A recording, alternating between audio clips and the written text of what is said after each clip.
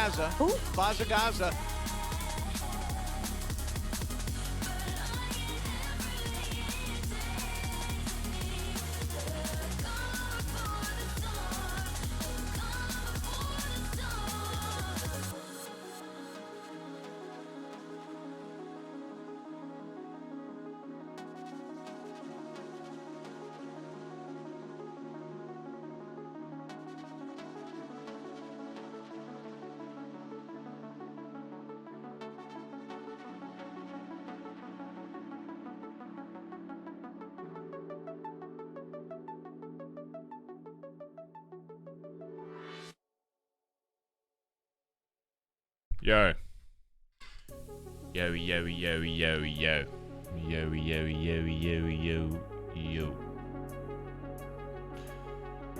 Yo. Yo. Yo.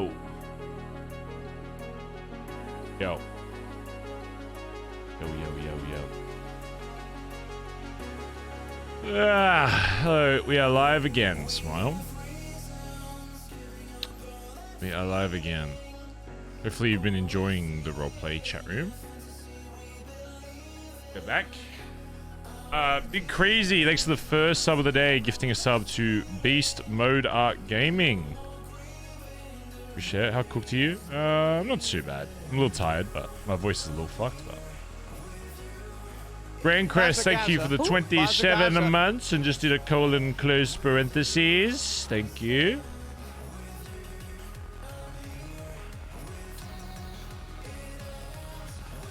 Let me just put it this way, chat, okay? Some things will be back to normal today, okay? But other things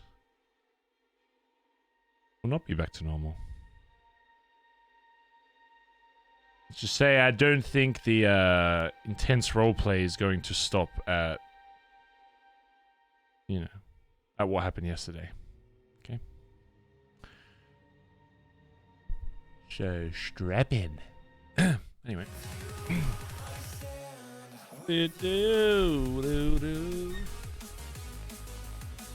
A TJ convo. I went to bed. About as good as it could go. Bazza Gaza. TJ and Barry are both very stubborn characters. Put it that way. Bazza Gaza. Bazza Gaza. Not Cooper Brown, thanks for the 19 months. Vigo ASGU, thank you for the 5 months. Said let's go. KB Turman, thanks for 26 months. So, hey, Bazz and chat. Hey. We have a day without damn spice.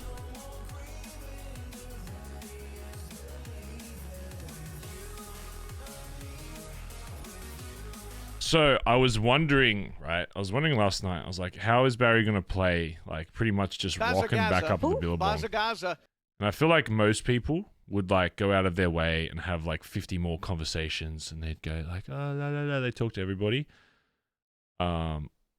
I'm going to be playing Barry a very particular way today, and there's going to be a reason for it. And it's not because I'm ignoring like the RP that just happened, but it's an intentional character trait Bazza Gaza. that Bazza Gaza. should, if I think it pans out correctly, should actually get more RP. Does this make sense? Bazza Gaza. Yeah, it's basically I'll show you, but yeah. Just trust me, I have an idea, okay? And I think day-to-day stuff, I think Barry will be the same person he was before on the surface. Surface level. Everything's going to be fine with Barry. But, you know, dig a little bit deeper. Things maybe not so fine. Because again, the conversation with TJ went well in the sense that, like, Barry got perspective of the club, or of TJ in the scenario, but not well in terms of what problems arose and that were kind of not solved. Does that make sense? If it doesn't make sense, it will make sense.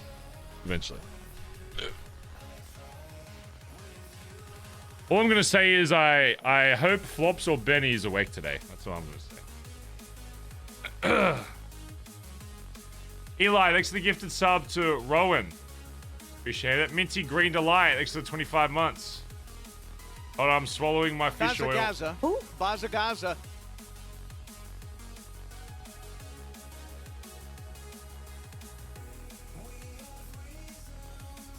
Oh my god, that tablet is so fucking huge. Holy fuck. Bazza Gaza. Bazza Gaza. Sorry, I'm swallowing fish oil. Sorry.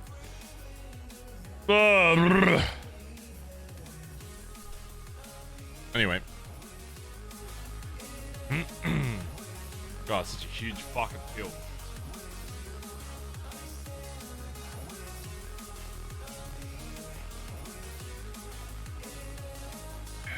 So I'm just making sure that bitch goes down. I mean, that sounds really bad out of context. The pill. I'm talking about the pill. Oh my god. That with no, dude, I gotta stop saying stuff. Dude, Barry and myself both have the problem of saying things without going context. Oh my god. Minty Green Delight, thank you. Eli, thank you. Quakesy, thanks for the 30 months. How different do you think the club would be if Wolfie or Riley or any ex-BBMC member would have stayed? Riley, I think if she didn't get blooded out or walk away when she did, I think she would have got blooded out eventually. Because I don't think she would have aligned with where the club went. Not only the old club, but also the new club. I don't think she would have fit in either. Malachi, it wouldn't be that much different, I don't think. But Malachi, the character, would be probably different. Wolfie, I don't think would be too much different. I don't think there's really anyone that would have altered the club a whole lot. Their character may have been altered, but not them, I don't think. So.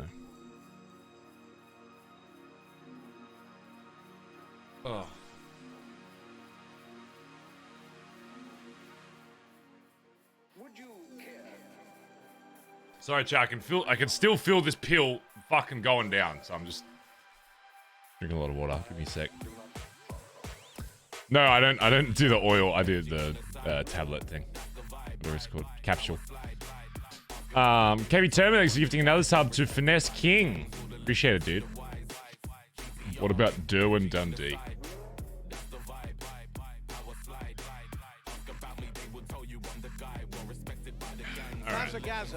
Bazza. Honeycomb thanks for the gifted sub to Artist Kayla. Appreciate it. Alright.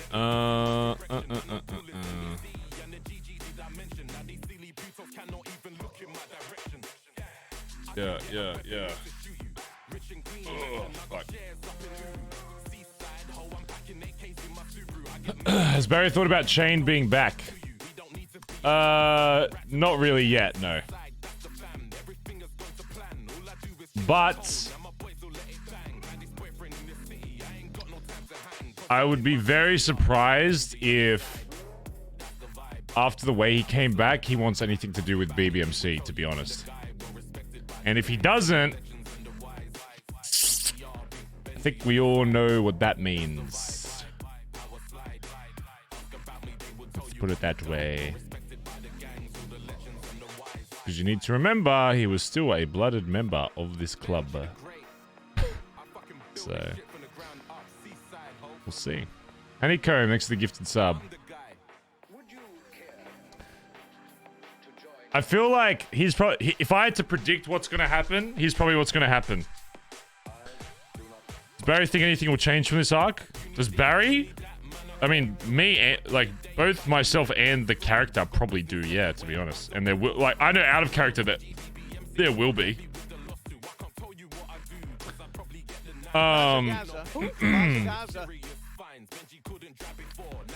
Put it this way. Chain... made it part of his story that he's left. So when someone like doesn't wake up in the server for a while, there's a difference for me in terms of roleplay. If somebody roleplays that they've just been in their apartment or whatever, or if they just haven't woken up, whatever, that's one thing. But if you've roleplayed that you've actually gone off to like an island or you've gone somewhere, then it's going to continue out in roleplay. Does that make sense? And Shane has roleplayed that he basically just left the club and went off to the island. I don't know what the lore is behind it, or what the meta or whatever. But, I mean, from a character point of view, Barry sees it as leaving the club, basically. Hasn't attempted to contact Barry until he came back and he saw Barry in person.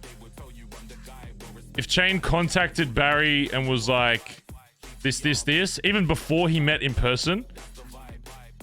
I'm gonna be honest. D showing Chain to Barry in person before he had any kind of communication with Chain beforehand is probably the worst case outcome for Chain from Barry's point of view. I'll put it that way.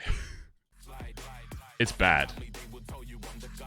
Because like, so Chain comes back, sees D as the leader, and then doesn't communicate with Barry at all. Doesn't say anything. Nothing. Barry's like, okay, I see how it is. Kind of deal. If I had to predict what's going to happen, Chain probably get fucked off by the BBMC because it's... I mean, I don't even think he'll want to RP with BBMC anyway at this point. If he's coming back, he's probably coming back for D. So I think something will probably happen with BBMC and then he'll probably make a group with, like, D. That's what... If I had to predict, but who knows. Chain left after you PM as well. Well, I mean, that's going to add to Barry's thoughts on Chain. Obviously, I love Chain. If Chain was like, I want to be BBMC, I'd be like, sweet. But Barry, especially after all the shit that's happened recently, again, consequences of high command and blooded out members leaving without Barry even getting proper closure for those members. Oh my god, it's almost like it's having a lasting effect on Barry's character and how he sees his club, and the trust issues are developing. Oh my god. Oh my god.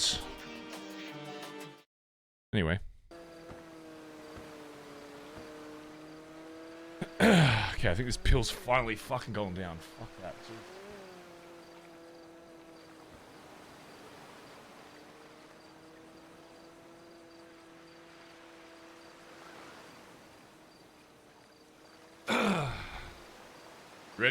You ready to go back to the Billabong chat? I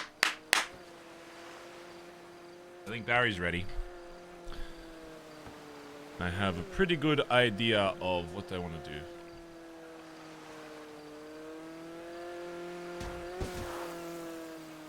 Camo Girl, thanks for the 9 months. Samuel, thanks for the tier 1 sub. Honeycomb, thank you again. Appreciate it, guys, for the subs. 52 away from back to 2K. I appreciate you guys.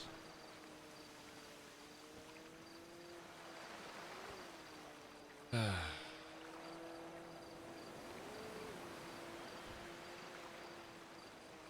most loyal BBMC member of them all. Even more loyal than Barry himself.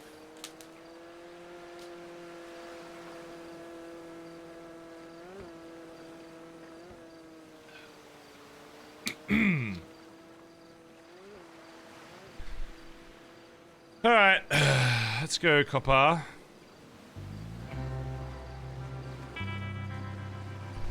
Barry's time at the beach is done. For now, at least. For now, at least.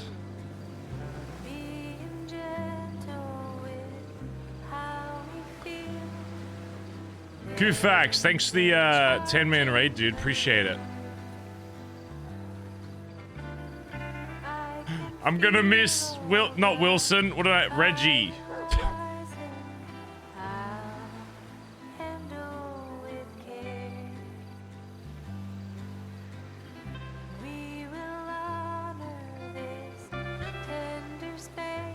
Face made out of blood.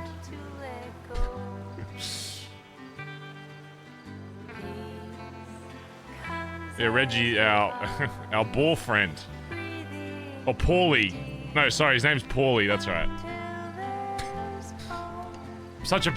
Barry's such a bad friend, he forgets his name.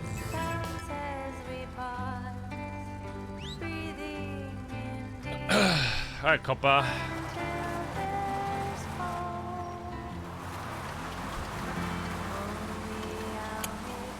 Yeah, Barry has no friends. Oh god, that's so sad.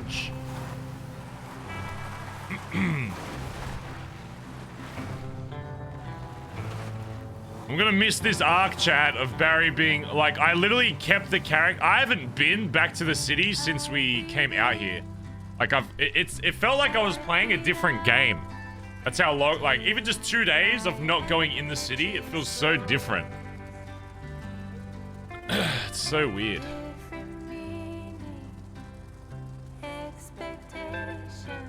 Well, we have these motion sensors that apparently don't run out, so I don't know what we're gonna use these for, but find something.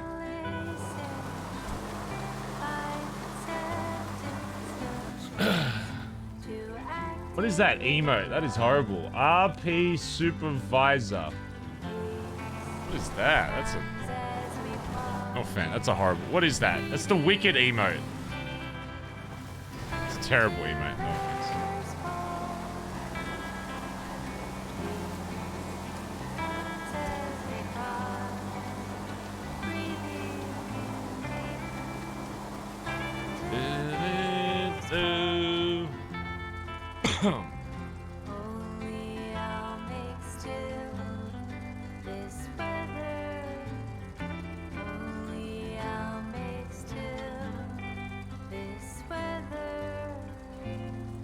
I'm just dandy.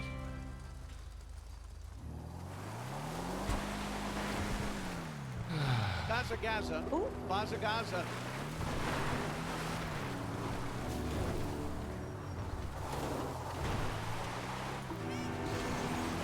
Oh, I should have said, oh my god.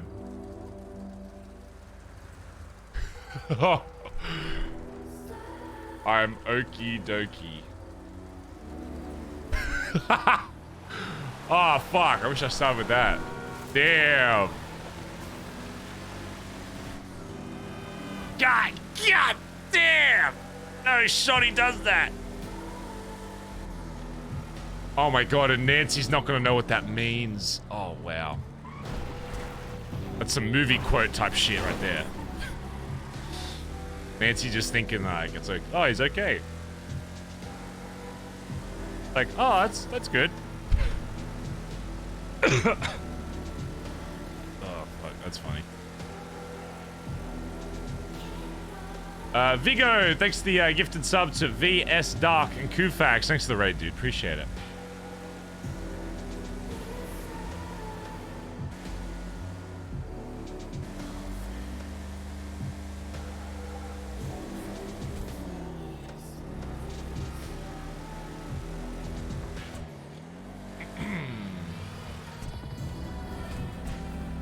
Let's see if we can pull into the billy without having a gun drawn on us. I kind of hope we do, because if they're just letting any car into the billy without checking, then...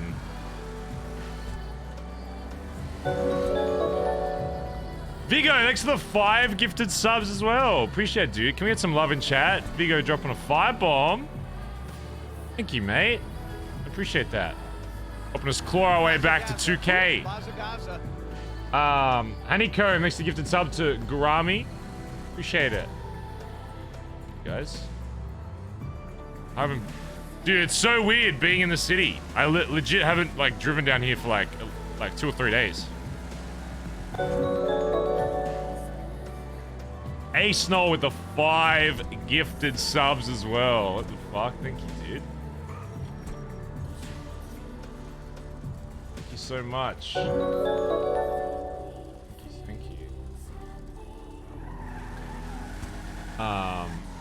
And Annie gifted 5 as well. What does that put us at? I'm gonna do exclamation sub count. Oh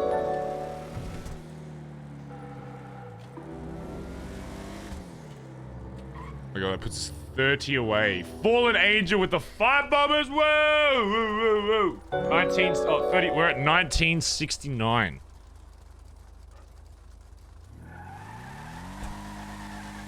Thank you, guys. Hopefully the RP's been fun. Remember, it's all about creating a fun, engaging story for you guys. After I ended stream yesterday, I was like, oh, like, people even like the serious RP. Like, I know people, like, watch it, but they actually, like, enjoy it. And then I went out to the kitchen, and Craig was like, oh, what'd you do on stream?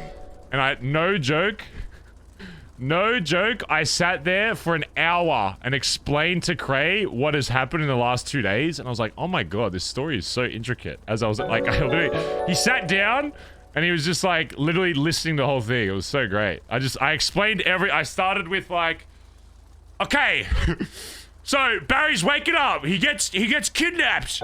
He gets taken by the clowns, but he doesn't know who the guy is originally. But then we find out later it's Barry's son, but we don't know that yet. So he gets kidnapped by the clowns, and I explained the whole fucking story. It was, and he listened to the whole thing. He listened to the whole thing. That was funny. Yeah. So hopefully it's just fun for you guys to, I don't know. Hopefully somebody else like does that to somebody. Miss Hooligan, thanks to 100 bits. M Good, thanks to the 5 gifted shubbies. Can we get some love for M Good? Appreciate it, dude. Frantic Limbs with the 25 bomb. Surely that gets us over 2K, surely. Holy fuck. Thanks for the 25 gifted subs. From Frantic, thank you, dude. Much love. Can we just get some more Bazzels in chat? Thank you, man. Thanks so much, Frantic, for the 25 bomb. Absolute juicer. Hala_D, thanks for the 5 gifted subs as well. Thank you, dude. We get some more love for Hala. And Storm DX, thanks for the gifted sub to Luffy. Make sure if you got one of those subs, you say thanks as well, chat. Back at 2K Andy! Yeah! Okay, Andy. I appreciate that, chat. Thank you so much. Hopefully you've been enjoying the show. Annie gifted a sub to Master Boat Chief as well. But yeah, if you get gifted one of those, you should have a message that you can just press OK on, and it'll say thanks to whoever gifted it to you. So.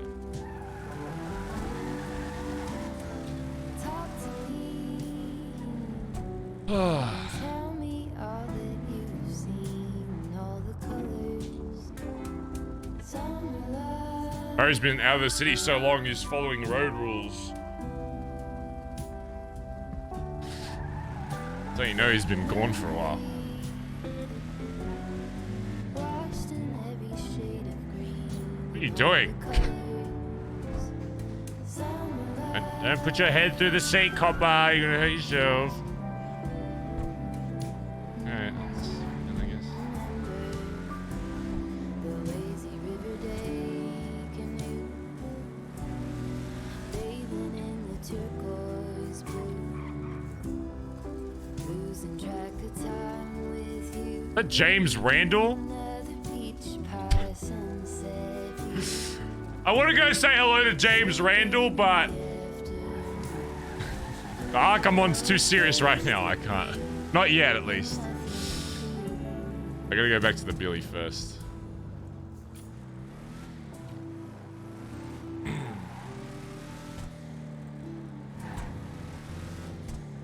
That's Alright, I gotta get back in character again.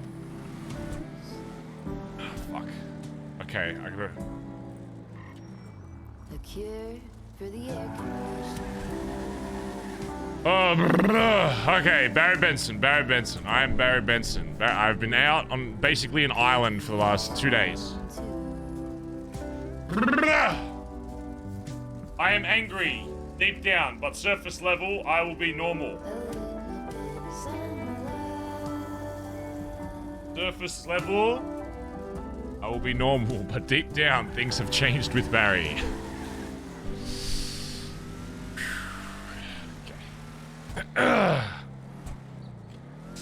Bruh, bruh, bruh.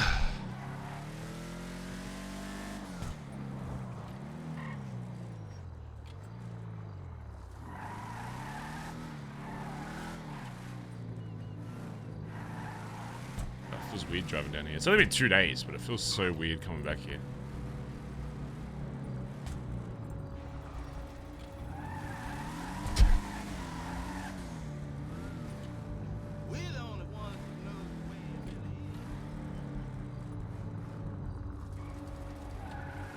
Bazza. Bazza. Damn, TJ awake too.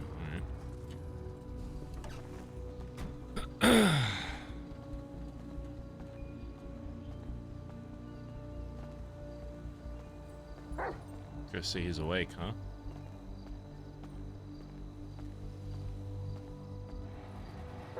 Akumadi, thanks for the 22 months. I've been filling in my wife about your story as things progress. Up is good. Hey, appreciate it, dude.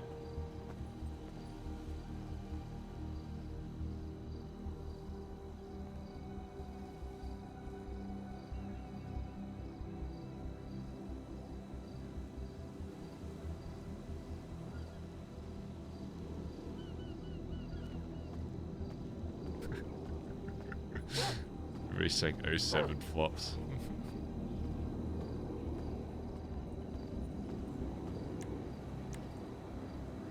Oh, my Ellie's still here.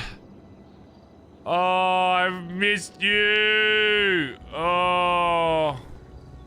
It's been so shit driving a fucking tulip. Oh.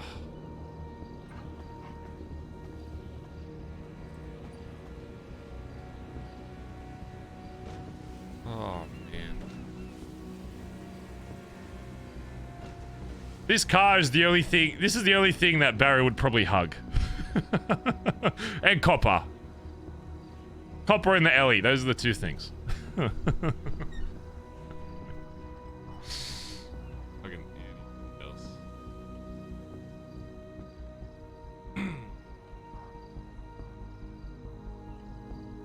Bazza. Bazza. I kind of want at least one of the club members to talk to Barry before I change back into my cuts. I want there to be a very distinct difference. Gamer, thanks for the 11 months. Hello, chat and streamer. Hope everyone's day has been good so far. I'm currently on lunch watching this. Thank you.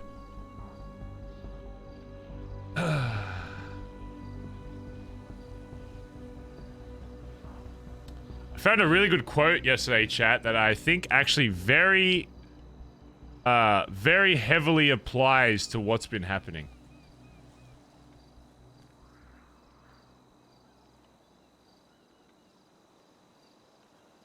But I need somebody to talk to me in roleplay so I can say it.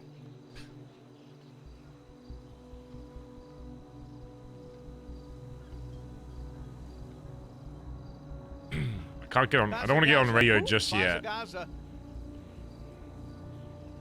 Don't want to get on radio just yet. Oh, but one thing we can do, since there's literally no point of this anymore, guess we scrap that idea. Since apparently trackers don't do fuck all.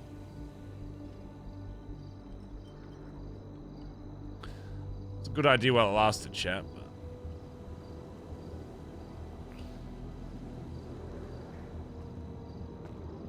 I doesn't need a tracker to find you anyways, apparently.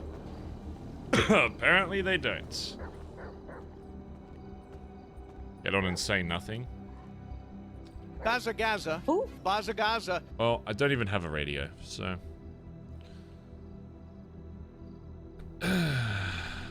this... Give me this... This, give me this... Where's Jaeger calling me? Hey, Jaeger, what's going on? Hey, Barry. Two things. Mm-hmm. One, was just wondering if you wanted to order something. I don't know if you... Ooh, not just yet, but most likely next week. I still have, I'm still deciding on what, I want to use one of the things on. But, yeah, I will definitely be a returning customer. Let me put it that way. Okay. And then second,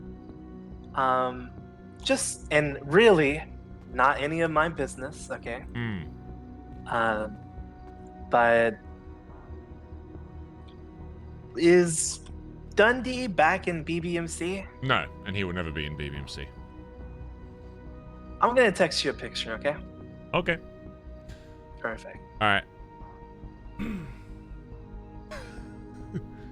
Chipper D, thanks for the 30 months and said, Bazz shake. Gonna get a radio.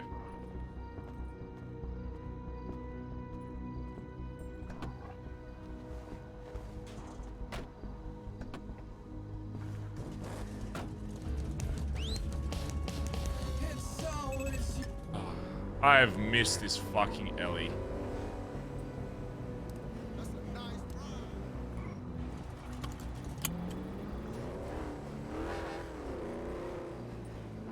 Oh, this fucking car.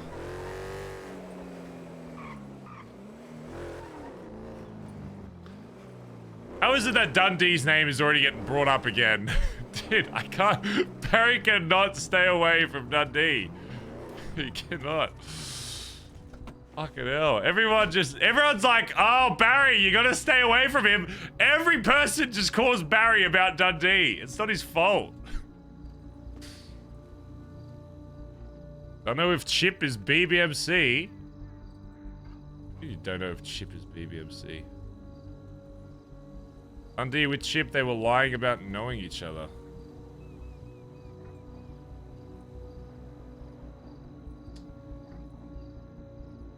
Man.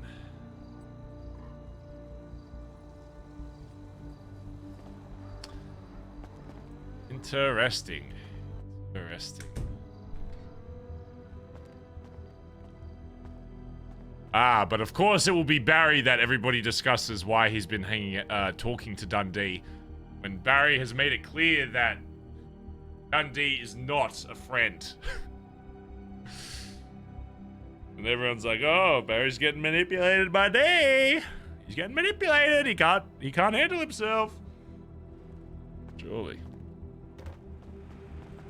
Well, then we've probably got Chip here actually hanging out as a friend. Get rid of this. Get rid of this. This. This, I guess. Why did TJ give this back, by the way? Is that a code for something? Look at this. This other shit away. Still got a repair kit. Token of love. Surely. Surely. Surely.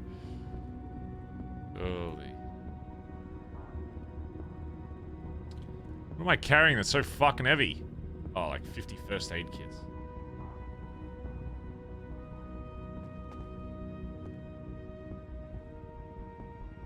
Dude, how fucking heavy is this thing? 37?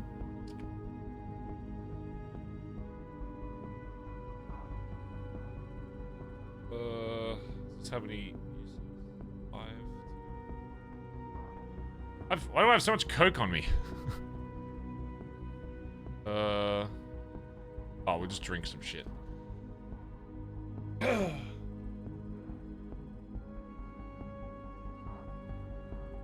Bazza. Who? Bazza. I gotta change that alert. I'm not Bazza anymore.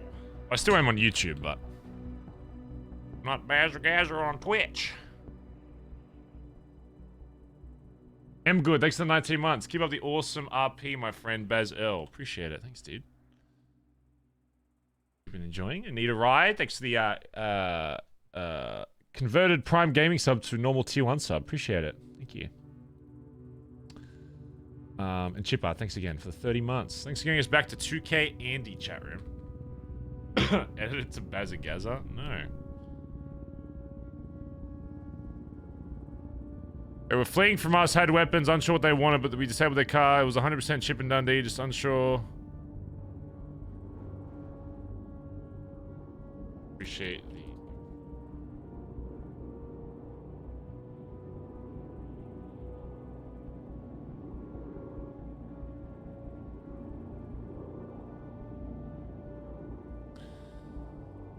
Very interesting information indeed. Very interesting information indeed. Oh, radio. Fuck, did I spend my money? I did. Very interesting information.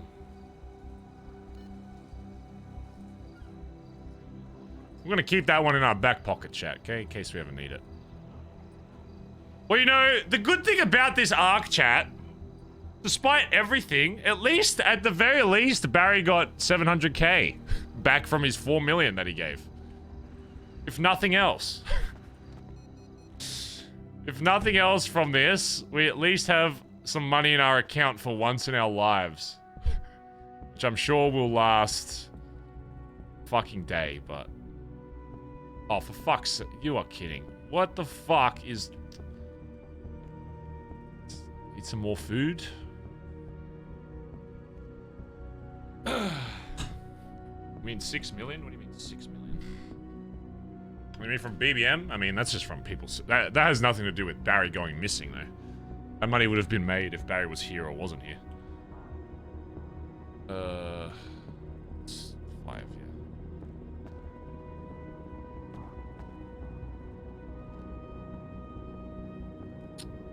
Oh, you mean the 2 million from BBMC? Well, that's the thing, is Dundee...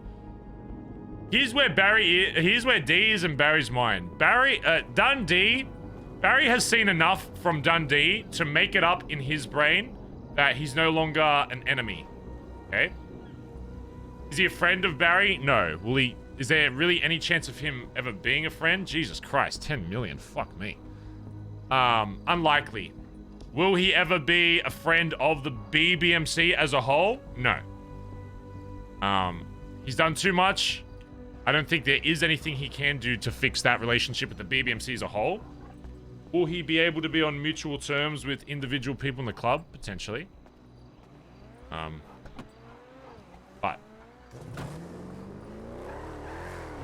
You know.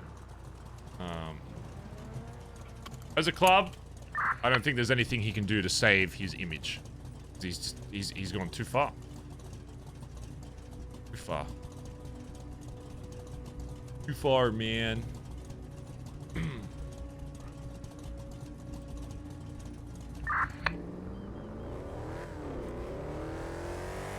fucked that up in time, probably. Yeah, probably.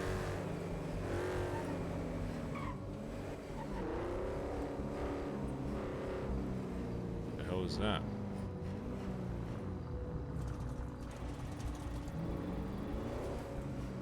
Shit.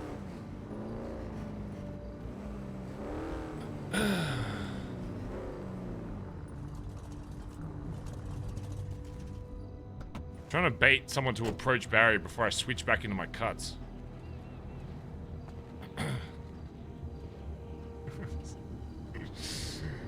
Somebody talk to me before I switch into my cuts. Trust me, you're going to want to. For God's sake. God's sake.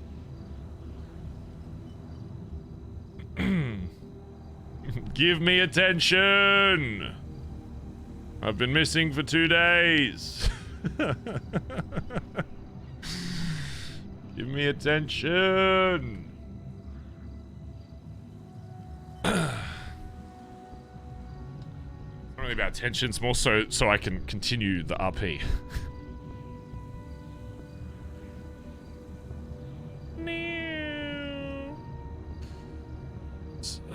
I don't even know what we say to, like, Chip. I mean...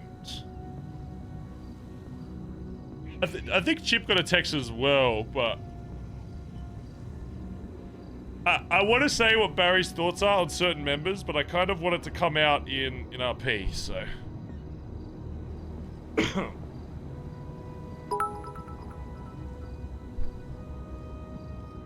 Only 2 more hours till Kaiba wakes up. Hope that car is really dirty, lol. Wait, what? The meta? I don't know what that means, Bazza Bazza.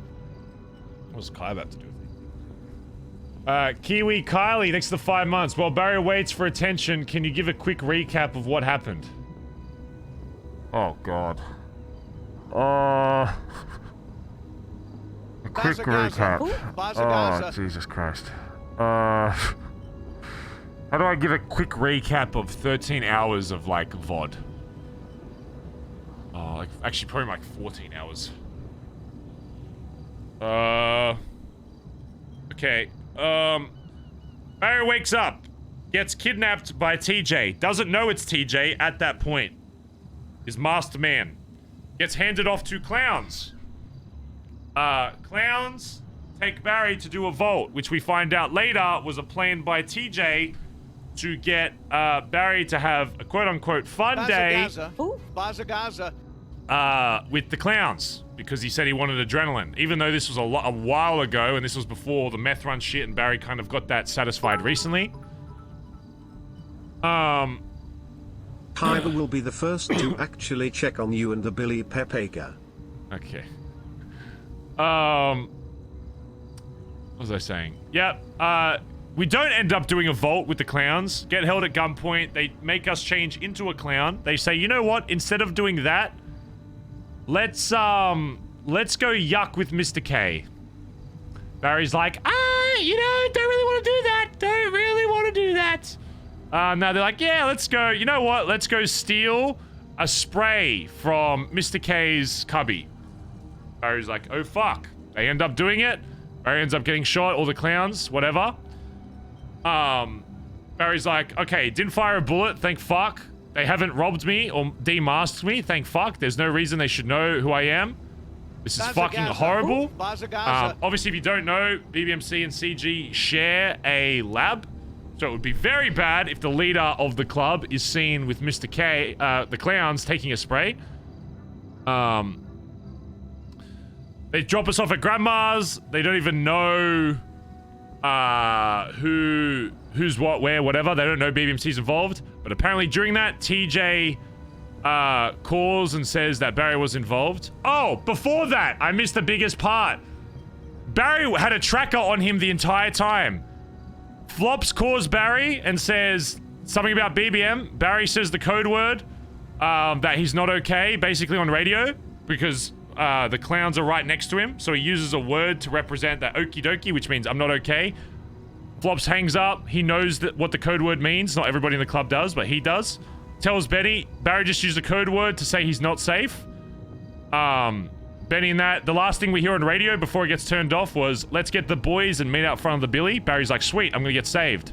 5 minutes go past, whatever. Colin calls. Barry does the same thing to him. He's still being listened in by the clowns, but communicates to Colin that he's not okay. Says okie dokie. He doesn't think that Colin understands what that means. He doesn't think that he understands what that means, but... What's going on, Chip? Hey, how you doing, man? You doing all right? Yeah, pretty good.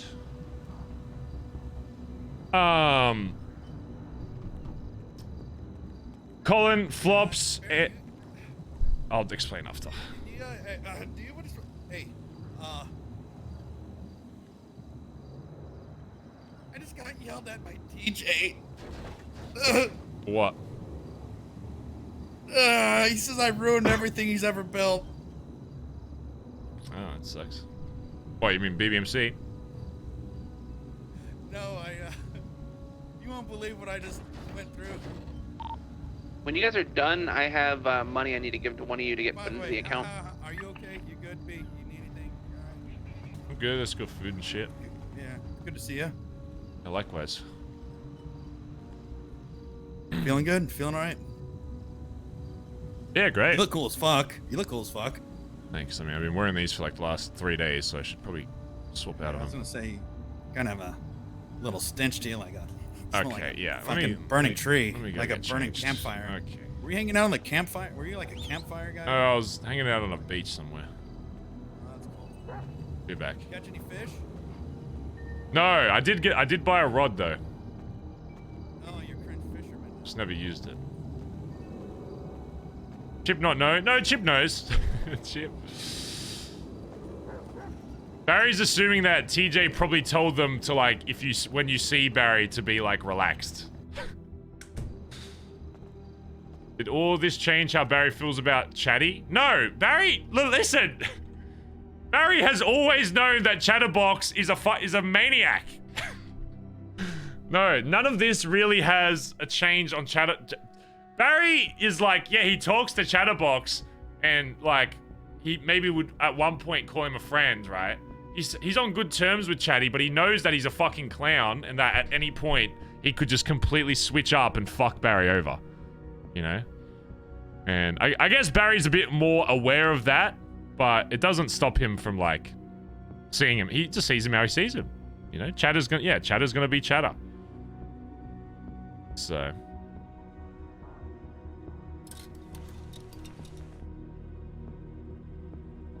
Actually, you know what? Let's get into cuts, shall we? Item fell on the floor. What the hell? I'm so fucking overweight.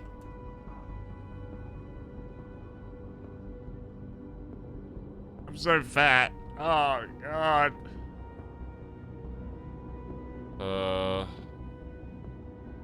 So much shit on me. Oh, it's the first aid kits.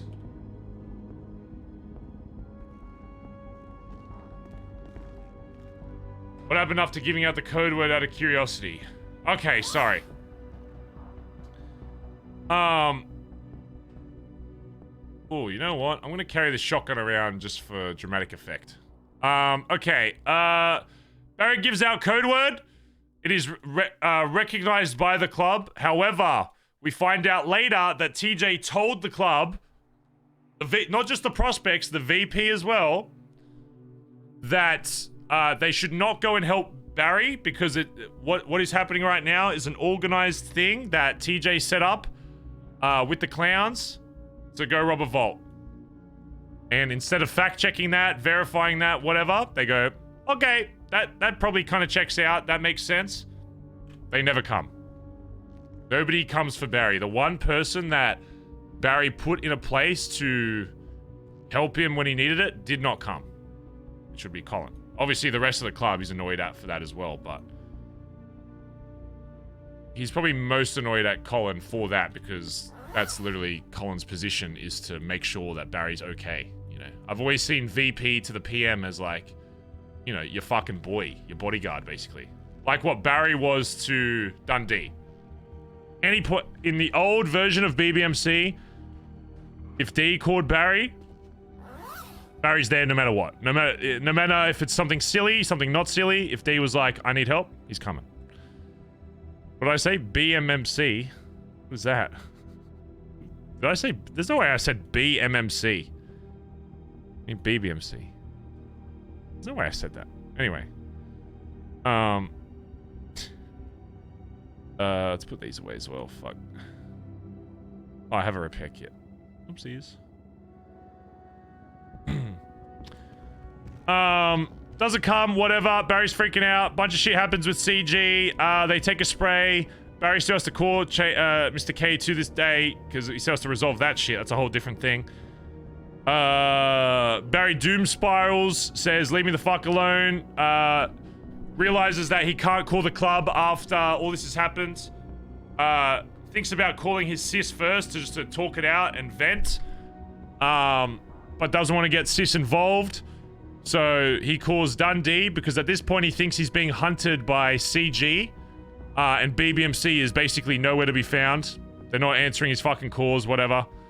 So he's like, fuck, they're just not helping me. They must be busy doing something, whatever. So he calls Dundee, they talk, whatever. Helicopter rolls up that at the time, Barry doesn't know who's in it. He assumes it's CG, but we find out later that it was BBMC that found him.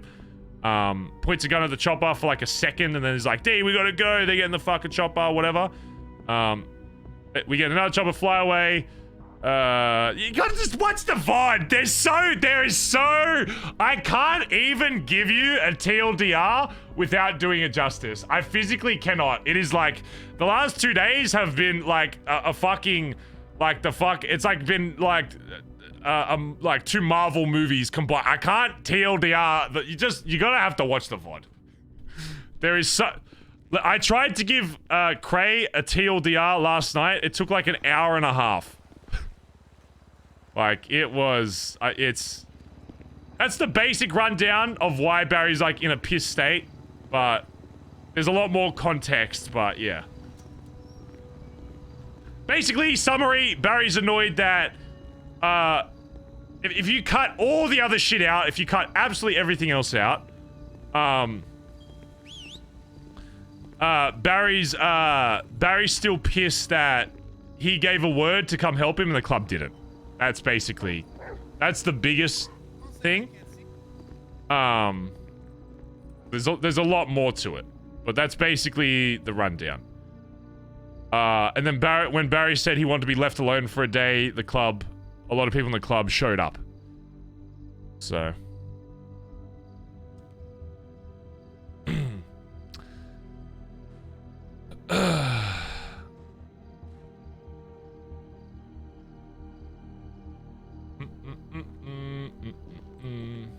Club order denied. Basically, people in the club trusted TJ's word over Barry without verifying.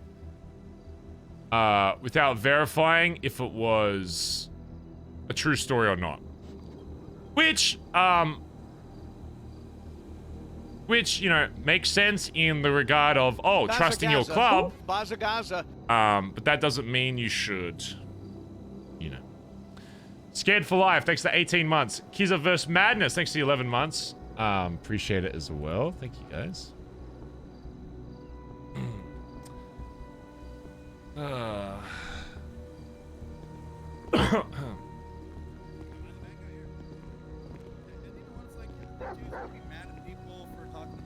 Trying to kill our members. But you know what's so funny? Let me just give you an example. You know what?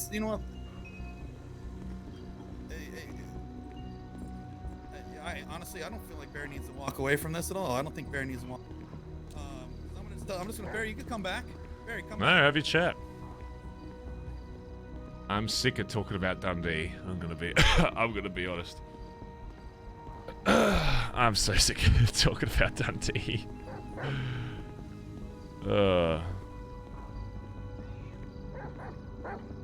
Barry is not... Barry is so sick of the word Dundee. Barry's probably just gonna stop hanging out, like, talking to Dundee, not because that he's worried about the club impact, but just because the name keeps getting brought up.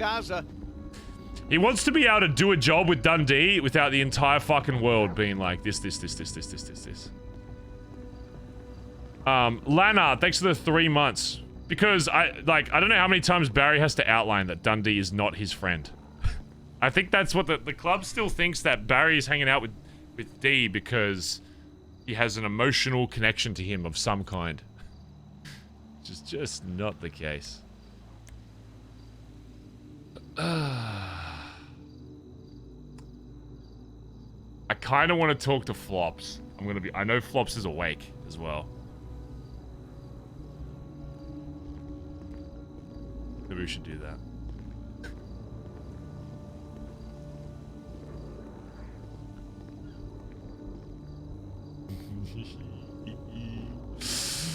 It's gonna be a little spicy, Chad. I'm not gonna lie. It's gonna be a little bit spicy. Hopefully you strap in. Where should we go? Let's go Big White. It's copper. What?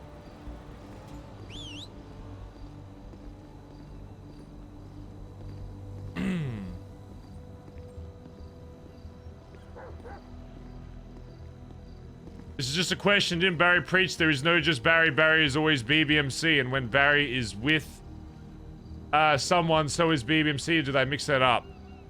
Barry said that that is the case because that is how the club views it. That is not what Barry thinks of himself. That is what has been created to this point. And that's how Barry feels as though the world sees him anyway. That is not what Barry would ideally think of himself. He's probably said that to people because he genuinely believes that that's how the world sees him. Does that make sense? It's a very, like, subtle difference. That's not what Barry wants. That's what he believes is the case. You know what I'm saying? You know what I'm fucking saying?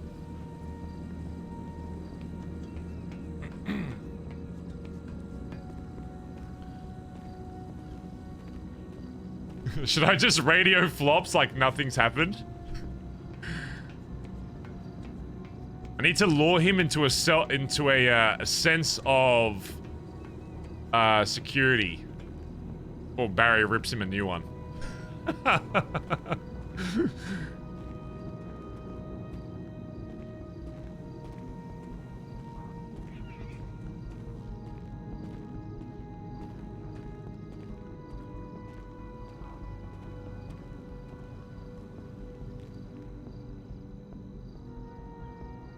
Photo attached to war.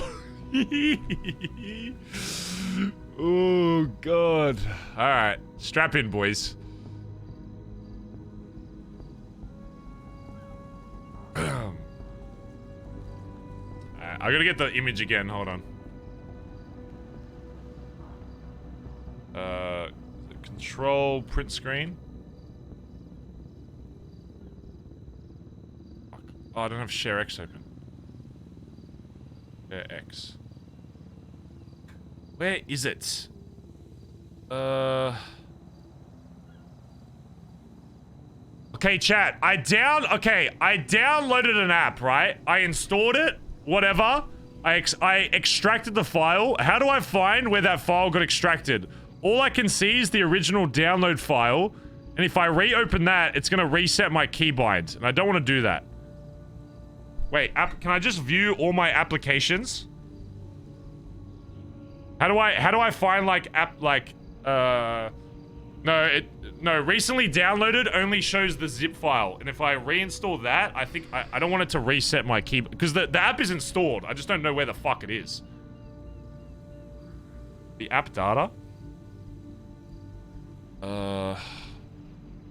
Is there a way? And if I search the app, it doesn't come up with the application because I don't think it's been used enough yet.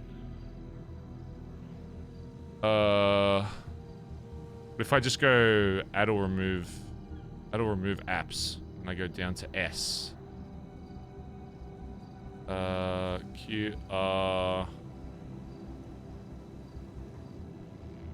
QRS.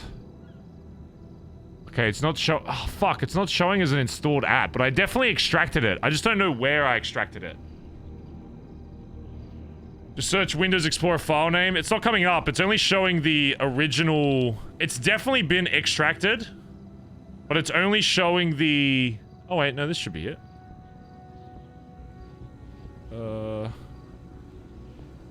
No, wait. Oh, wait. This work? Okay, I got it. Never mind. Let me move this to desktop. There we go. Hey, is that gonna work? Oh yeah, that works. Okay, we're good. We are good. Control, print screen. Now if I do this... should upload to Imga. Lana, thanks for the 3 months, by the way. Okay, in case you want to know what's attached to the war chat. This is what is going to be attached. So just keep that in your mind. Just keep that in your mind, okay? That is currently what's hanging up on this wall. I need to make a document for it though.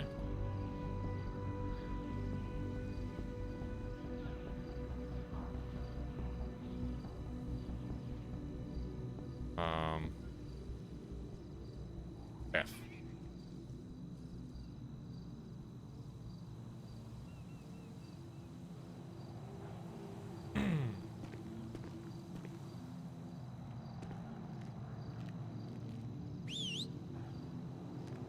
Alrighty. Stop saying F chat. You're gonna make me think the stream's fucking going down.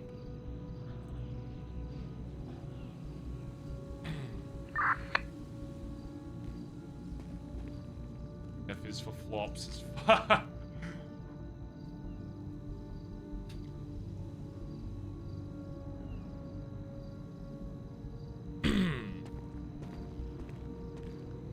Okay.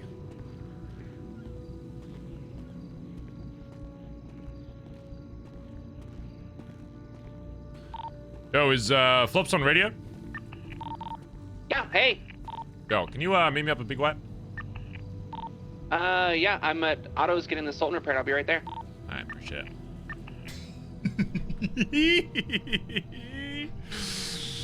Yee.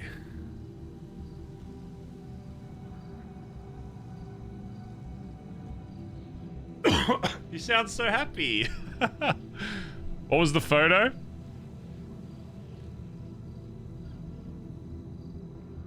Barry has a lot of questions right now. If you don't know what this is Flops denying a club order to go to where Barry is. I don't want to be the burden of bad news, guys, but I did eat a human today. I ate human flesh. That's fine. I've done that before. How'd it taste? Like pig.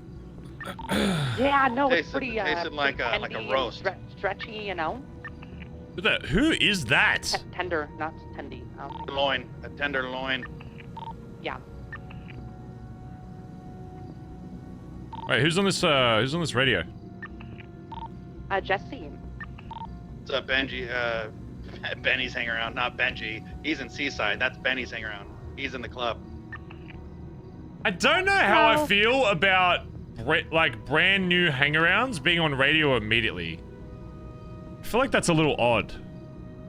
Like I'm sure she's great, but I feel like there needs to be like I need to know the person before I shouldn't ever ask who is that. Say then I'm not gonna say it now on radio, especially to these people. Yeah, we kind of already have a Jesse, so you're gonna need to change that name. Yeah, there needs to be like a not necessarily a hang-around radio, because I'm fine with hang-arounds being on radio if I know who the fuck they are. They just need to be able to... I feel like they just need to meet everybody first. They need to be introduced. Maybe I'll make that a rule. Maybe they need to be introduced to the club at least once before they can be put on radio. Or at least to, like, the majority of the club. Because otherwise it's like, yeah, I'm a hang-around. Can I be on your radio? Can I be on your radio? You won't remember? Yeah, but then at least Barry doesn't have an excuse to be like... You know, who the fuck is that? Because if Barry says, oh, okay, and they get introduced, and then Barry forgets, that's a Barry problem. That's not a club problem. Because right now it's a club problem because it's like who the fuck is that? So. You still say who is that once you've been introduced. Yeah, but again, that's a Barry problem.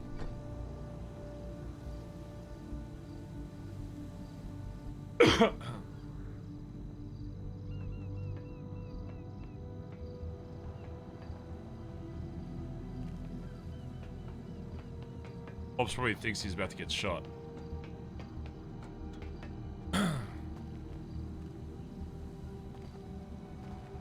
Hey, Flops, how's it going? Hey, Barry. You Hey. It's good. It's fucking great to see you. Yeah, likewise. So, how have things been? I mean, What materials do you hold guys on. need? I'm thinking of running some chat. I mean, things have been hectic, been busy. Because you've been making a lot of sales. Yeah, cleared 6 million in sales in under a week. What'd you sell? Dune, a mule, the hauler, the double T, something else I can't remember. The Turismo Classic. Nice. Yeah. Okay. Good sales. Good variety. Yeah. You done drop-offs for them? The Turismo got a drop off. The hauler we did. Still waiting to get the Dune imported, and then haven't not done one for the mule or the double T yet because the keys are locked away in your desk. And yeah. Well, we can get that sorted. Get that sorted. Okay. Yeah. Get that sorted today. Fantastic. Yeah. That'd be great. Good.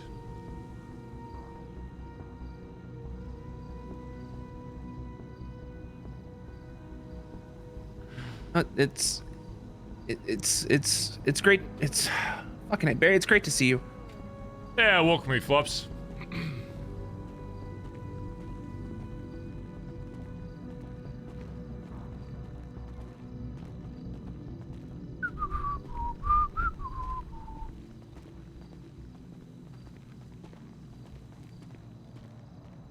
You know what this is, Flops? It's a picture. Why don't you take a closer look at that picture?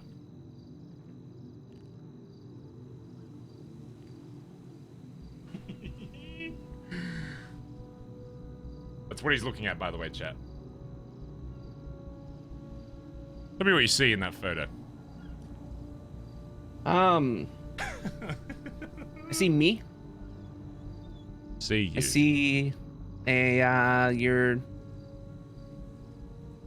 campsite, the beach, a bike.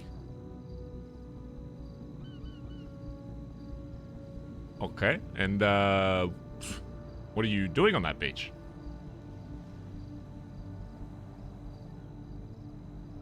It's okay, Flops, just you and me. I just want you to be honest. Yeah, Honesty will set you free, as they say. yeah. Honestly, I'm on that beach, Barry, because I just wanted to follow kind of what I found at that 24/7, see if it was you, and make sure you were good. The one out on the highway, the broken door, broken register, some dog food was stolen, and then that thing on the wall with the masked guy flipping off the camera. 'Cause I went looking at the 24/7s because I got the automated text from your phone that said your phone was out of minutes, so I was gonna try to find a phone card, and then I could like see if I could like load minutes onto your phone for you, because you know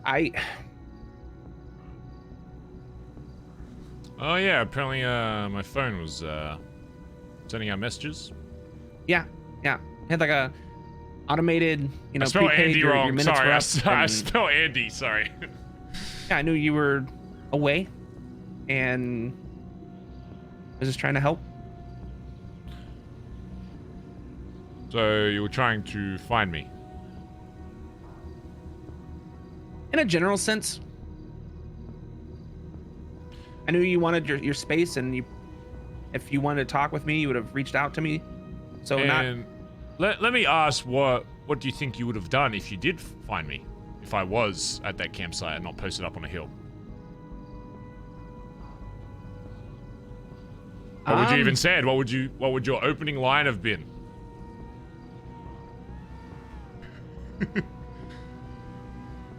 I'm sorry. Sorry for what? For not disregarding what I was told here, and I'm sorry for not fucking sending it up there when you okie dokied and actually coming to check it out and make sure everything was good instead of trusting that things have been communicated the right way. That's what I'd be sorry for. Because you reached out, you gave me the okie dokie. Good answer. I gathered the fucking boys in front of the billy, Pops had your one that actually tracker, just saved knew where himself. you were, and then we were told, no, it's fine, stand down. And in my gut, I knew I should have went, and I didn't.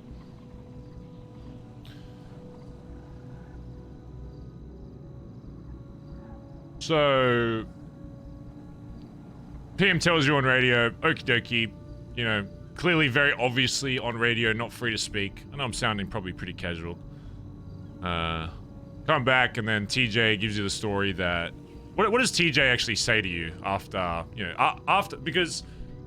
Let me give you a bit of my POV, okay? You call me, you talk about BBM, I give you the word. I'm not even sure if you remember, because I wasn't even sure who in the club knew about it, because it's not an official term. I'm like, oh, fuck it, I'll take a chance. I hear on radio after the call ends, you communicate with Benny that, oh shit, Barry's in trouble. Let's assemble out the front of the billy or whatever. I don't remember exactly what Benny says, but he's like, okay.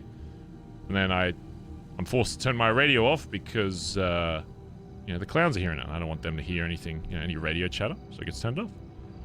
What happens after that? So I make the call out to get everyone in front of the billy, bring everyone together so we can go. I grab your tracker. I saw you were at the that like liquor store thing up in Sandy, and we're going to ride out. So I you get a phone call from TJ. Use the tracker. Yeah, I tracked you up until you took the tracker off, or someone took it off of you. I was on the highway like 100 feet from whatever vehicle that that you were in, because I kept checking in, even though like, yeah, Barry's fine, he's doing this thing with the clowns. I kept checking in to see, like, make sure you were good. What do you mean by what do you mean by checking in? I would ping the tracker every little bit, because I was told the plan was you guys were gonna hit the vault, and TJ had told me that he was next to you when you had okie dokied, and the way I understood it was like you knew what was going on. I didn't realize that TJ was in disguise, and there was more like lack of communication. And since then, I've talked with the clowns to understand what happened, because that's what I've spent the last few days doing, Barry. I've talked to everyone that was involved that I could reach to understand what happened, to get the full picture, because I operated off assumptions. Wait, what did I miss? You all ooped. Did I miss something? That wasn't Say the, TJ was there? That wasn't the move. I'm trying to, just learn.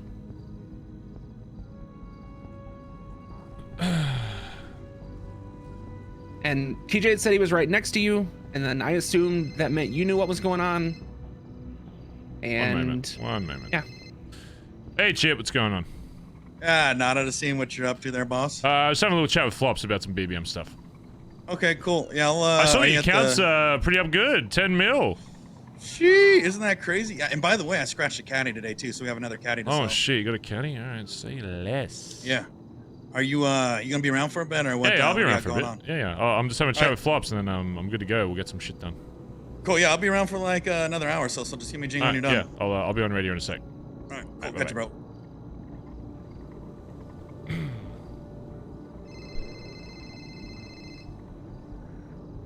Let me just silence that real quick. Hey, sorry about that. Yeah. Speak Russian at all, Flops? I know the vodka, dos vidania. That's about it. Do you know what Dovrie no provie means? Nope. It's an old saying. You've probably heard the English translation. Trust but verify. Heard that before? I have, yeah. What that means, Flops, is when your PM radios to you and says a very specific word, that means I am not okay. I don't give a fuck what anybody else in the fucking club does. If I say I'm not okay, you come and fucking get me. I don't care if every other person in the club says, no, don't fucking go. If the PM tells you to do something, especially if it's associated with a word, you go the fuck up there, gun in fucking hand, ready to fucking clap. No matter what the situation is, whether you think it's a serious situation or whether you think it's a little goofy thing that's been set up by somebody else.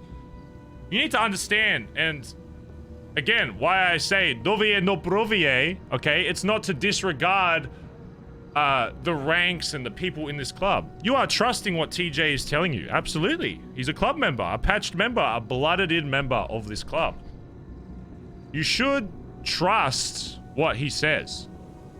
But in this instance, when you've got your leader, your PM, radioing you and saying, I am not okay, you need to verify that. Because that is a big thing. This isn't like...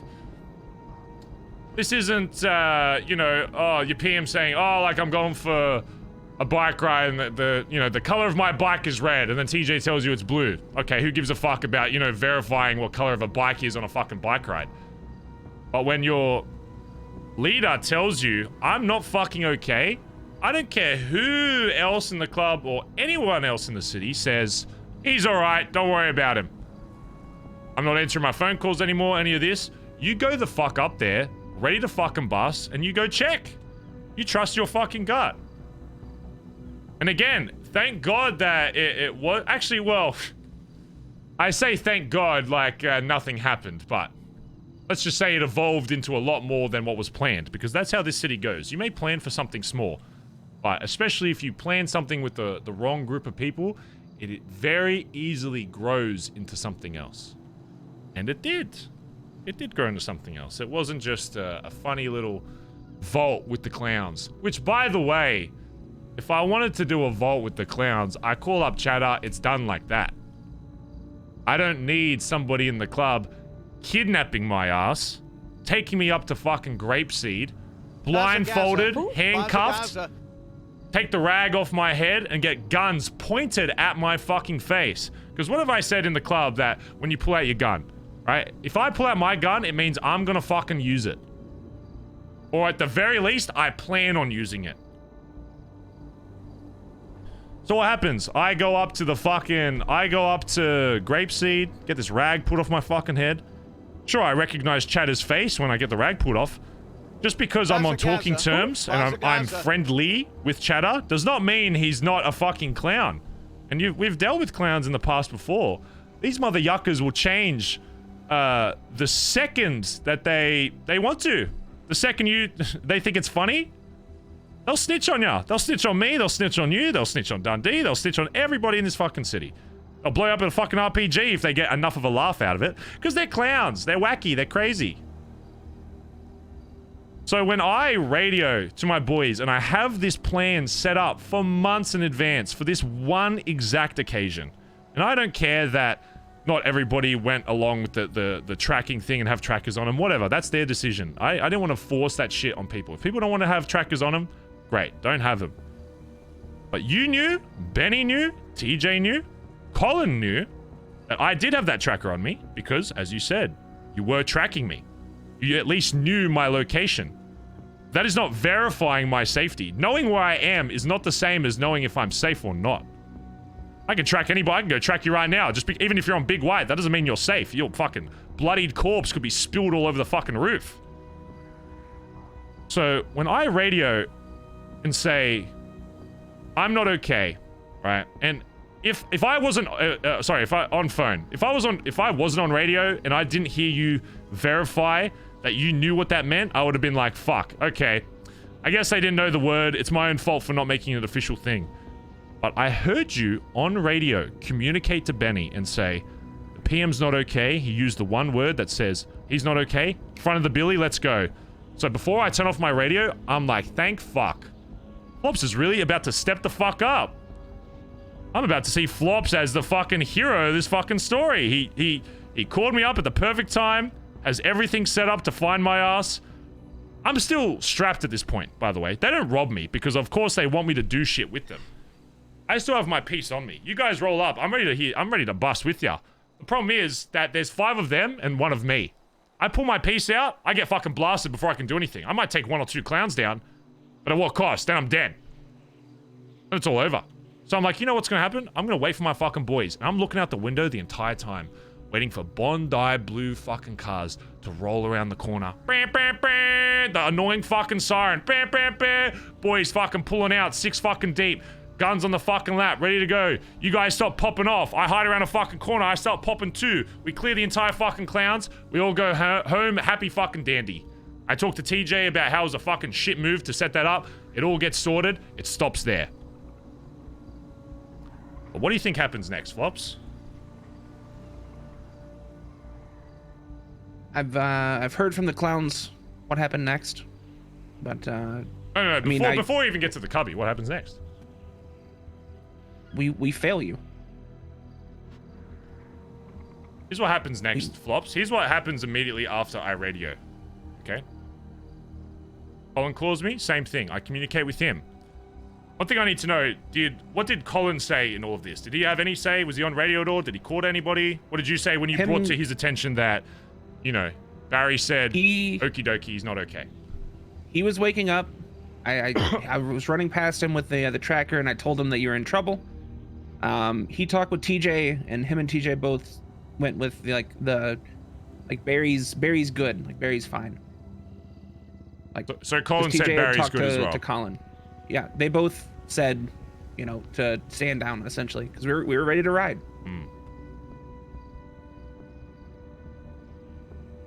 Let's go back to the story. What happens after Colin gives me the final call and the last piece of communication you have with me until this very moment? Nothing! Nothing happens, Flops. Nothing. I don't care what the fuck you guys were doing from your point of view. Oh, that's great. You're tracking me. You're doing this, that, the other. I'm talking about my perspective. Nothing fucking happens, Flops. That's what fucking happens. No Bondi boys coming around the fucking corner.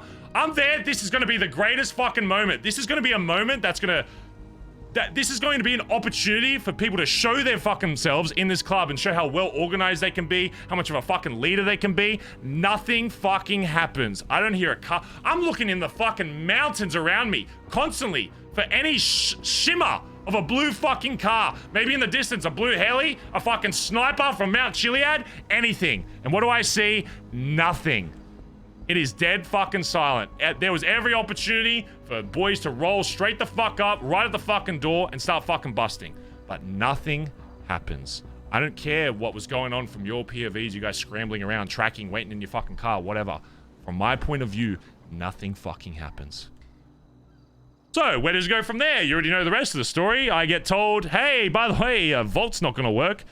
Let's go steal a fucking spray from CG Cubby.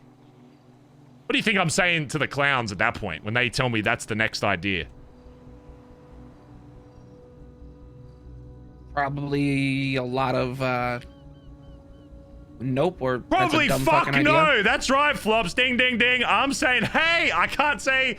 I'm thinking I can't say exactly why, but I'm saying, hey, you know, maybe literally anybody else in the fucking city except Mr. K or CG. Maybe anybody. I'd rather go away for the fucking nines, blowing up MRPD with a rocket launcher, which was one of their ideas, by the way. I would rather have done that 30 fucking times over than what transpired. So, I'm at gunpoint still, whatever. I got a piece on me because they're expecting me to bust with them. We go to fucking CG fucking turf. Starts doing the spray, whatever. Thank fuck, and this is the only time I will say this in any fight I've ever had. Thank fuck I get domed from some rooftop fucking somewhere immediately without firing a bullet. Because why?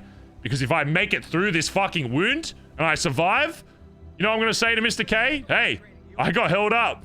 This wasn't something that was intentional. You know our connection and what we provide for each other. This was not me. I can assure you. I was held at gunpoint. Didn't even fire a bullet. Check me. I'm GSR negative. Get a cop down here. Check me. I will sit right here and they can GSR test me to prove that I didn't want to cause harm to you guys. But thank God, Flops. After all this shit, all this adrenaline that's pumping through my fucking brain, thinking about, fuck, how bad this is gonna go. What do? They pick up all the clowns, including myself. I haven't said a word at this point. Once I enter the CG cubby, I don't say a fucking word. Because I don't want anybody knowing who the fuck's under this clown mask. Because remember, I'm dressed as one of the clowns at this point. Swoop me up, take me to grandma's. Don't even rob me. I'm like, oh, if they rob me, they may have found something that indicates that I'm affiliated with BBMC. I probably had something on me, maybe a card or radio, whatever. Something probably would have identified myself. But they don't even rob me. Still have my gun on me. They take me to fucking grandma's. Thank God. And then I get a call from Mr. K saying that TJ's already talked with him. Apparently, before this went down, or as this was going down, I don't know the exact timeline, saying that I was involved. So now, another fuck-up has just occurred where the club has now informed Mr. K that I was there, even though nobody knew and nobody would have ever known. So what do you think my reaction is to that now that I've had not one, not two, but 3 fuck-ups in the last 30 minutes? First, getting kidnapped by my own fucking club member, which I will go into the reasons why that's a fucking moronic idea. The second was my boys not coming to back my ass up, especially when I'm being tracked and you know the location and you confirm that you knew the location. And 3, now I've just had another one of my boys reveal to the guys that I just stole the fucking spray from that the leader of the BBM fucking C, the guy you share the fucking womb with, has just been fucked. Has just tried to fuck your shit up, has tried to steal your fucking spray. How the fuck do you think that looks to them? I'll tell you how it fucking looks, okay? Because 20 fucking minutes later, I get a ping on my phone when I'm on the other side of the fucking island trying to deal with shit that they're taking a fucking spray. Thank fuck I couldn't even go to it, because if I did, apparently you guys didn't even fucking defend it. So if I went down there, I would have got busted by my fucking self anyway. So thank fuck I couldn't even physically get there. So at that point, you could probably understand I'm a little pissed off, right? I mean, how would you be feeling in that situation, right? 3 fuck-ups in the last, 30 minutes? Probably be a little peeved as well, right? Come on. Yeah. Yeah. Pretty natural human emotion, I guess. So what? After this happens, who do I call? Man, I just need to get... I'm just trying to fucking figure out the fuck's going on. I've had my life almost taken away from me like 3 different fucking times. I just found out that a club member kidnapped my ass. And I know you haven't been around for the longest time, Flops, okay? I shouldn't have to explain why kidnapping the PM of a club, when the last time I was kidnapped by a member of this fucking club, I was put in a fucking room and told I need to sacrifice myself, kill the fucking leader, or kill my fucking dad. So you can probably see why that's a bit of a fucking issue for me. And I know what people are gonna fucking say. Oh, but Barry, you never brought up that you had fucking, you know, problems or trauma, whatever the fucking word you want to use is, from you getting kidnapped by Dundee. I'm sorry, do I need to announce to the fucking city that encounter and that whole year of my fucking life was fucking horrible? Do I really need to specify with you that kidnapping me the same way that was done by Erwin fucking Dundee over a year and a fucking half ago, where I was forced to execute the leader of my club at that time, is a bad thing? Do I really need to tell that to you, Flops, or can you grasp that that's kind of a problem? Okay, so at the very least you understand that, great. Because apparently other people in this club don't. So, you do all that, I'm freaking the fuck out, being like, my club's fucked, they're not even answering my fucking calls, they're not answering my fucking code word to fucking get out, why the fuck do I even have this fucking tracker on me? So of course I discard it. I grab the fucking thing and launch it into a fucking dumpster. Why the fuck am I carrying this thing? It's absolutely fucking useless. Because again, I don't know what you guys are doing from your point of view, whether you're tracking it after this was all done, whatever. From my point of view, I still haven't seen a single one of you cunts. Not a single one. I've been hanging out with clowns. I was at grandma's for like 15 fucking minutes, getting my shit fixed, whatever. Fucking talking to Mr. K on the fucking phone. Still nothing. Yeah. Ample fucking time to find me there, pick me up. So still nothing. And then probably I'm sure I received a call from one of you as I was driving fucking down. Do you really think at that point I'm gonna fucking answer it? At the very least for the next 10 minutes while I cool the fuck down. Because I guarantee you I answer that phone, I know for a fact, whoever the fuck it is, even if they're involved in this shit or not, I'm screaming at them way more worse than I am at you now. Trust me. Believe me. Whoever calls me on that fucking phone, they should be praying to fucking God I don't answer that phone. Because whoever the fuck it is, if they're wearing a fucking cut, they're getting my fucking fist verbally shoved down their throat over the fucking phone. So, not really on talking terms with the BBMC right now, considering they just fucked me over 3 fucking times. So what do? I have 2 people in this city that would come to my aid with no context outside of anything. First person, Andy, my sister. Pull up Andy's fucking number on my phone. Man, I can't call sis. I can't. Is what I'm thinking. I can't call sis. Why? Because right now, Mr. K is no longer answering my phone calls. Mr. K called me at the funhouse. I told him I need to call him right back because the clowns were still near me, and I was about to tell Mr. K I got held the fuck up, but if they heard me saying that, they might just shoot me on the fucking spot. So after I get away from the fucking clowns, I try to call Mr. K 3 fucking times over and over and over and over. I text him, call him, nothing. Bazza, Now, he's not only ignoring my calls, he's going out of his way to block his fucking calls. And if you've been around a city for long enough, you know what the fuck that means. That means I'm not answering your fucking phone because I'm about to do some crazy shit and I'm gonna plead fucking ignorance after. I'm just gonna say, well, I only knew this. Classic fucking gang strat in any fucking any time in the fucking city. They do something to you, make sure that you don't give them an opportunity to give the full story so that you can feel justified in doing some crazy shit and then figure it out later. Which is exactly what happened. They go straight for a fucking spray. An uncontested one. So whatever. I'm thinking about calling Andy. I can't call Andy. Mr. K is not answering my phone. Not only are my own boys not coming to fucking help me, I've probably got Mr. K coming for my fucking ass. I'm probably being tracked by Mr. K right now. It's probably good I'm getting rid of this fucking tracker. I'm sure Mr. K is literally hunting my fucking ass because he knows I was just in his fucking cubby. He knows I was there trying to take his fucking spray. So you know what I would do? If I knew that Barry was hanging out with the clowns and not BBMC, I'm not going to go after BBMC. I'm going to go after Barry directly because I know right now he's probably fucking vulnerable. The clowns aren't going to be able to fucking defend him. I'm going to go straight after him. So I can't involve my sister. I can't. Because right now I'm in mitigation mode. I'm trying to just stop the snowball where it's at before it builds into somehow even fucking bigger. I can't call sis. Why?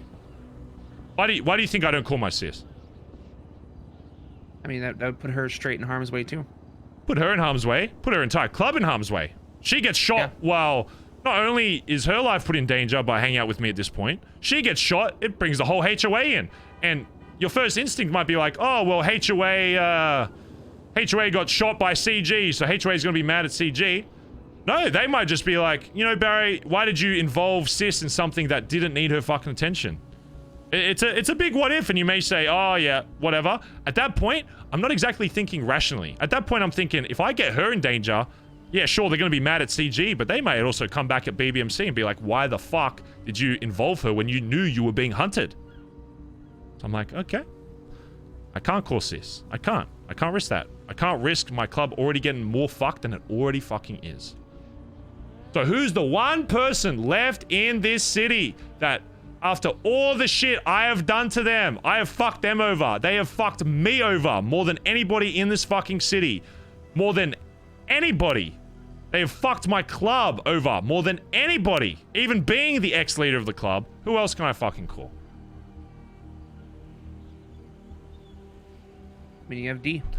I call D. Why? Not because he is my friend. Not because he is a former club member. Not because I even like the cunt. I call Irwin Dundee because I know that if I call this cunt, he's gonna come help my ass no matter what. Because despite what he thinks about the fucking club, I know for a fact that he still will have my fucking back on shit. Even after everything has been fucking done. Even after everything. And at this point, my club's not fucking answering. I can't involve sis. Who else have I got in the fucking city that isn't a fucking business associate or related to some other fucking gang that's gonna get involved? I call D. Why? Because he's a fucking nomad. He's got nobody else that's fucking looking after him. So if D gets fucking shot, no consequence there. He chose to come help me. So I call him the fuck down. I say, hey, I just gotta talk. I don't even want to fucking do anything. I call him down just to fucking talk. At this point, I'm like just venting, hoping that, you know, we're gonna hide somewhere and just hope that CG doesn't fucking find us. I'm gonna talk with D, and then I'll figure out what I want to do, go back to the club. I start talking with fucking D. He flies in on a helicopter, by the way. Literally, I call him, he's on my position within 30 fucking seconds. The amount of time I wish the fucking BBMC was fucking 30 minutes earlier. Because that would have been absolutely fucking amazing. The entire BBMC, roll up heli, fucking cars, flying in. That's what D does, he flies in on a fucking heli. On my fucking position, 30. I didn't even get to set up cinematically. Before I even fucking get there to have my little dramatic talk, he's already fucking there. Pulls up, I start talking. Start just venting about how fucked the situation is. And then another fucking heli rolls up. A red heli emerges from God knows fucking where. Like the fucking, like the Marines are just getting fucking dropped in. At this point, I'm with D. I'm like, holy fuck, CG's fucking found me, because at this point, who the fuck else is coming? I see a red fucking heli. Like I do for any other car or anything I don't know, we both point our fucking guns at it. We're like, shit. Who the fuck's that? We run, we get in his fucking heli, and we fucking leg it. I don't know who the fuck's in that. I don't know who the fuck's in that fucking heli. I find out... I was there, Barry. I find out later that Benny apparently is going around saying that I'm pointing guns at club members. Well, in that instance, that may technically be true. I'm sure you can understand why I find that comment a little concerning. Huh? Could you understand why? Yeah, no, it was calmed out. We didn't know who it was there. Irish and I were nearby. It was calmed out that whoever was there had raised guns at a heli. And when we got there, we hopped out of the car and was trying to, like, there was a, did you steal a van to get there?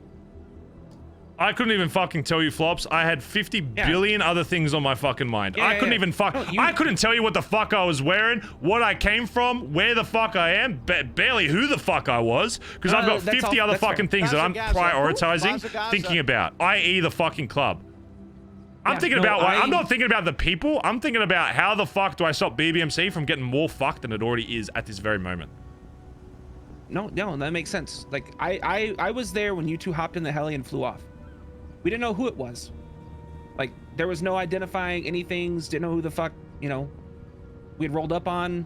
And I was just trying to, like, I was yelling out to try to talk, because I had been trying to find you from before your tracker went off.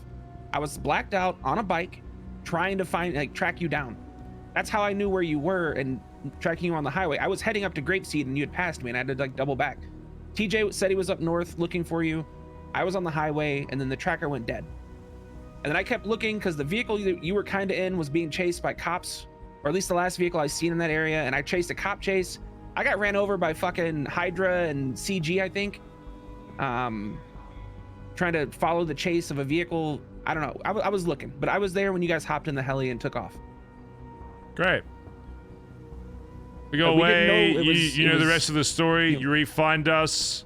At that point, I'm so just like wanting to be like. At this, first of all, I'm stunned that somebody finds us in this random ass fucking storefront. So first of all, it's just gut reaction of like, who the fuck's here? I need to get the fuck out. When I see it's BBMC, at this point, I'm still so pent up on anger. If somebody asks me to talk to them at this very moment, which when I saw Stevie there, I know her first instinct is going to be, oh, Barry, you got to talk this out right fucking now, you know, to solve this. And that's exactly what TJ would have said as well. If I had spoke to any of you in that moment, I could not have guaranteed that the choice of words would have been very satisfactory for any of you. Because at that point, I'm still so fucking heated about what the fuck just went down. If I start talking to you, you're not gonna like what I'm gonna fucking say. So for your own safety, I say leave me the fuck alone. And I grab D and we fuck off. We go fuck off far fucking away. We ditch all the fucking anything technological. Just to, at this point, I just want everybody to leave me fuck alone until I figure out what's best for my fucking club, and then I'll come back and I'll decide and I'll make that fucking call.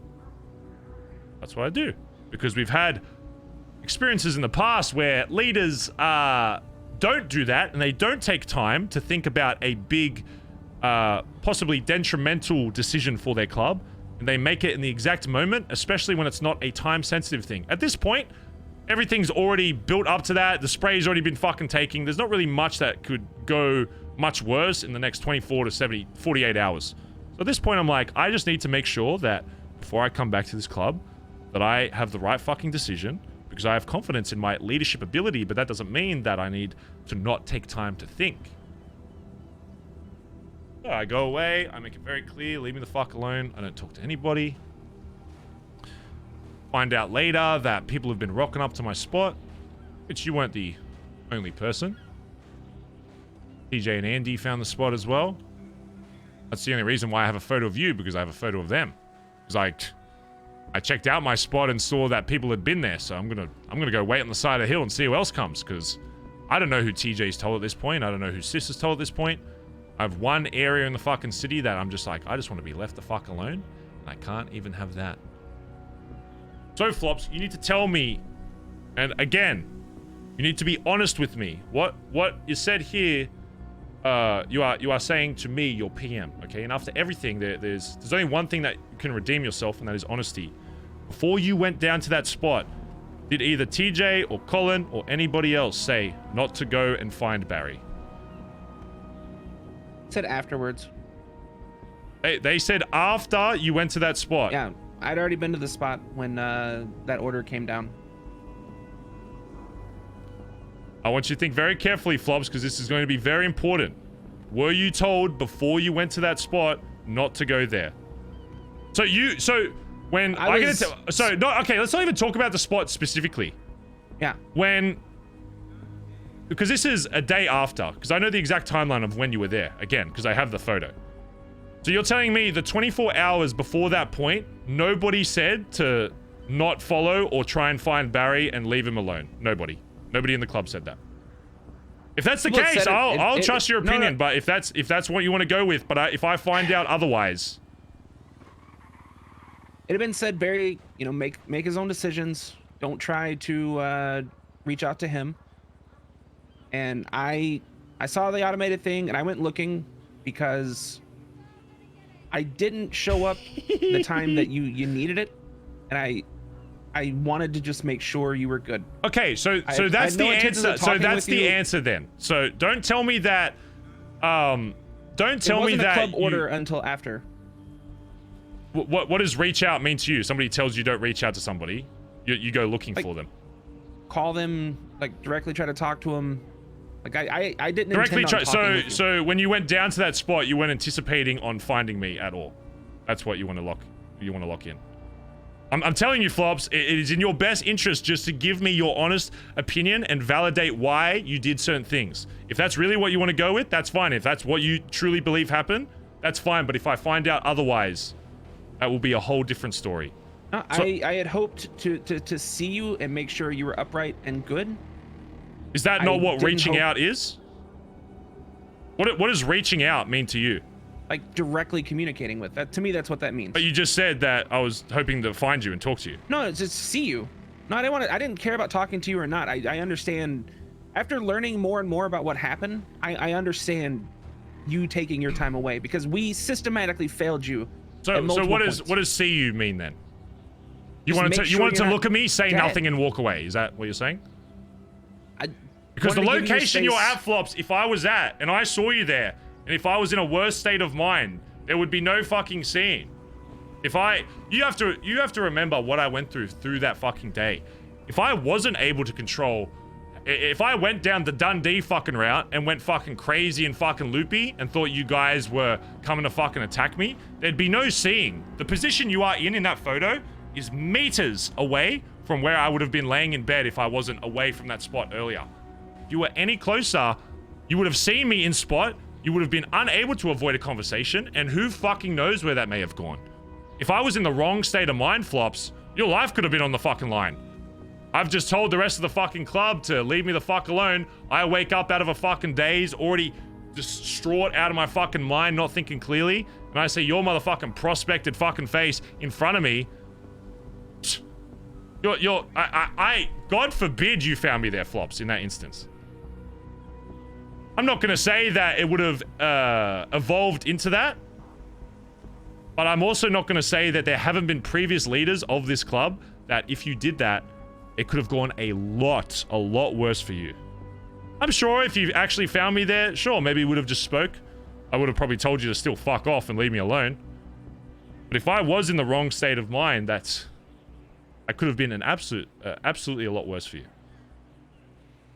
But I understand your reasoning. You know, club tells you don't reach out to him, leave him alone, whatever. But, you know, I'm your PM at this point. You want to just check and see if I'm good. Right? That's what you're saying? Yeah. I'd already fucked that up once. And I didn't want to fuck that up again. Okay. I can understand you wanting to, at that point, you're probably feeling pretty fucked. Man, Barry told me that to come save him, I could have had an opportunity. I want to make it up to him. I want to find him, right? That's probably where your head was at? Yeah, pretty much, yeah. Yeah. Do you know what that is doing, Flops? Actually, before I say anything, when you were doing that, right, whether it was after or before, whatever, did you tell anybody you were looking? Who knew about you looking? Nobody? I said, hey, I got the automated text. Mm-hmm. But it seemed people had differing opinions on everything that was going on. Oh, so yeah, it would have been chaotic. People saying to go, some other people saying not to go. Okay. Yeah. Why do you think that it's a problem that if people are saying not to, that you go? Let's figure out your main reason for going was to make sure that I'm okay, right? Me, Barry Benson, you care about my well-being. You want to make sure I'm good, right? Yeah. Where in the past, in this club, has caring about an individual specifically instead of what the club at the time as a whole decides on, has that gone wrong? Because I can name a couple times. I mean, Ellie and Antonio, for example, let's bring up those names. The reason why they are no longer in this club is because their personal opinions were valued over what is best for the club.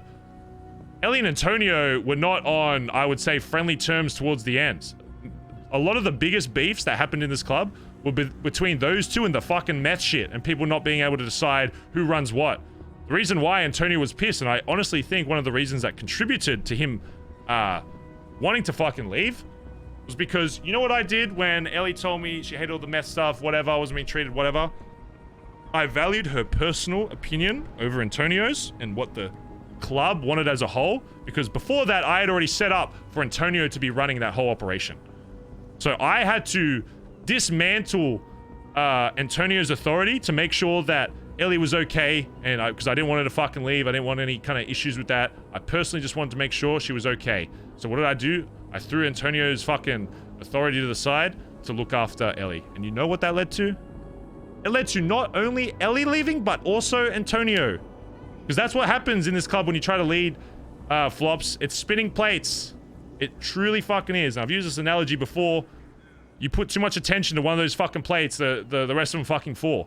It's a balancing act. Nobody always gets exactly what they want.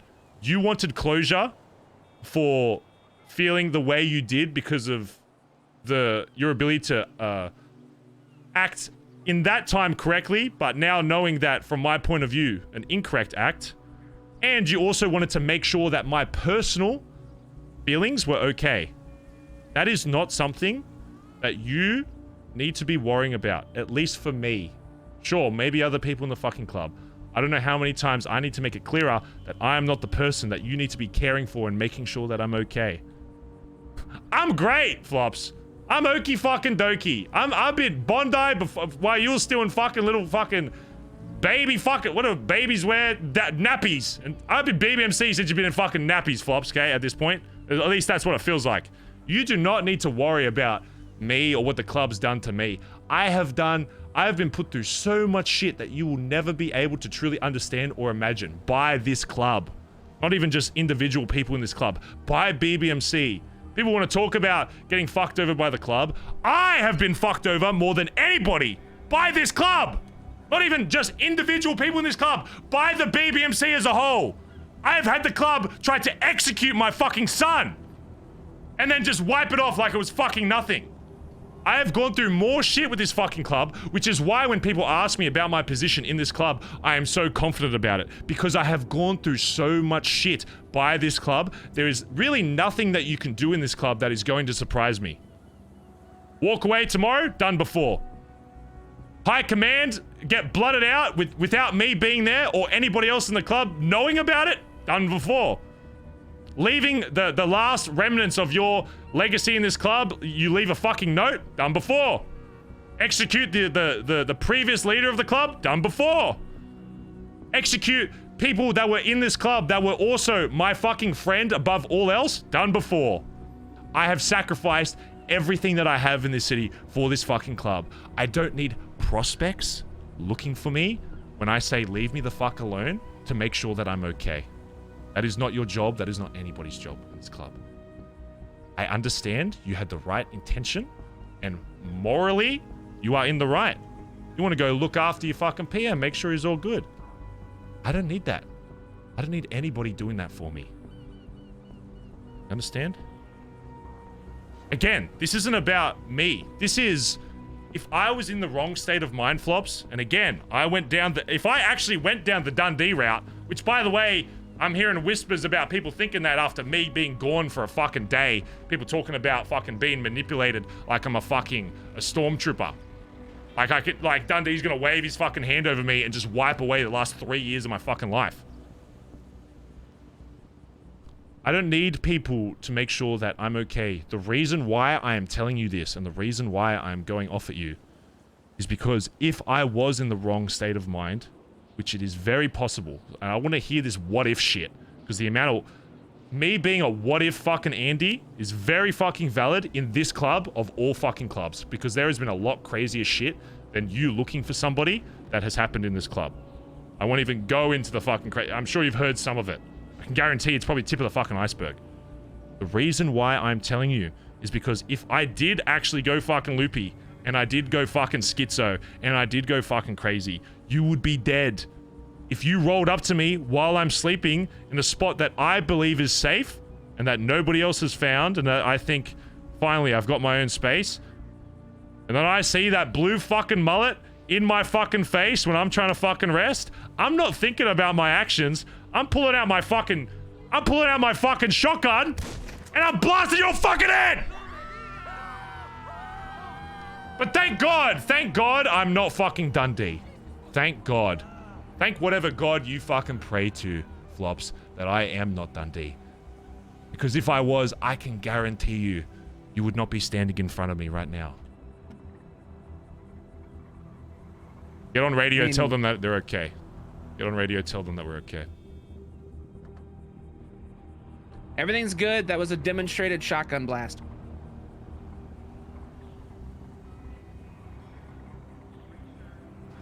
No, it was more to prove a point. I'm gonna go off radio now. I'm also on radio. I am validating Flops' story that he has not been shot in the head. Okay, thank you. See that, Flops? See how easy that was? Yeah. Oh my God, Flops! See how easy that was? Yeah. See how easy it was, Flops, to validate that story?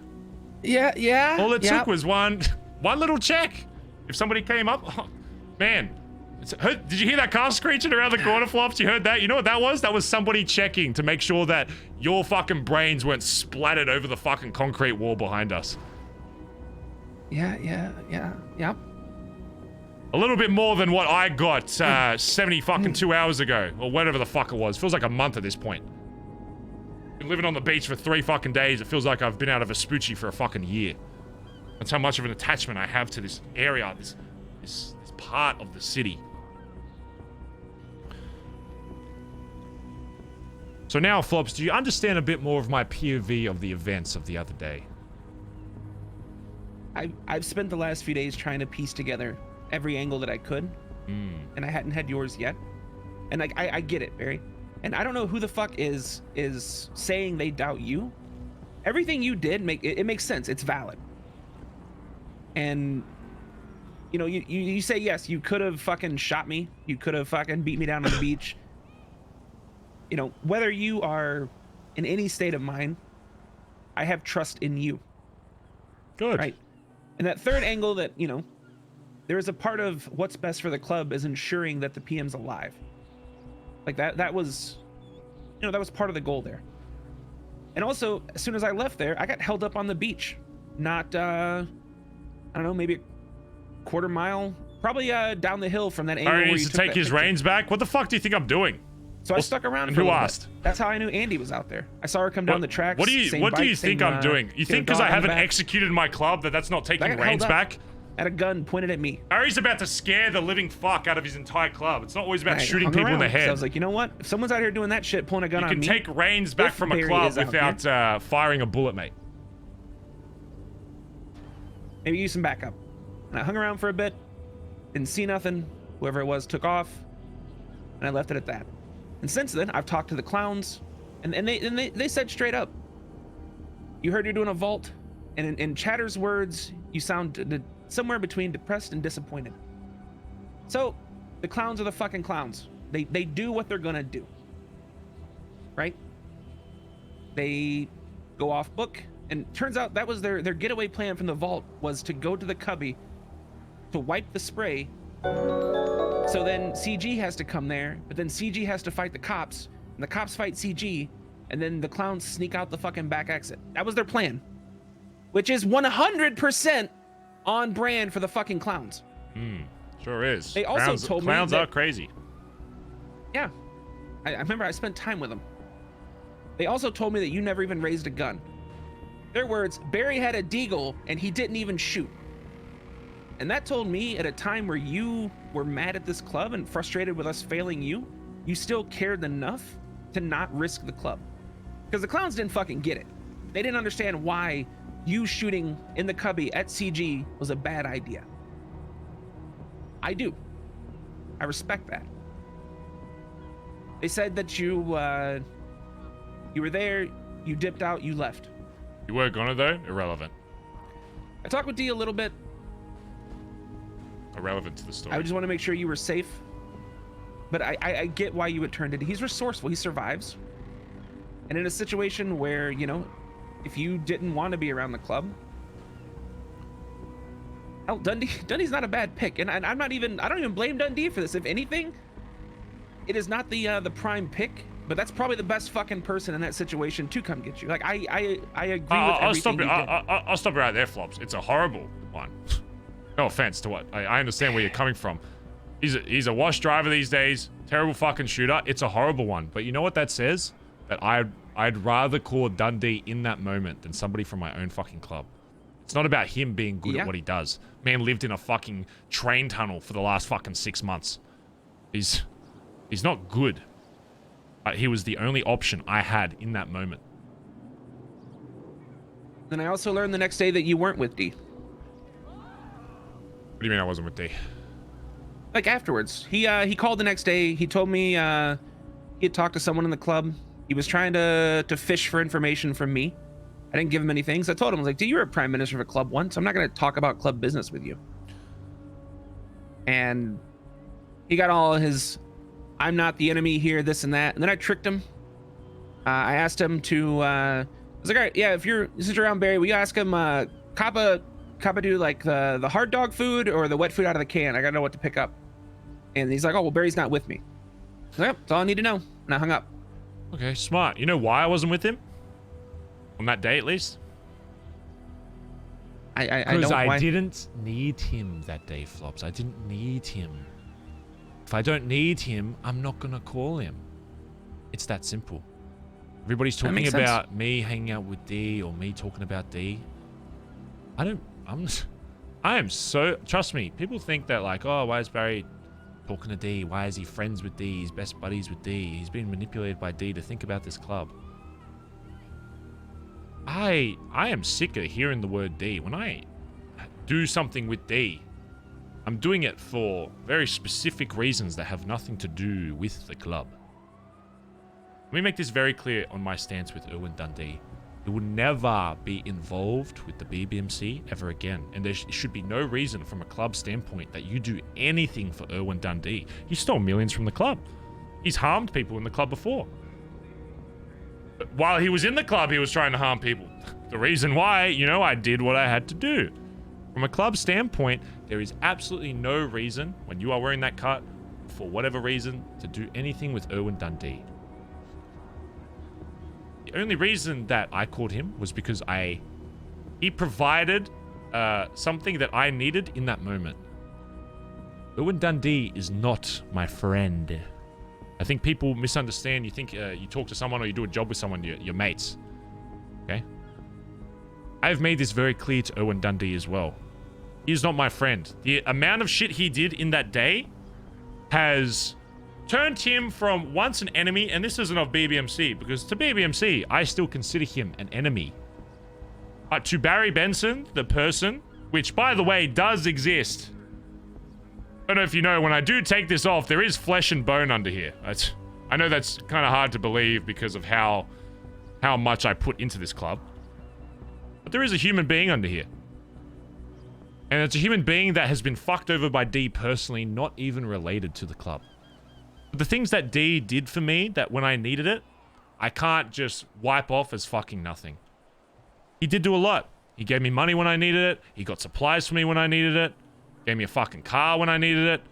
Helped me scout out a fucking spot. Get some fucking cocaine. Helped me fucking dress up as Stevie so I get in the fucking billy, yoink some fucking cocaine and get out so I could have enough to fucking snort for the next 48 hours. He did a lot. Does that mean he is my friend? No. Does that mean he is my enemy anymore? Personally, I don't see him as an enemy of me, Barry Benson, because for someone to put in that much effort to try and recover that, I can't just let that fade to nothing. Some people may hold a grudge for the rest of their lives. I'm not that type of person. If I could have no enemies in this city and just be mutual with everybody, I would. I don't like having enemies. I have enemies when necessary. He proved enough to me in that point, to me, Barry Benson, not for the fucking club, that he was willing to do shit for me when I call him up, not even ask a fucking question. He was fucking there.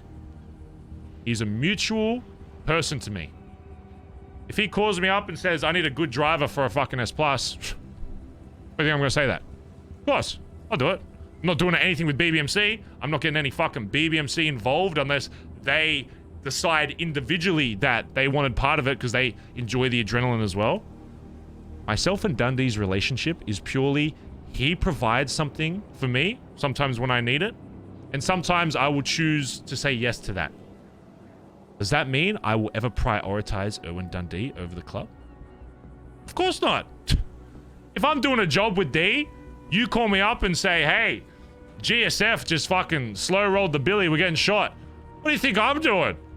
I'm literally getting out of the S+, leaving it in the middle of the fucking road, and I'm running. I'm running back to the Billabong. I got 6 cops to me, I don't give a fuck. I am running back to the Billabong to help my fucking club. You understand what I'm saying, Flops? 100%. There has not been a point where I had any doubt of what your priorities are. Good. So now, Flops, I need you to tell me that people that have. Be honest with me, Flops. I'm not trying to pin you against people. It is important for me to know that if there was anybody in the club that was saying things that may not have been productive of how a leader should be seen. And you can whisper with me, Flops. I can guarantee you anything that you say to me will be kept anonymously between you and me. It is important for me to know that so I can fill them in on the same conversation I'm having with you. Was there anyone that may have misunderstood the situation and may have said something stupid to the rest of the club to imply that I had gone off the fucking deep end? It wasn't implied, but in the conversation that we had the day after, Benny raised the question of what do we do if Barry is like, you know, too far gone with D. And I shut it down and said that like that's not even on the fucking table. Like that's not even a point of conversation here, because yeah, I'm your PM, of course. Yeah, I mean, let's be real. One day of a bunch of bad decisions on the club's part. My faith in you as PM and as a person, one bad day does not unravel the years that you have fucking done. It's a great and the answer, dedication Flops. and That's everything what I that like you've to put in. hear. Because Flops, again, I have done quite a lot for this club, you know, and I understand that the prospects haven't seen all of that, and maybe that's my fault for not making sure they're educated on that. But good, that's a good answer. That's what I want to hear. I spent the last 2 weeks learning the history of this club. I've learned the things that Erwin Dundee has done. I've learned things that people have done.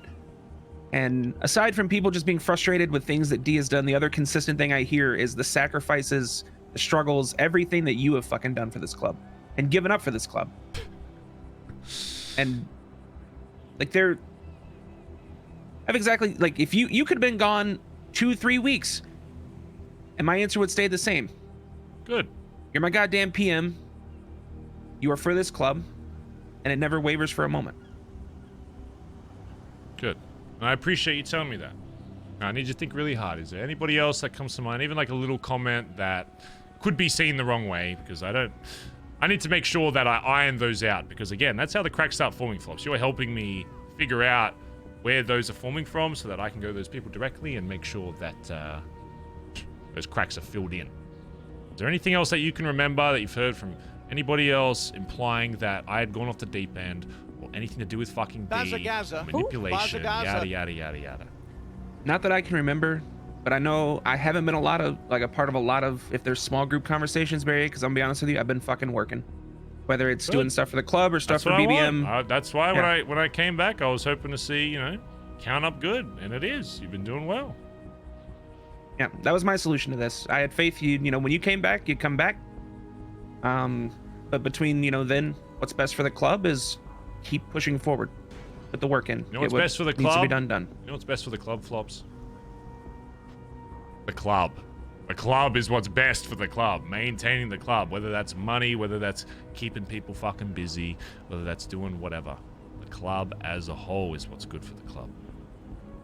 And despite the fuck-ups that you did in the previous day, you've done well to keep your head straightened on that. And hey, I appreciate that. Should be more people that can recognize when the club needs to keep the wheels turning.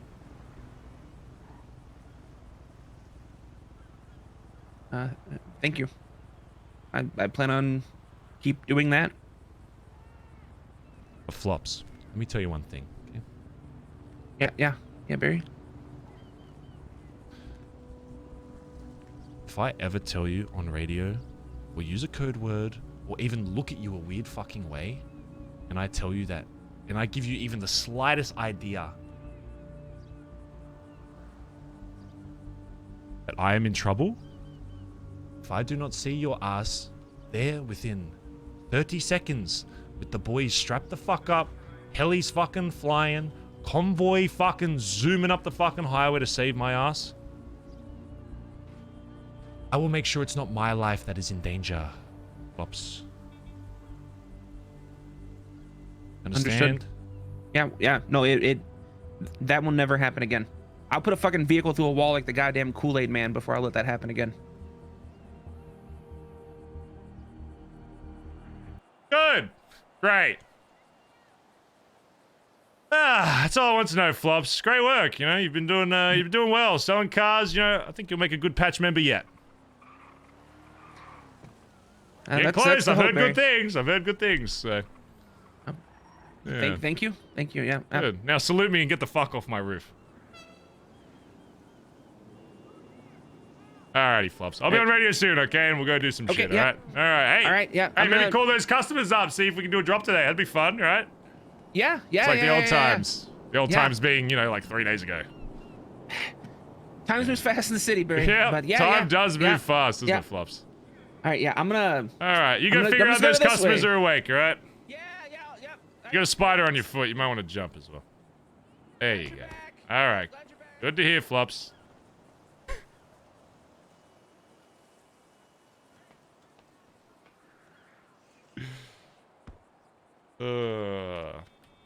Sometimes, chat,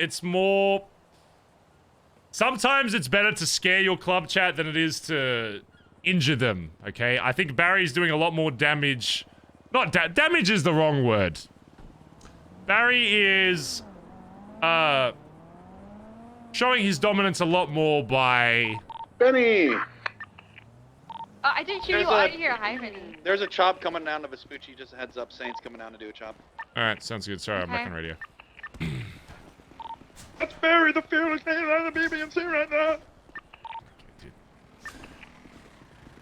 now. Just out of curiosity, does anybody have any Fleeka codes or even like Bay City or anything? I can queue up for the next one. Yeah, I'm waiting for the next one. Do I make? Really want to try that shit. I think I have to make Even though it might go really wrong, I think it'd be fun. I have to send a message with Benny. Which Fleeka? Can I hack? Oi! Let me go grab my. I don't remember which one it was. Let me go grab those, and I gotta do some BBM I think stuff. Benny may not be Yeah, as lucky as Yeah, Flops. take your time. Let's put it that way. Down to do that, for if you sure. guys are doing the coke rat plan, I'll get the codes, but I'll abstain from the coke. Can I drive? Okay. I can't have people of my well, club here's the thing about ruining that is Barry's we weren't gonna image drive, we were just all gonna do a in lot of any fucking way. back to back Even and run the out. whisper of Barry not being loyal is enough for Barry to want to discipline. But if you can make it to your car, And he you can will. drive. I'll talk about it when we get codes and stuff. I'm And we'll codes figure right out- now. And get Remember, you guys chat, on the surface, Barry's going to be the exact same, but I want to make sure that there is a change with Barry with how he, Bazza with how he Bazza addresses his Gaza. club. Bob say Benny? Yes. Benny, so Benny implied that what happens if Barry... Even asking that question, what happens if Barry goes crazy, starts a conversation that Barry does not want the club having. Question is, do we talk to Benny first, or do we talk to one of these others first? Shoe polish, thanks for the 25 months, by the way. Hopefully Flops like that. I know it's intense. I wanted to make sure Flops was actually scared. Hopefully Drolk liked that RP. It's not meant to be like OC, like, oh my god. It's meant to be just like, holy fuck, Barry's like a little scary. So hopefully he likes it. It's meant to just be fun. It's not, yeah. I want to make sure when people have like serious RP, especially with Barry during this arc specifically, that they don't take it the way it shouldn't be taken, you know? So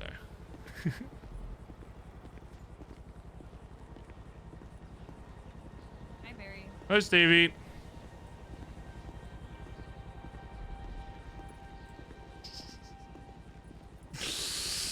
Bazza Gaza. Bazza Gaza. God, I like this aura. I like this aura. I like it. I like the tenseness. Shing! You can cut it with a knife. I love it. How are you? Ah, just dandy. Okay. Is it bad if I, like, don't necessarily believe that dandy means dandy in this circumstance? I mean, it's not a code word for something else, Stevie. Yeah, I know, but it wouldn't be the first time you said you were dandy or okay and you clearly weren't. So, Well, if I say I'm okay, I'm okay. But if I say I'm okie dokie, I'm probably not okay. uh-huh. Sorry, 1 sec, Stevie. Yo, Pigeon, what's up? Wow, Barry, I didn't know you're back to normal without telling me. What do you mean? What does that mean, Pigeon? Apparently you're back, you're not being incognito, you're back, what do you mean? What is normal? What do you mean by I've always been normal, Pigeon? Okay, but I meant, not wearing your your incognitos. Oh, I'm what? So am I forced to always wear my cards, Pigeon? Is that what you think of me? No, oh, I'm just a Bondi boy to you, Pigeon. I can't wear a little jumper every now and then. You'd be like, oh, Pigeon, by the way, I'm fine now. Thank you for your help. Everything's well, A-okay. Pigeon, consider this my call sleep. to say I'm good. I'm great. I even texted you last night about that stuff, and it's how you do me. Never been better. Pigeon, I fucking barely ever check my fucking... If you I want to literally contact have me, you call me. I have you, TJ, and Jesse, my apartment. Oh, that is so... Fuck Stop you. saying that. That's so weird. You. Stop. Sorry. Sorry about that. God, Pigeon is a weird one. I'll tell you that. You met Pigeon before? Pigeon. Yeah. He's a bit of a I psycho, have. to be honest. Well, I think that's probably not the weirdest thing about him. But yeah. Yeah, I mean, probably.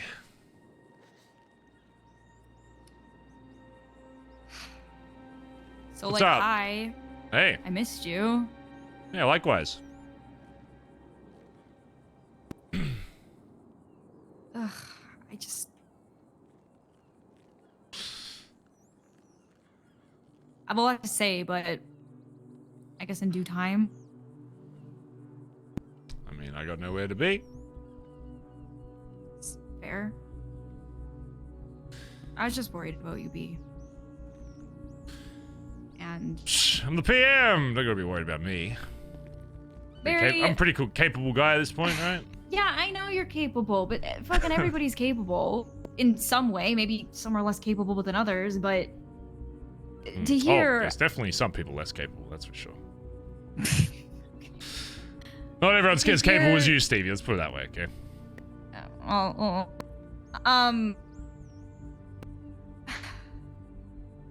Everything that happened the last few days, it just fucking sucked because I felt like, you know, I know I'm not fucking Barry perfect. Petty Copper is like a Bondi villain with a cat.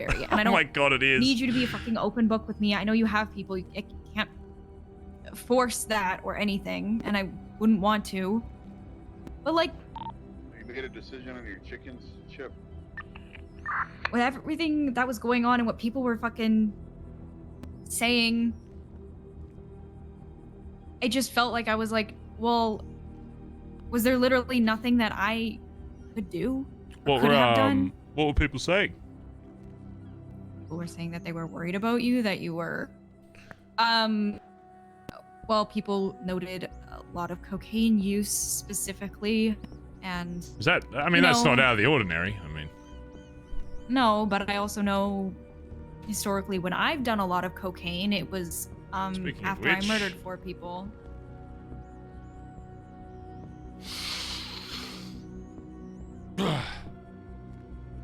I mean, but Stevie, that's just part of my daily routine. You know what I'm saying? Yeah, I know, but fucking maybe that is, maybe it's not, but fucking running out. Can I grab food? Yeah, go for it. Yeah. All right. Saw 10 million in the fucking BBM account. I 10 told you mil? that last night. Yeah, I thought you were just lying. Crazy. I thought you were just, I thought you were just what? fucking. I thought you rounded up from like 6 mil. Like, yeah, we basically like that's what I would do. No. You think he would round up from 6 million? Yeah, if That's like the Sis biggest asked me round how I've much money his ever heard of. BBM made, and we have 5 mil in the account, I'm saying like 11 million. You know, your sister asked me to do a Shark Tank today where I had to go in front of literally everyone that was who's who of this fucking place, in front of Michael, Sis, Bunny, Nancy, Andy, and then all the people that were waiting to go because I went first on top of this. Jesus. Then do you know Shark Tank? I had to do a BBM pitch. I asked for a helicopter and a fucking submarine so we could do drops. I said $4.5 million. And I was like, I'm not giving away percentage of the company. No, So true. Oh, fuck they that. wanted percentages. Yeah. So I Oh, was fuck like, the dogs. Why the Fuck the fuck sharks. did I come onto this show? Oh, I thought, Why yeah, did I thought they do were just. this? I thought that's. I'm Yeah, like, Sis I hope to phrased it like God- they were just gonna give you money to do stuff. That's what I Hey, thought. if we want a Yeah. submarine, we can buy a submarine. I would buy a Fuck it. submarine in like 2 seconds if I really fucking needed to. Oh yeah, But no. BBM's about to go global. Literally, even like 0.5 of a percent would make them like double of what they could possibly offer there. It's insane. I went something stupid low, like 2.5 or 3%, and they're like, no, I'm 5%. And Sis comes back, like, I want $20,000 for each car that's listed, plus 15% perpetuity, whatever the fuck. I'm like, you can get fucked, Did you Sis. tell him to literally like eat it? What the fuck is I that? just said, yeah, no, I'm good. This is what we And do. We then I sell left. more cars and then we make our own Shark Tank. True. Right. All right. Anyway, yep, I just needed food. Oh, good. Okay. All right. Bye. Later. Take care, TJ.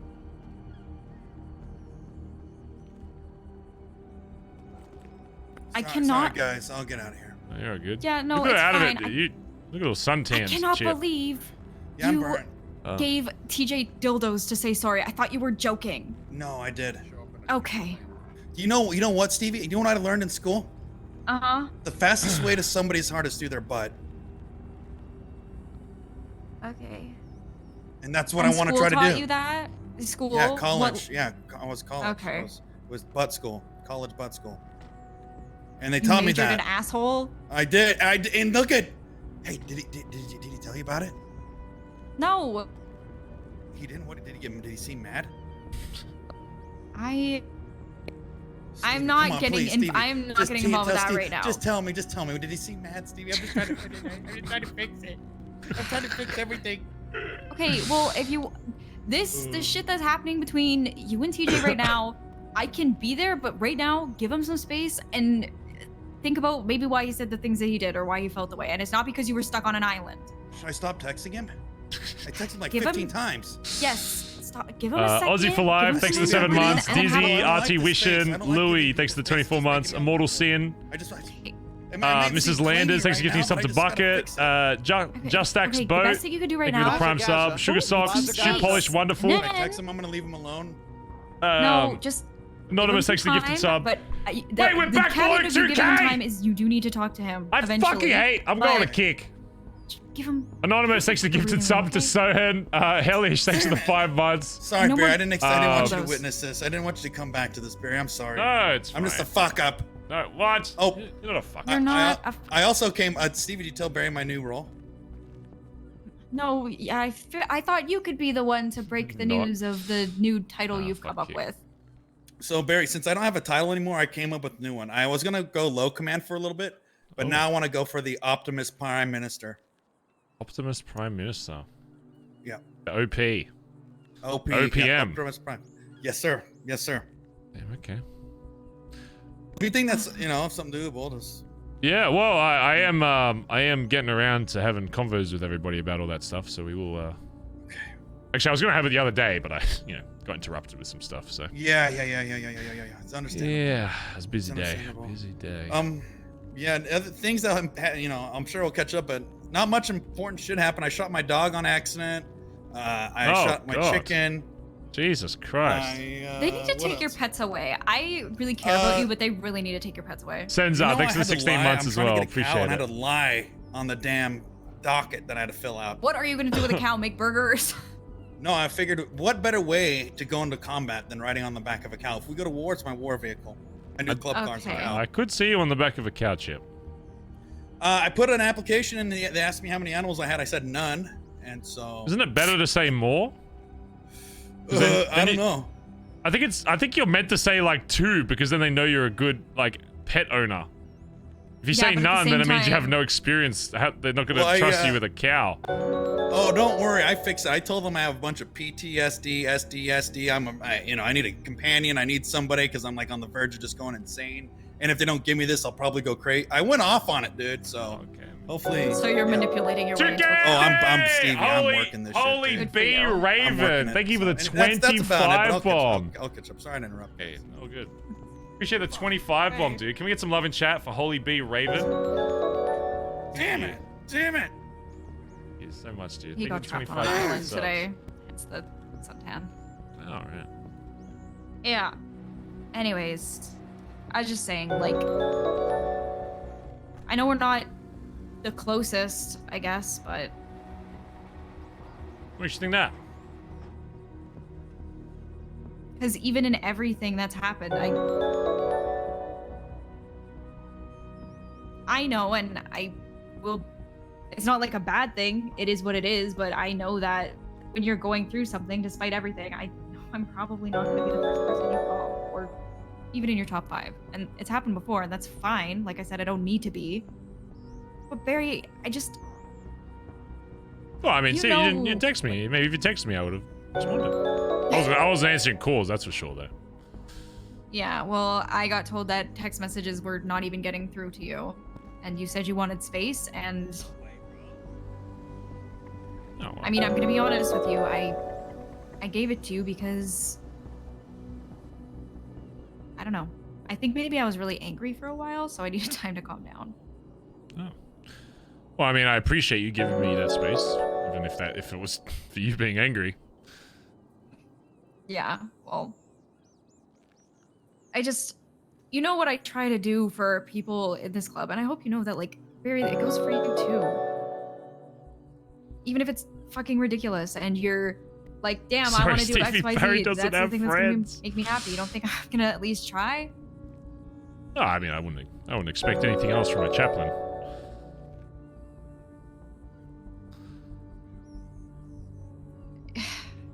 Past that, I just genuinely fucking care, and you know, on that day, obviously, when I'm just gonna mute the sound for the alert, but it'll still pop up. And all of that shit happened.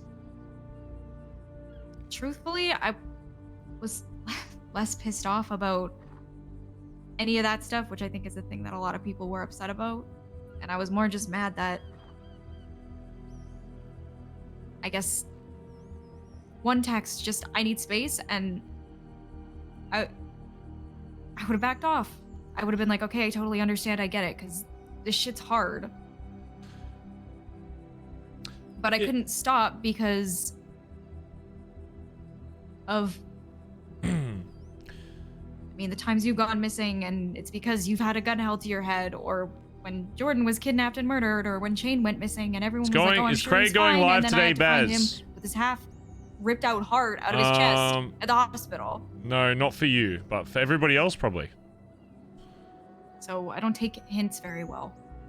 But I think he specifically said, I'm not going to go live if Craze, my daddy, aka Sniper, is in his chat. According to people, he just said that to me.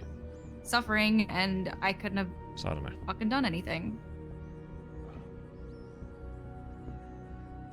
Yeah, I mean, I didn't go out of my way to communicate with anyone, but I tried to send at least one text to most people that sent a message. Of course, you know, I'm not saying, you know, it's bad of you not to do that, but I wasn't really looking at my phone, whatever. I didn't even have my phone on me for most of it. Most of it, I just bought some shitty fucking phone from a 24/7 and was just responding sporadically, like, you know, a couple words to whoever did text. Yeah, but I mean more so the day of. I mean, do you have questions about the day of as to why I acted the way I did? If you have questions to ask, go for it. You're my chaplain. I'm going to tell you what went down. I mean, ex-chaplain, you know. The whole Okay, thing. well, you're acting like if you don't push for it back, you're not going to get it, okay? I don't, with all of that, it's not to say that you did a bad job at chaplain. It's literally just to make sure that everybody that was doing the shit they were doing is... I know. Don't worry. I never... I mean, to be fair, if the stuff didn't happen in the last few days, everyone would be very close to, you know, pushing for whatever rank they were at. You know, I probably would have done my interviews by now. But, you know, I just needed 2 days after all the shit that happened, so... Just got delayed a little bit. Yeah. I don't know. I've heard a lot of things from people, and I feel like I've pieced together something, but obviously I'm not going to put words in your mouth. I mean, what do you, if there's questions, then now's the time to ask. I'm an open book. You can ask me about anything that happened that day. Well, I just want to know. I know that shit happened, but when, at least from my perspective, because I was part of the people looking, when everybody was calling you, not one text, even just one saying "fuck off," I don't want to hang out right now. I mean, I did vocalize it when you guys tracked us down to that house up in Polito. So I guess from that point on, I would. Yeah, but that was after like an hour of us trying to find you. Okay, yeah. So my reasoning for not texting before that was probably because I had about 50 other million things I was thinking about over texting people if I'm okay. Because again, a fault of my own. That's not something that I ever prioritize, is making sure that other people know that I'm okay. Because obviously it's selfish. I guess in a way it's selfish of me to do that because I know, you know, I'm good or whatever. And sure, maybe I should try to get better at that. But in that moment, I'm thinking there's probably about 1,000 other things I'm thinking about before texting people, you know, I'm okay. And I did get to that point in the following night where I did do that to people that did text about it. I wasn't ready to talk to anyone in person, but you know, I did text. But in that moment, there was a lot more things going on in my mind than that. I apologize that if that made you feel some type of way that I didn't do that, but yeah, there was a lot more I was dealing with in that moment. And for good reason, even still to this point, that I believe. I mean, would you be willing to talk about what was on your mind? Ask me a question, Stevie. I'm telling you, I'm open book. Any questions you want to ask, I can tell you. Then what was on your mind then? Before we found you. Pretty big question, I guess. Okay, I'll give you the 3 main things. Number 1, why I was kidnapped by what I found out later was one of my own club members, considering the last time I was kidnapped was by Erwin Dundee and told that I either need to kill myself, kill him, or kill my fucking dad or another club member. The second thing was why the fuck he willingly handed me over to clowns who, even if you understand my relationship with them, should know very well that they are still clowns at the end of the day. You can be best mates with fucking Chatter or whoever, they're still clowns. If they find something funny, they'll blow you up with a fucking RPG. Especially with the context that I have literally killed, burned alive one of the clowns before, and also Chatter's wife before, just in case that slipped people's mind. Number 3 was when I radioed out and had an opportunity to tell my club that I was not okay. Why, at the very least 3, now knowing at least 4 people knew that I was saying I was not okay and that did not come to my aid. 5 was the CG shit, because after I found out all this shit happened, there was a bit of a sense of relief that even though all this shit was popping off, that at the very least, Mr. K didn't know I was involved in this shit, because I was already thinking, man, I'm about to fuck over my entire club because Mr. K is about to know that the leader of BBMC, who he's got a bunch of business with, just tried to wipe his fucking spray. So I'm constantly calling him. He's not answering my fucking phone. I'm freaking out being like, this motherfucker's probably hunting me, because it's a common gang strat to, once somebody fucks you over, don't accept any of their calls, do whatever you want, and then figure out the resolution later. So I'm like, okay, so I've got all this other shit going on, and I'm being hunted by fucking CG. Then later I see a fucking, I don't know the exact timeline of this, whether this was before that moment or after, but I see the spray getting fucking taken when I'm the opposite side of the fucking island and have no chance. Even, thankfully, now knowing that you guys didn't even go up to contest it, because if I went down there, if I ended up going down there, I would have been fucking solo and probably would have got fucking killed. But yeah, I would say those are the main things that were on my mind up until that point. At least that point, Okay. and then, you know.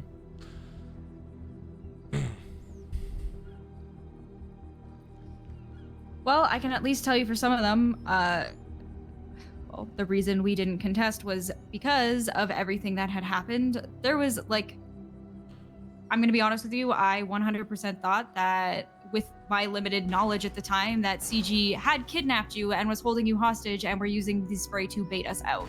Oh, the spray, yeah, you guys made the right call on the spray. I could, the spray I bring up, it was just something on my mind during that point. I'm very aware of why you guys didn't go forth with it, whatever. But that was just something I was thinking in that moment. I'm very clear on why that you guys didn't do it, and I could care less about the spray, you know, so. I mean, I just wanted to know that you were safe. Yeah. And now we know, on a larger level, what the code word for not okay is. Yeah, and don't get me wrong, I didn't expect people to know that. It's not a formal word. I think I said it to like 3 people on a radio one time. The problem is that it wasn't about not everybody in the club knowing it. It was that I had confirmation that Flops knew what it was, communicated that to Benny, and then also Colin knew I was in trouble separately to that on a separate call. So even in the moment, I knew that there were 3 people that have acknowledged and understood my call and said, I need to get out of what I'm in right now, and none of them came. Because why? Because TJ told them not to. So what were they doing? They were trusting the patch word that everything was okay, right? Because of course you're going to trust your patch member. I'll say the same thing I said to Flops. There's a term I might start using around here. It's called dovie no provie.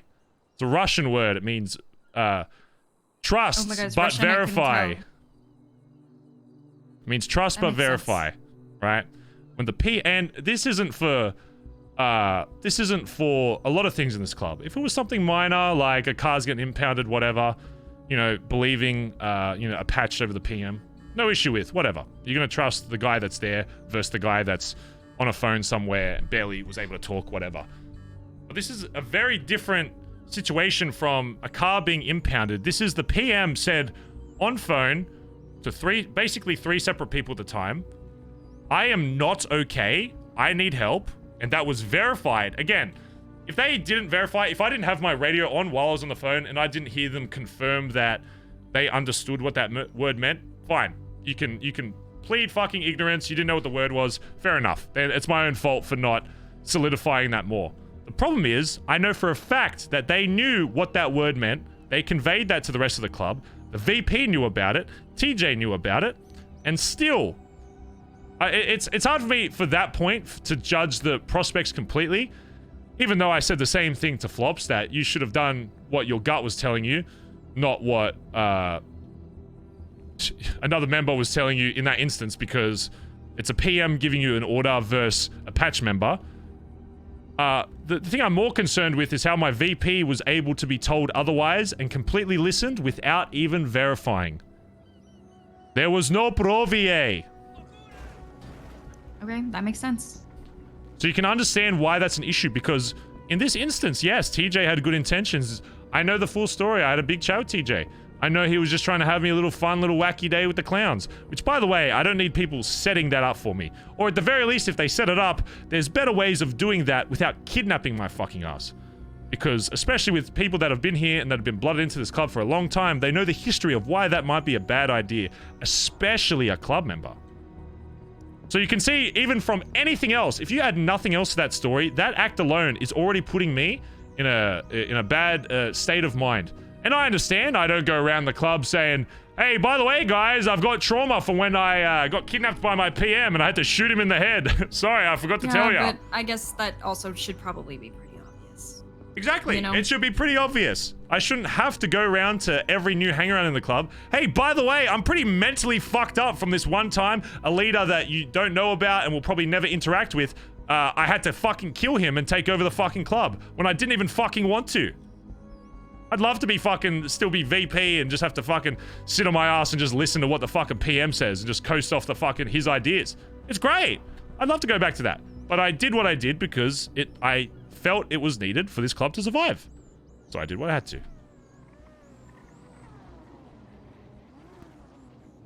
Okay. And yeah, I mean, that's the whole reason why I wanted to. Yo, Kaiba. Hi, Kaiba.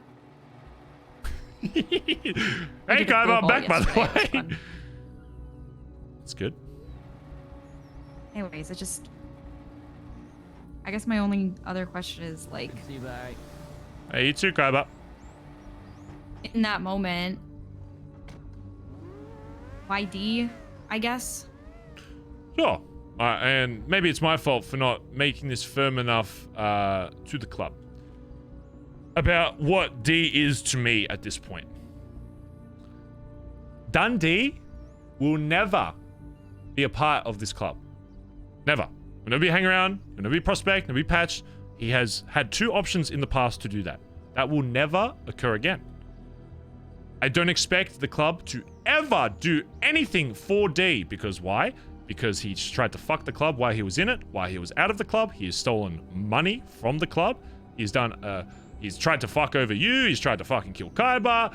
The club has no reason ever to want to do anything from a club standpoint for Erwin Dundee. Ever. Never, ever.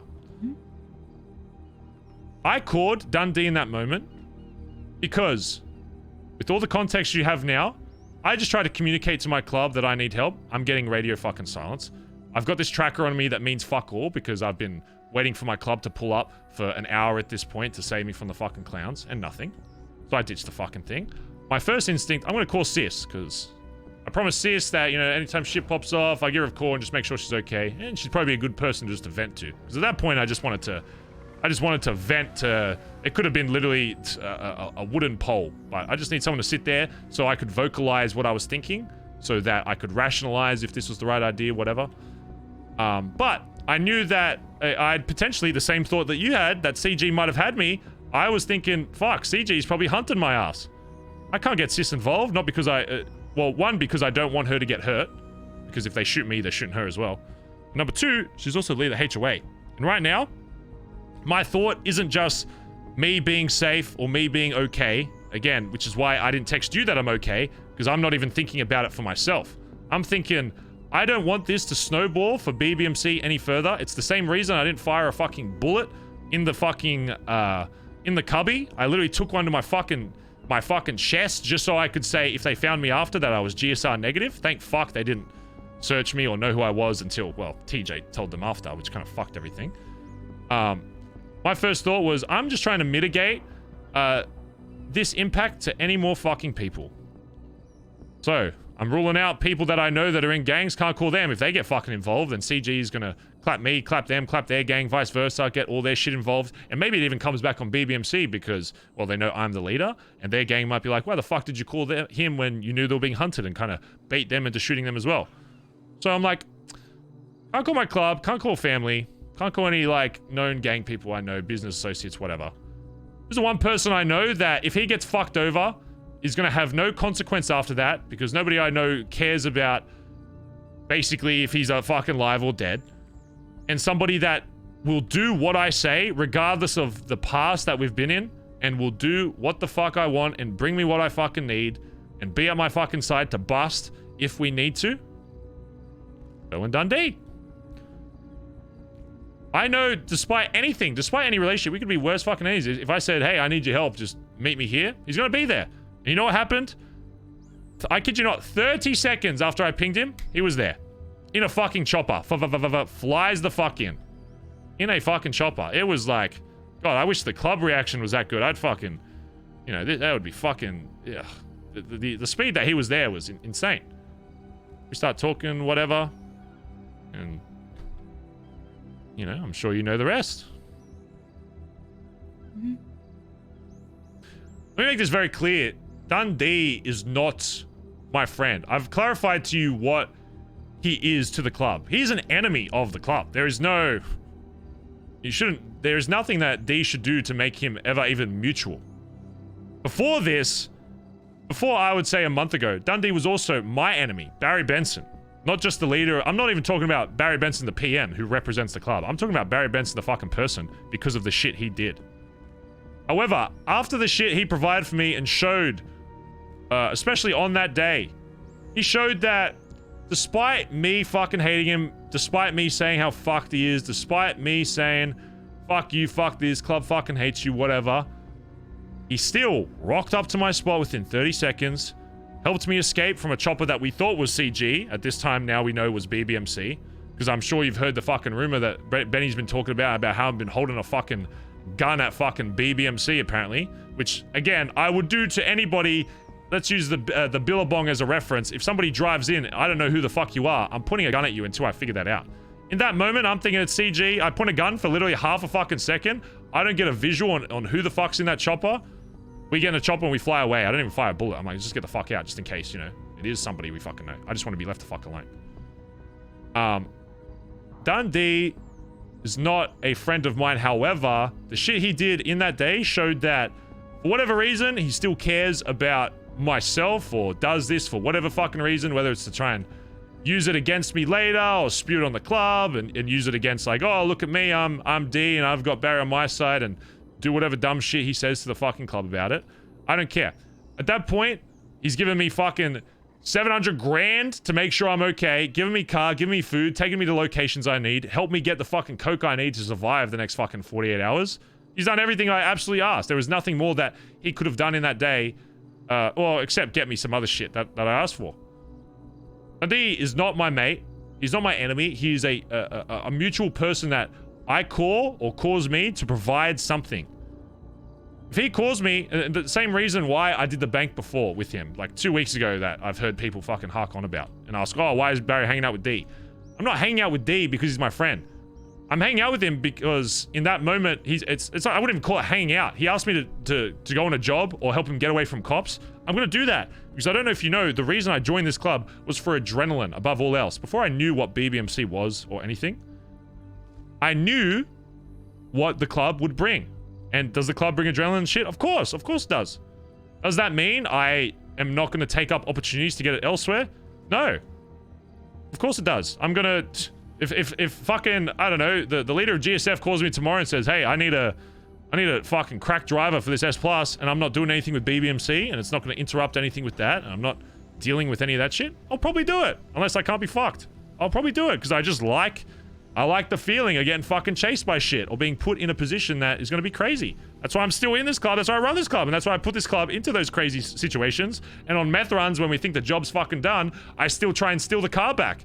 Because for that slight chance of us getting out successfully is greater than any failure I can have. That chance of success is what I fucking live for. And for people to say like, oh, D's saying this, D's saying that, whatever. D's a fucking moron. D spews the most amount of shit about BBMC I've ever fucking heard. Because why? Because of all the shit he has been through and he's put the club through, and vice fucking versa. He's not a good fucking person by any means. He says a bunch of shit, whatever. But what I don't like is people thinking that him saying that or him uttering that on a fucking job is going to affect how I see this club and what I have done in the last 3 years to build this fucking club. There's no person in this city that can say anything that's going to change my mindset on this club. I'm going to use the same fucking analogy I've said to everybody I've had a conversation with. There is no D manipulates Barry. That doesn't exist. I'm sorry. I know. When he spews on about BBMC and he says, this is shit, this person sucks, whatever. He says that, whatever. Do you think that affects me at fucking all? Of course not. I don't trust D as far as I can fucking throw him. Cunt has stolen more shit from the fucking club and me personally than anybody in the fucking city. I don't trust him at all. I do jobs with him and do shit with him on occasion. Because why? Because I get something from it. And that's not a friendship. It's very clear that I don't have friends in the city. I have a few family members. I got my fucking brothers and sisters in my club. I don't have mates. I have business associates. I have other gang leaders I talk to, whatever. I do people, people we do business with, people we do transactional shit with. D gives me a transaction. He gives me something that isn't quantifiable by money or whatever. It gives me a bit of a, I don't know, goosebumps when I'm getting chased by a fucking cop. It's not even because he's there. He just brings that with his energy. That's just how it is. There's nothing that anybody can say to impact my position in this club. Me going away for a day, and then I hear whispers of people being like, oh, what if Barry has gone off the deep end? What if Barry is going crazy with D? That question alone is insulting to me. Because why? Because you should know more than 90% of this club at this point, the amount of shit I have been through to prove myself to this club. And the fact that I still, after 24 hours, 48 hours max away from the club, that just kind of gets forgotten and there's already conversations of what if Barry does this, is insulting to me, to be honest. It's crazy. And I hear whispers of... Can I tell you something, Barry? Go ahead. And I'm going to be honest with you because I feel like you're spending a lot of time talking about something that, in truth, Barry, I hope you know, like, fully that I do fucking trust you. If I'm going to be honest, I don't really give a shit that you were hanging out with Dundee. I know other people have their own opinions about it, and that's fair because he's a dangerous person, and I think he's a dangerous person too. Would I hang out with Dundee? Not in a fucking million years. But I don't care because I trust you. Only thing I was concerned about the last few days was I was worried because obviously without the context of everything that you said, I was like, first of all, is Barry dead? Second of all, is he out there like on a fucking coke binge? Like, this was shit that I'm worried about. Not to mention Dundee constantly down, like, I had to probably have like 6 conversations over the last 3 days, which was fine, about Dundee fucking calling members and being like, oh, this is all your guys' fault because you never listen to Barry. You don't talk to Barry. Barry doesn't trust you guys. And having to be like, fucking no, like, stop talking about it. Barry's still our PM. Like, he needs time. He's a fucking grown man. Well, yeah, I mean, I don't even know why the club answers the phone call for D at this point. Like, I don't know why anyone even allows him to speak, because it's just going to be shit. It's going to be just shit that he's making up to stir. From what I've learned over the last few days and beyond that, here's the reason. A lot of people morbidly curious. There's also a lot of people who, obviously... Dundee's staring. What? Understand what you mean when you say your relationship or whatever non-relationship. I don't know, transactional They follow thing Barry's that example. You have with Dundee. I like get it or But the whatever. club isn't the PM. I get that. A prospect isn't a PM of the club. Adrenaline. But there's a lot of people who see that and are like, well, why can that be a transactional relationship when I can't talk to XYZ? And then that puts me in a situation where I'm like, well, don't fucking talk to blooded out members. And just saying that, but then when D becomes this like weird exception because they don't fully understand it, because even though I sit there and I have a conversation and be like, yeah, he's dangerous, he's a manipulator, he shot me in the back of the head. Has anyone and then brought this instead of up to Barry? apologizing, he ran away crying and got drunk in the middle of the road, which has anyone brought this fucking up to ended up Barry? leading to a police confession. Like, properly? And there's still like this grim, like, I'm not talking about D specifically. he's I'm like talking an about animal stuck in a why trap, and, people like, I mean, fuck, I mean, don't that's know the something I haven't difference said about him, between but D it's- versus like... it's this weird thing where I think people think that because Go on, TJ. No. You're not understanding what I'm know, saying. they see TJ you brought up with that, him but in not... whichever possible way. I'm talking about the A lot of people them that don't have those understand the issues, context. They not haven't somebody been around talking that long. about it for somebody else. And they go, oh, well, maybe if I'm cordial with him or I try to understand him, maybe there's a way for fucking, you know, to... I don't even know. A lot of it just seems like stupidity. A lot of it seems like people are chasing that same high. TJ brought it up, but TJ doesn't care. It's TJ bringing up somebody else's thing. I don't want to hear that from TJ. I want the person that they're talking about. To you through D or something? I don't fucking know. But what I do know is that people were worried. I was fucking worried, but not because of like the fact that you were, I mean, for me at least, like I said, I wasn't worried about it necessarily being D because I fucking trust you. But I was worried because even though I was respecting your space and giving you space, I felt like, I don't know, I guess I let you down. And there was like an hour that day at least where I was like 100% sure you were dead in the ground. Because of CG. Yeah, I get that. I understand your emotion towards that and that way of feeling. I completely understand. And if you're asking me if I should have communicated, of course. Again, I know. The situation just forced an erratic mind, and I can't sit here, and I'm not going to sit here and lie to you and say that when moments like that happen, that I'm going to think clearly, straightly every single time. I know, Gary, you're human. You're allowed to have those moments, and I get it.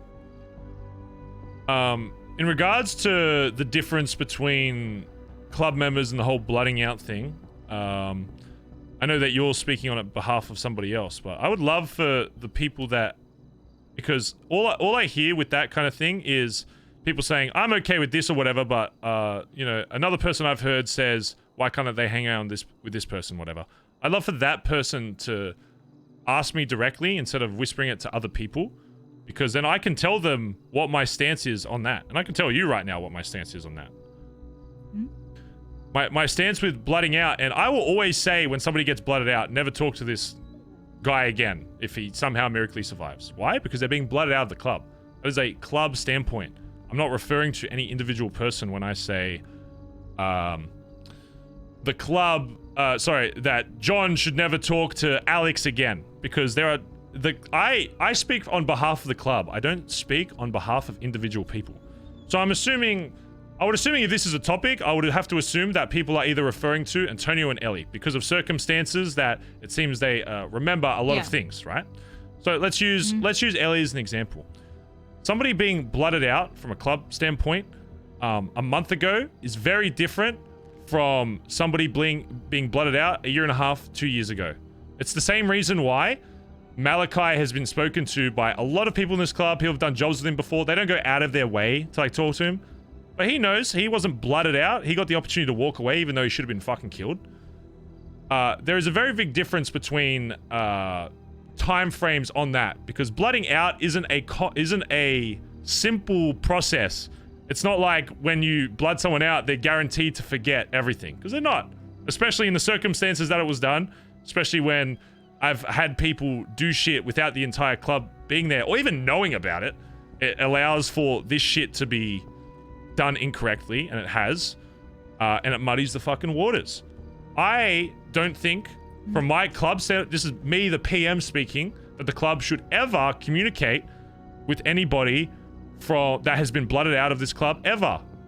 However, if, say, I don't know, Benny was like best mates with fucking Antonio before this or whatever, and absolutely fucking loves him, and they re-establish some... Okay, I'm just using an example. I know. Because I don't want to say specific names, because I don't want to, you know, whatever. Say Benny was in love with fucking Antonio before this or whatever.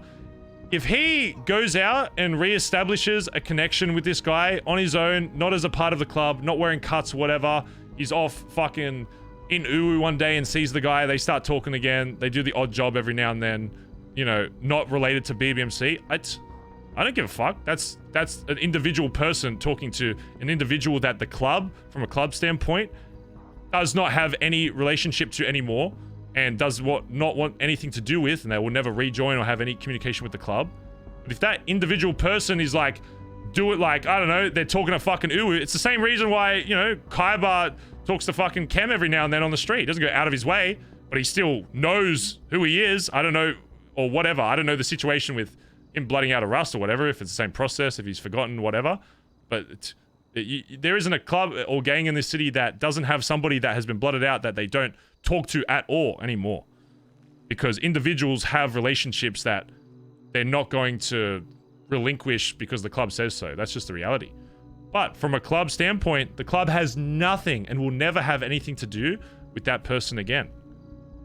But it's the same reason why I've had people in the club do jobs with Malachi and I've never said a fucking word about it, because I don't care. They're not doing it as a member of the club to, you know, get Malachi, maybe see if he wants to be a hang around, you know, bring him in, whatever. They're doing it as an individual fucking person that, for a member that has been blooded out for a long fucking time that the club shouldn't even fucking care about. And they're just doing whatever. As long as if the club says we're doing this thing and they need attention brought away from that person, they're gonna drop that and do what the club says, then great. I don't care. I give less of a shit. Just because this is a circumstance I've heard of recently, they're just spitballing here. Sure. Obviously, I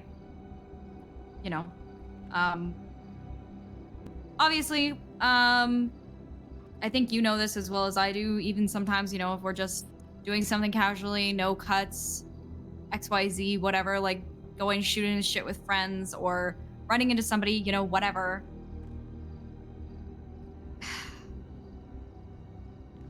I'm still me. I'm still Stevie. I'm still Stevie from the BBMC. Sometimes it doesn't matter if I don't have my jacket on, or sometimes it doesn't matter if I'm just doing a one-off. People would, you know, for example, if somebody saw me with fucking whoever, I don't fucking know. Of course. And, you know, that comes back. And there was a circumstance, it's not my place to really talk about, but there was a circumstance today when a relationship that was very important to somebody in the club was potentially damaged due to the fact that somebody in the club, despite not being in cuts, despite it not being a club thing, it just being like a situational, circumstantial thing, that relationship is now damaged because they saw someone who is a club member with Dundee.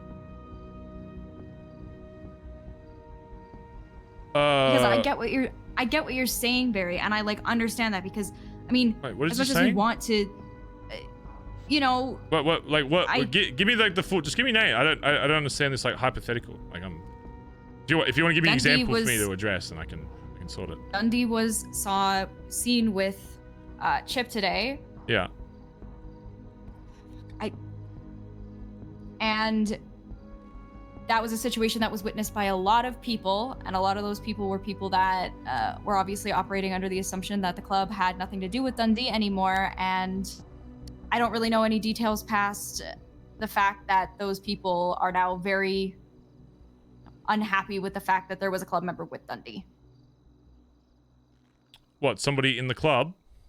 No, like somebody outside the club is recognizing the fact that there was a club member with Dundee and now has a negative opinion. I see what you're saying.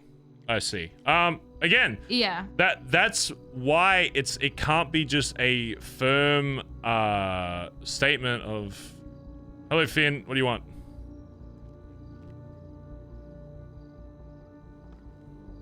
He thinks he's seeing a ghost. Hello Finn, what do you want? Welcome back. Thank you. Just give me a second with Stevie.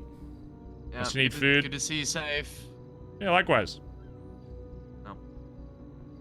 Missed you. Thank you. And that's why it's not something that has been a clear-cut thing before, because again, there are a lot of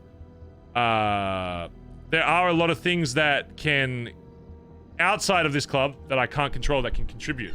That is, again, part of the risk that you take by associating with these people. I'm not saying, like, comparing somebody that, in an ideal world, this methodology works when somebody has been out of the club long enough that the world realizes that they are no longer BBMC. Let's use Malachi, for example. Nobody would ever connect Malachi and BBMC's name, so somebody hanging out with him wouldn't say, oh, why is this guy hanging out with the next member? Because he's so far gone. I guess the problem is with D is that because of him attempting to do shit with the club and all the shit that the club's doing, that that is still the case, and that is why I'm trying to stop that name being uttered around this club, because I'm trying to just get him the fuck. The club should never, like, I guess seeing me and the club wants to follow my footsteps, whatever, and think like, sure, it's okay. But I guess they're not really understanding what my relationship is with D.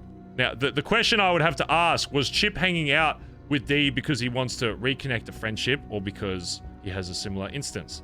That is where it gets complicated, and that's where it comes... Yeah, and that's where it can get complicated. I mean, at the end of the day, with people outside the club, I could give less of a shit what they think. Of course, if stuff impacts stuff, I would say, well, maybe ease off it, or maybe be careful with who you're seeing.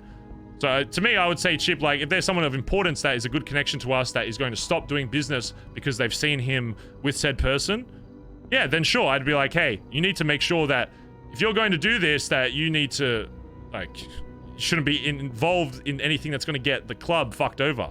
Because the second it comes back on the club, of course I have a fucking issue with it. Because then again, that brings the conversation back to it being a club issue and not an individual issue. But if you're comparing somebody that was blooded out like a month or two ago versus, say, someone like, again, or just use Malachi as the only fucking example that I still know of someone that's still in the city. Otherwise, I'd use, you know, other people like, I guess, Riley or whatever.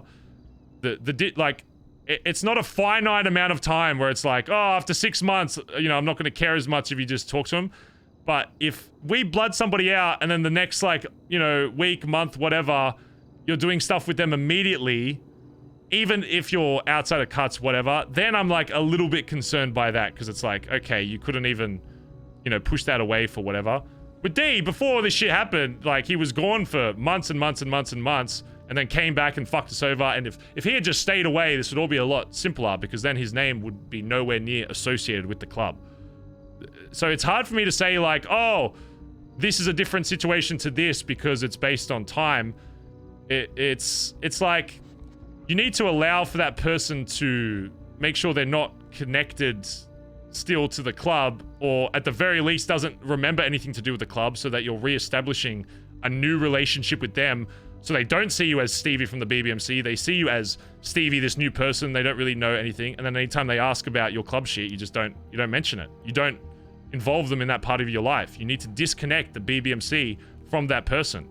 And that, again, is why I had such an issue with the blooding outs being done incorrectly, because if people remember, it's a lot harder to do that, and it causes a lot more complications. If somebody forgets everything to do with BBMC, it's a lot easier to disconnect that person from the club. But let's use like someone like fucking Ellie. If she remembers everything and then you go hang out with her, it's like, well, of course there's kind of an issue, because she still remembers all the shit with the club, and now the club's being seen with her again. Do you know what I'm saying? Like, it's not like, I can't give you a definite answer of like a time frame when it's okay to like talk to someone as an individual. I would hope after a year that person has been disconnected long enough to fucking, you know, not be associated. I guess D in another case is just because of all the shit that's been brought up. Again, which is why I'm stopping, or trying to stop the club from having any kind of connection to him, even outside of whatever. because I don't want people to make that association. But if they do, if it's somebody outside the club, I could give less of a fuck. I mean, if it ruins a relationship, whatever. That's the risk people take by hanging out with who they want to. But again, if people come to me and they say individual things, I'll give them my answer on what the club stance should be on said person. And if I think there's been enough time where they're not disconnected from the club, or they've been somebody that's been blooded outright and they don't remember anything to do with the club, I could give less of a fuck. I could care less. As long as if the BBMC gives you the call, you're there to back us up and you're not going to prioritize that friendship or family member or relationship over the club, I could care absolutely less who people hang out with. As long as in those conversations, you're not involving the club, because why should you? And why would you want to? Because that causes more complications. When I go hang out with D, outside of the shit me venting about the club yesterday, because again, the distress I was under, outside of that, when I do like a job with fucking, a bank job with D, I'm not talking about the club. If he mentions the club, I just ignore the cunt. I don't want to talk, you're not part of that anymore, you're not part of that life, get the fuck away from it. And I try to shut that down when it's in the club, but I have to keep bringing up D, because other people bring it up to me. I don't want those people to be involved in the club. Once you're out of the club, you are out of the club. Does that mean you have to... Does that mean I expect it, like... Okay, put it this way, right? Imagine we have 100 people in the club, and okay, just say the world fucking goes down, 99 of those people get blooded out, but they're still around in the city, right? And then I get another 20 people in the club. Or we'll say we have 120 people, we lose 100 people, okay? And then there's 20 people left in the club, right? Do I expect those 20 people to go out of their way to ignore those 100 people in the city for the rest of their life, no matter what? Of course not. It's impossible. People live in this city. It's a big city, but it's still a small city at the same time. I don't expect people for the rest of their lives, if they see someone, have to run the other way like a stray dog. That's not a kind of life to live. There needs to be some kind of a point where you can get people back to a mutual ground, right? D is not a friend of mine, and I don't think he should be a friend to anybody. That's not even a club thing. That's just a general. I don't think he's a good person to be a friend with. But does that mean that I expect the entirety of the club for the rest of eternity to, if they see him, run the fucking other way? No. If they want, if they want to, of course, do it. If he's fucked you over personally, or the club or whatever your personal feelings are for it, absolutely. Never talk to him again. Block his fucking calls. Do whatever. I could give less of a shit. Again, he's not a friend of mine. I could care less of what individuals do to him or the club as a whole. That being said, the club as a whole shouldn't see him as a mutual. They should see him as a bad fucking person because he has fucked over the club. I know it's probably hard to understand, but I can guarantee you if you dissect that logic, it does become a bit clearer for what I'm trying to say.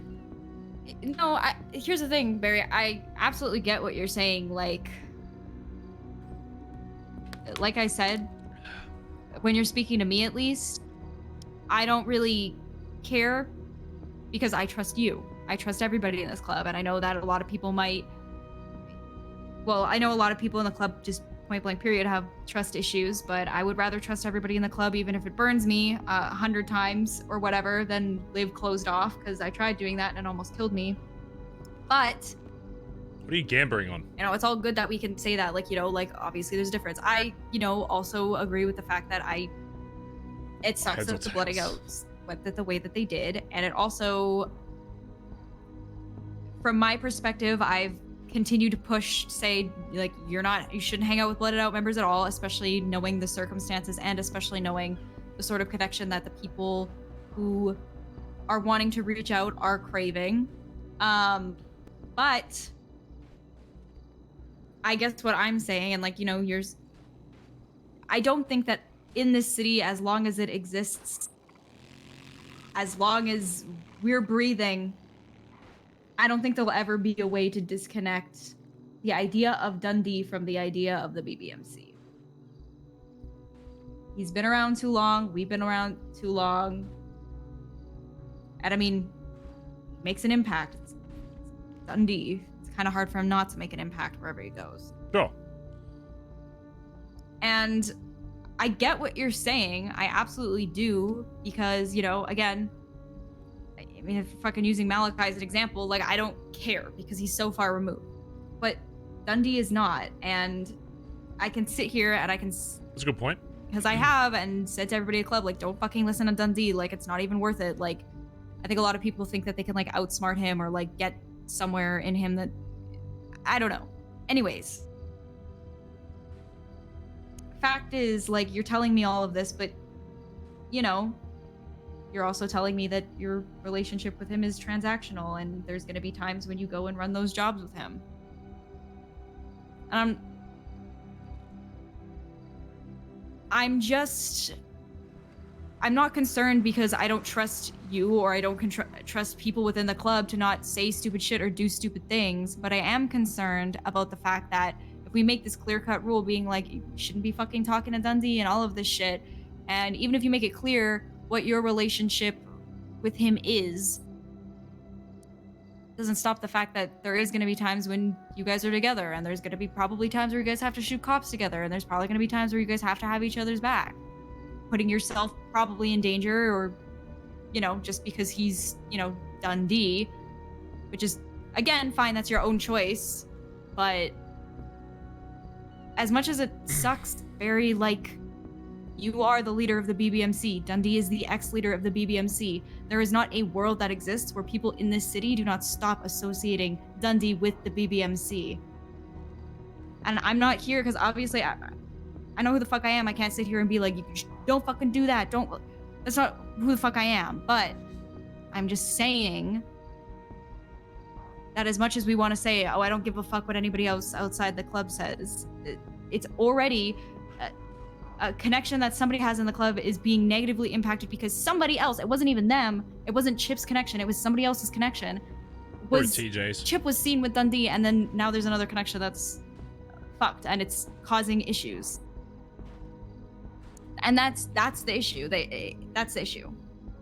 Okay, and again, this is it's a very valid point, and this is the first time that is being brought to attention, because I assume it happened today. Yes. And I don't want to sit here and like make like specific points and be like, oh, this, and this, but I'm just saying, like, obviously, I want you to be happy. There is, you know, I spend a lot of time trying to, like, I want people to be fucking happy. I want people to be here and know that, you know, if they want to go fuck off for a bit, chill, do whatever they want because they need that, they can. If they want to be here and be like, you know what, I want to do this, I'll do everything in my power to fucking support that. And that includes you, Barry, even if it's something ridiculous or stupid, like, you deserve to be happy too. But this whole situation with Dundee, as much as it sucks to say, either there needs to be lines, and if that takes it to the point where you like make it very clear to the club, like, I don't want anybody hanging out with Dundee, you have to recognize that either you follow that or you don't, and understand how that's gonna affect everything else. Fucking ugh. Because it sucks, and I'm not saying that in like a way to like, I don't want this to come off like I'm fucking attacking you or anything. Like, I'm just concerned because I know you, I know your intentions. I fucking trust you because, I mean, we've been, you know, around the fucking world basically, but there's a lot of people who aren't on that same page. Sure. Again, though, by that logic, if you and the club truly believes that there can never be that disconnect of Dundee to the BBMC, then why does it matter who I hang out with personally? Outside of obviously the business thing, which is a valid point, and I can talk to the person and the business situation, I can deal with that separately. But outside of that, why the fuck should the club be concerned about with who I hang out if I'm choosing to do it when it has nothing to do with BBMC? Well, obviously, for me, that makes sense, but then I see all of the other people in the club who will immediately see that and be like, well, then why does it matter if I hang out with XYZ? And if they talk to me about that, they will get their answer. But that's the problem is I will go to these meetings, and who's the one talking? It'll be you, myself, and maybe one other high command. These issues never get brought up.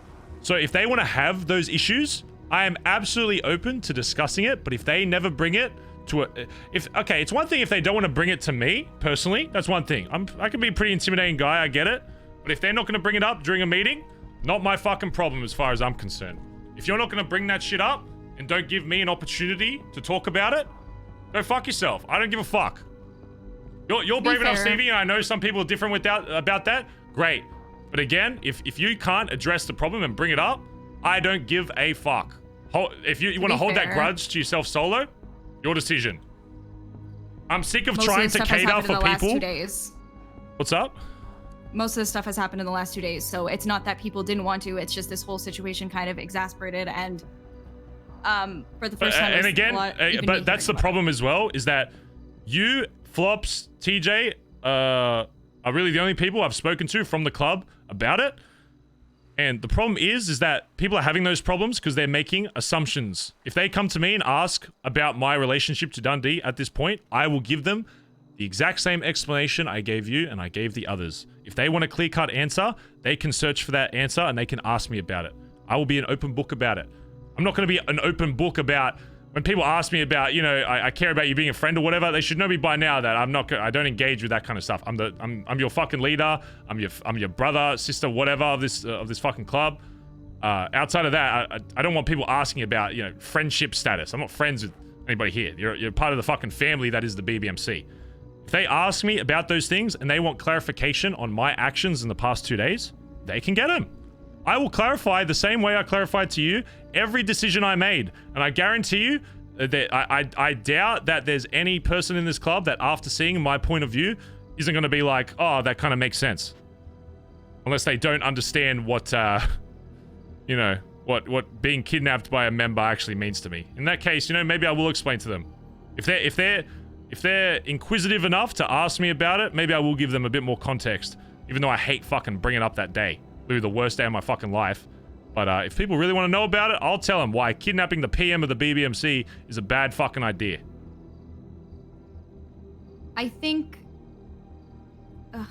okay, how do I say that? I think that past, obviously, this last situation, because I think... Barry can hang out with D, but not the rest of the club? That's not what Barry said. That is not what Barry said. I think that this last day... Again, people just keep misunderstanding what Barry's saying. Dundee are scapegoats for an underlying situation right now. And I think that continuing to just circle back onto this particular day and this... Are you good? I just hit my mouth on the toolbox. Oh, I think your flip-flops slipped on the bullet I fired earlier. I'm sorry. I didn't pick it up. What if Barry's not listening to the club is saying? No, I'm listening to them. They have a problem with Dundee. It seems that everybody has a problem for somebody else, but when you ask them one-on-one, do you have a problem with it? They're like, nah. Sorry, guys. That's what the club's saying. They say the club has a problem with it, but you ask people individually, they say, I don't have a problem. Either they're too scared to say it or what? My last few days, I've just constantly been telling people, like, I want to talk to Barry. Like, I want to wait to hear what Barry has to say, because obviously there's reasons and we can sit here and speculate, but there's nothing we know for sure. You know what I mean? And the issue that I have with all of that is, again, that people are assuming things after 2 days of me being gone because they don't have that context. That if their mind is already going to like, oh fuck, Barry's off the deep end, he's getting manipulated by Dundee. That itself is already concerning to me. I get people wanting context, but if that is where your mind goes after... If that was for a prospect, sure. Maybe even a blooded member. Can I ask you something? Go ahead. Who have you heard said that, like, you thought like Dundee was manipulating you or something? Who have I heard... Wait, what? Because who have I heard like talking about that way? Are you saying that nobody has said anything like that? That you've heard personally? Yeah, what I've heard is basically mostly concern about the fact that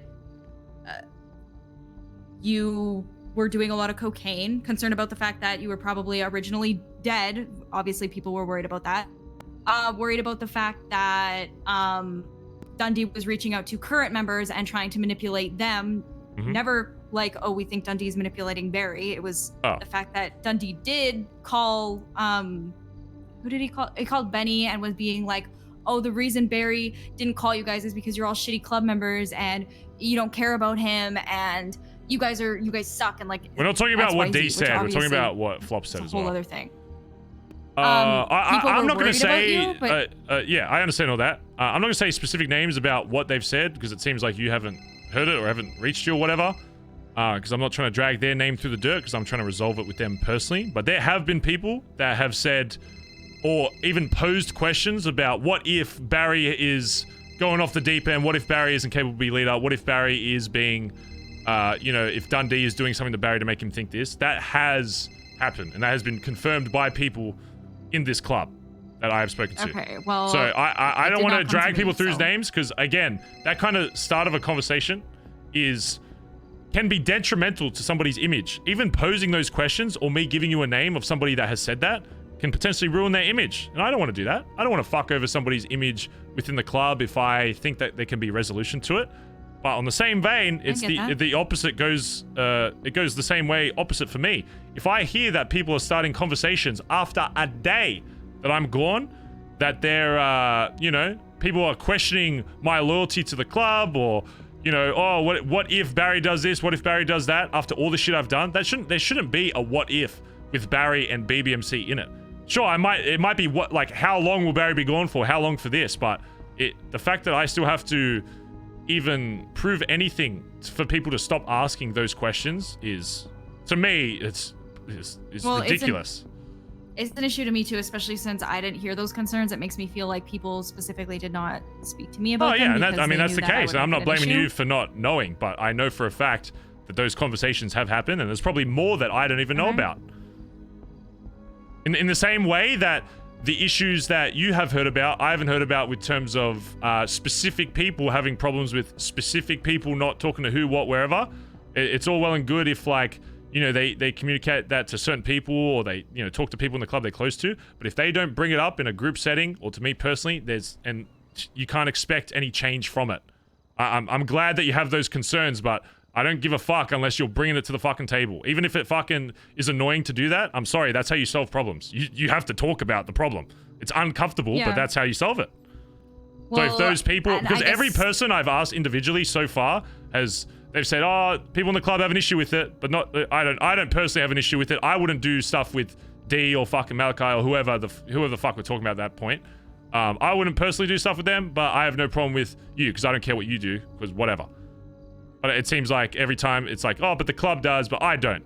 So I'm trying to slowly just get down to and eventually, it's a good timing on all the shit that's happening this week, where I'm, you know, making sure I'm getting ranks and all that stuff sorted, because it will allow me to have one-on-one conversations about that, and that's something I can bring up, being like, do you have issues with this? And if they bring up to me one-on-one, then great, I will solve it right then and there, and I'll give them all the clarification they need. And if they bring it to a point where it's like, you know, Barry, I really do care about who you individually hang out with when you're not wearing cards, not representing the BBMC, and I do really think that I have an issue, and if that wasn't resolved, that I couldn't be in the BBMC anymore. If someone comes to me and says, I can't be in the BBMC if you continue to hang out with Dundee when you're not involving the club, or doing this, that, and the other, going on a bank job, then odds are I'll probably just fucking stop it. But nobody has got to that point where they're like, I need this. There's like whispers of stuff, and I will find out who's doing that eventually, and if it's multiple people, great.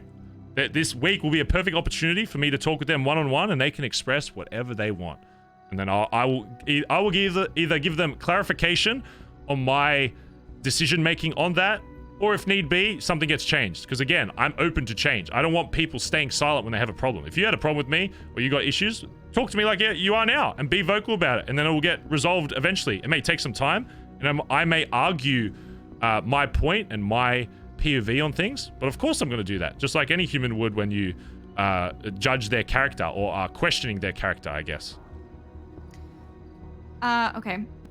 Well, one thing I will say is, just for the sake of clarification, obviously when this all went down, I think it made a lot of things bubble up, and there was conversations. People did bring it up with Colin, because he was obviously the acting high command at the time. Mm-hmm.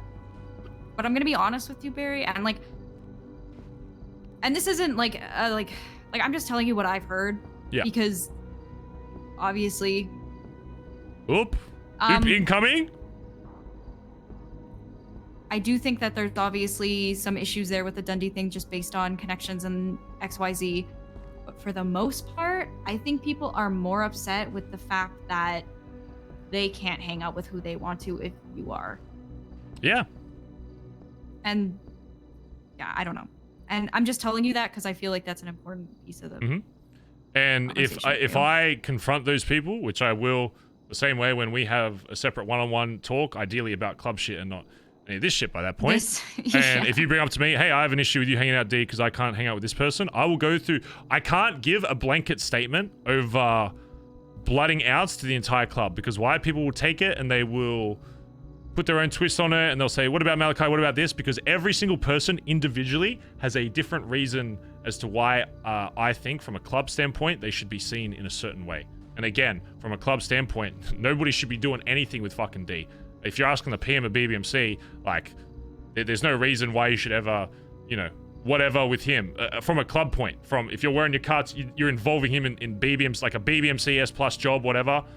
There's no reason for that, unless everybody on that job was like, I want it, whatever. Yeah, for separate instances, if you're talking about separate people, there's been a lot of people that have been blotted out for a lot of different reasons, and a lot of different durations on how long it has been in between that time. And I will go through each one if they bring it to me personally. But if they don't bring it up when I ask them about it, what can I do? And what could you do? What are you expected to do if they don't bring issues to your plate? You can help solve those issues. If they don't bring it up to you, then how can they expect the chaplain to fucking help solve it? You know, you've got the biggest voice out of all these people to be able to talk to me whenever about shit and not be scared that you're gonna fucking hurt my feelings. I might bite back on some things to you and be like, well, I think this, but I don't want you to not bring those up to me. If someone brings up something to you and they can't, whatever, great. You know, you should be the person that they can come to, and if they can't even, you know, properly do that there, and there's no way to bring it up in the meeting and shit, it's like, what are you expected to do, and what is the club as a whole expected to do? And I know it's uncomfortable. I know not everybody wants to bring up issues. Trust me, I don't want to bring up issues either. I'd love to be going racing, doing a fucking kinetic right now. Not worrying about anything. But, yeah, you know, we got to deal with shit. We're being adults. We got to deal with stuff. We got to act as a club. So. Can I ask you something, like, on a personal level? Uh-huh. Do you think that you need Dundee to be, like, happier? Happier? No. No. I am completely happy with how the club is, to be honest. It can still be better, just like I always think it can be better, but I am happy with the club. I don't hang out with D because Dundee doesn't make me happy. You know what makes me happy is doing shit with the club and doing shit that, it's gonna sound stupid, that sometimes will put my life on the line in the right circumstances where I can control the variable. Don't take that word and be like, well, Barry just got kidnapped and forced to be put on a vault. Why wasn't he happy during that? I can't control that variable. I'm being forced to do whatever the clowns do. If I do a job with fucking D, for example, I can't control the variable of what D does if he drives or whatever, because that's what I like about that part. But what I can control is how I engage with that job and what I do. If I say I'm driving, if I say I'm shooting, I'm doing this, that, the other, I have control over that. I don't like being put in a position by someone. I don't get happiness from being put in a position that was forced upon me by somebody else to get that adrenaline. If I decide, hey, I want to do this and I know what the outcomes are, I know what the risks are, I know this could potentially happen, then that makes me happy. And the club makes me happy. Doing shit with the club and waking up and all the people here, that makes me happy. Those are the two main things that I wake up in this city for. Does Dundee, does me simply being in the same room as Dundee or talking to Dundee make me happy? No. Even when I, like, first spoke to him about, when I first fucking caught him and I was just venting about, like, shit, that didn't make me happy. I didn't even really care to hear what he said back. I don't care to hear advice from Dundee. He's the worst person to ever get advice from. He's the worst person to even probably talk to. But in that moment, he was just somebody that I knew I just needed to voice my concerns to literally anybody. And if we got shot in that moment, he'd have my back. That's literally all it was. Okay. And again, you don't have to have an answer for this because this is not really, I guess, me asking is club member, but more as like a personal level. Oh god, personal question. Do you seek that adrenaline, that risk and that rush with D because you think that you can't get that same level with the club? Nope. Because we've proven time and time again, I can absolutely get it with the club. It's not like I think, and that's what TJ thought, that I couldn't get it with this club. I run this club. I can force the club to, if I really wanted to do shit and put the club in a situation that would force that, I can absolutely do that. And I have, I mean, we did the meth run fucking a week ago where I stole the fucking car back after everyone got gunned down. It's not a matter of I can't get it here. It's a matter of if there's an opportunity that arises where I get more of it, I'm gonna get more of it. It's the same reason why, you know, I'm flying off back to Oz every now and then. Okay. I guess my last question is, you know, you're saying like, so, Oh, she didn't ask about it. No law. You want to put people in those situations, if you want to do all this stuff, etc., you can. We tried. You may be part of the time, I guess maybe like hanging out with Dee because you don't feel like all of that pressure is on you to be the one to do those things. Wait, pressure to do crazy shit? I mean, I Be guess the one in charge. Yeah, I guess that's part of it. It's a nice little break as well. Have someone do that. I wouldn't say it's the main reason, but that would contribute to it, sure. I don't always like having to, yeah, completely... No leader likes... Well, there's some leaders that do. Most leaders don't like to completely and utterly control everything unless they're a dictator. I don't consider myself a dictator, but I do consider myself a leader of this club. And there are times where I want people to listen, and there's times where I want people to be able to decide things on their own. And that balance can sometimes be hard. But I wouldn't stay leader if that was too over. If I didn't feel comfortable making decisions for the club, then I would have stepped down as leader a long time ago. So that is not the sole reason why I do that with D, or I do that with anybody that's not in the club. Again, it would be the same instance if Mr. K called me and was like, I need a driver for the S+, that I'm going to help Mr. K is because, not because I need him to be the leader of that job, but it is part of it. It is nice when somebody else leads and you just have to do what you're good at. It's a lot easier to, you know, drive, shoot, whatever, when you're just focused on doing the best for that job, you know? So it's a lot harder to lead and also do those things. But it is part of it. Okay. Yeah, I just... Only D's asked about Oz. I think it was Andy, wasn't it? Thank you for telling me that, because, I mean, if that's something that is weighing on you, like... I don't want... No.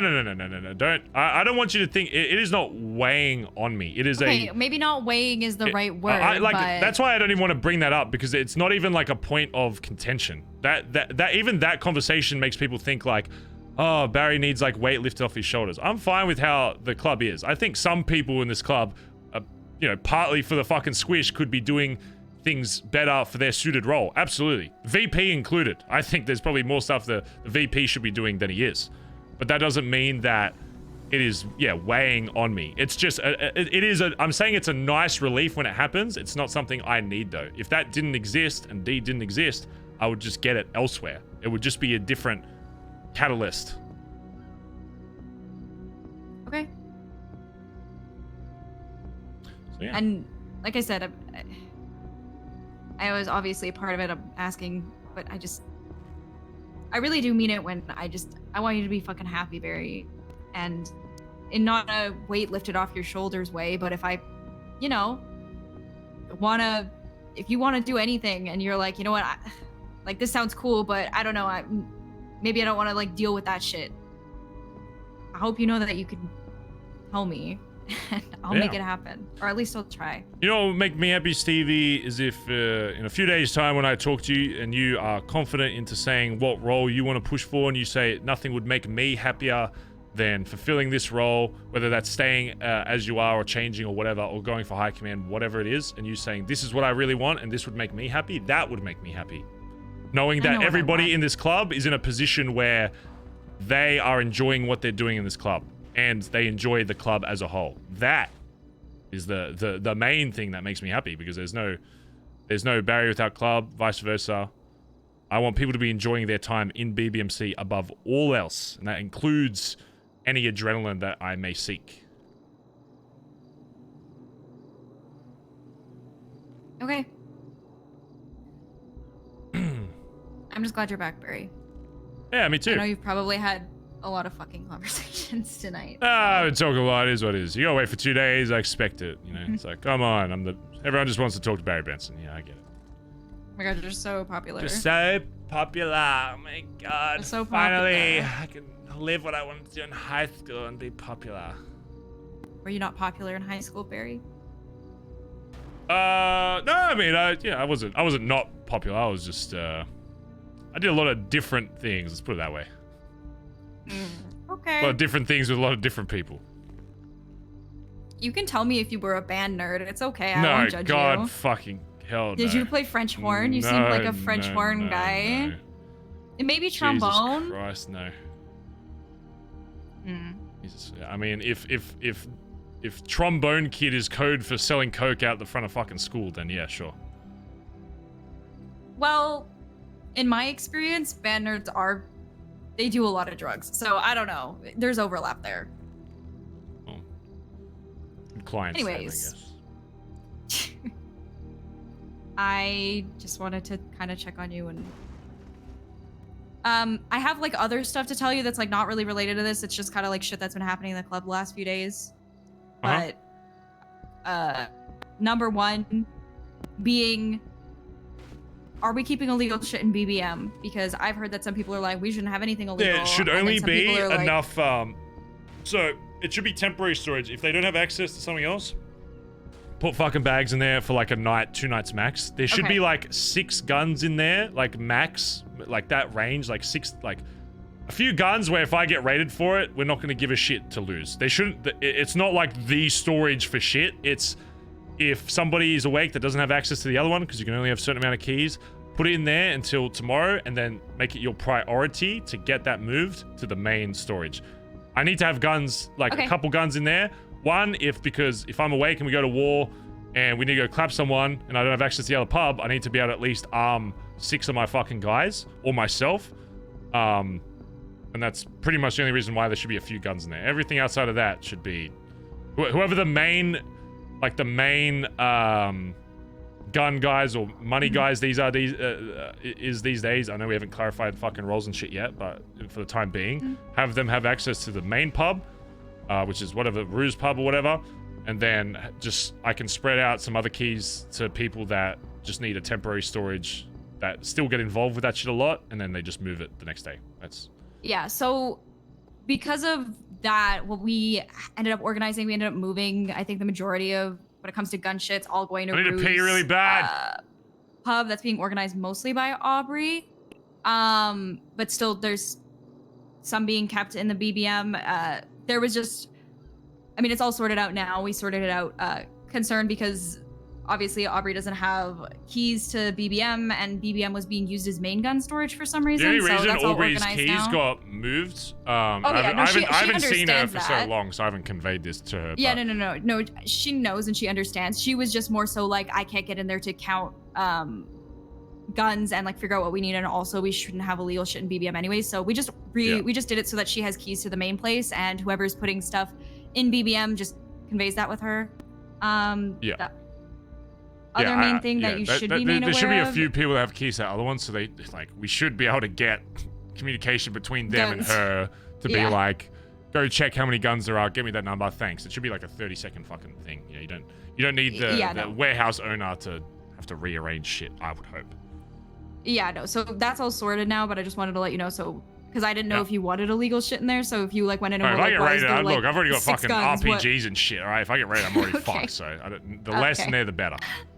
Okay. The other thing is, I don't know if you saw, but right now, and this isn't like a perfect solution, so, but it's fine for now, I guess. Marked bills and meth are currently being stored in vans that are parked in the shared garage, so that way everybody has access to it. At least, yeah.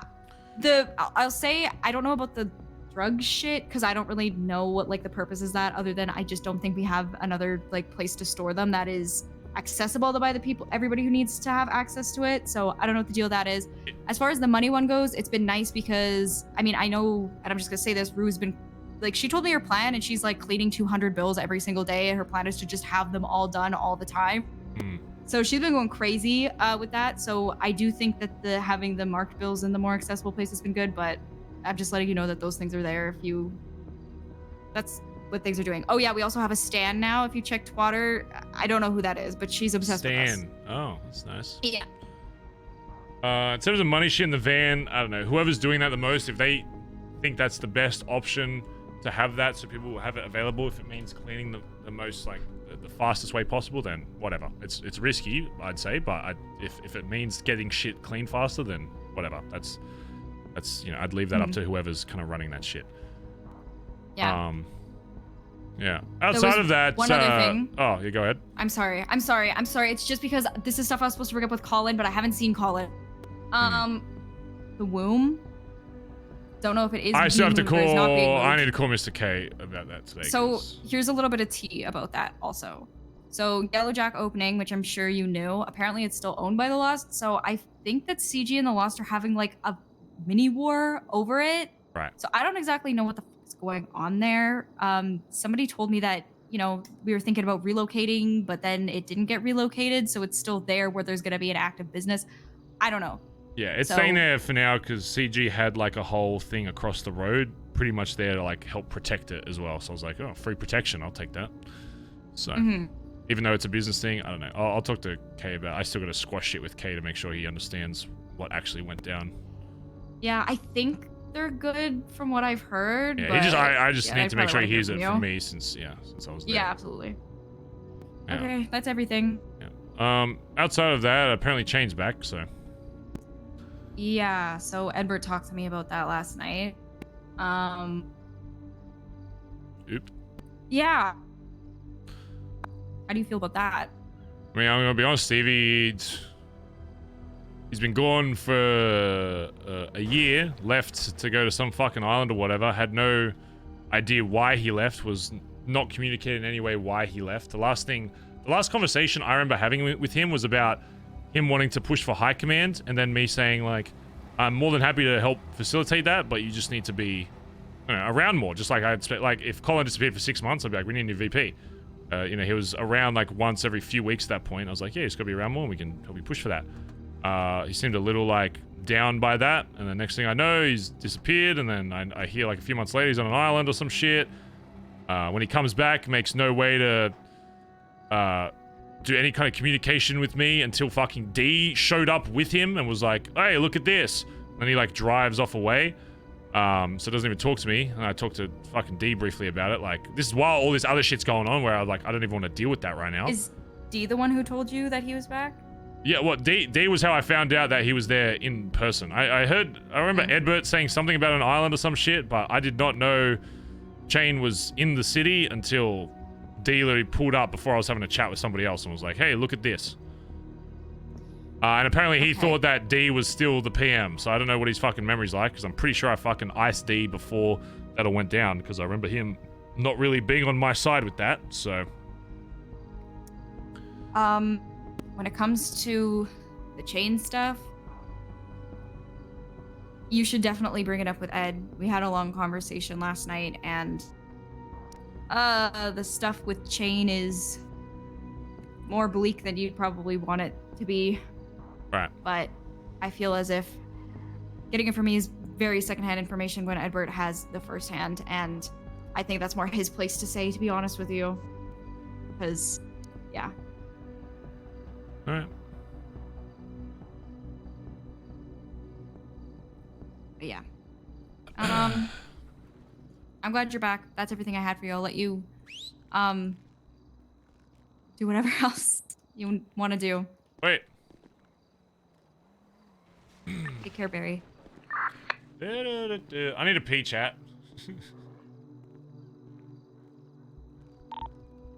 Hello, sorry I was off radio. Oh god, it's the car wash. It's the conversation car wash. Hey,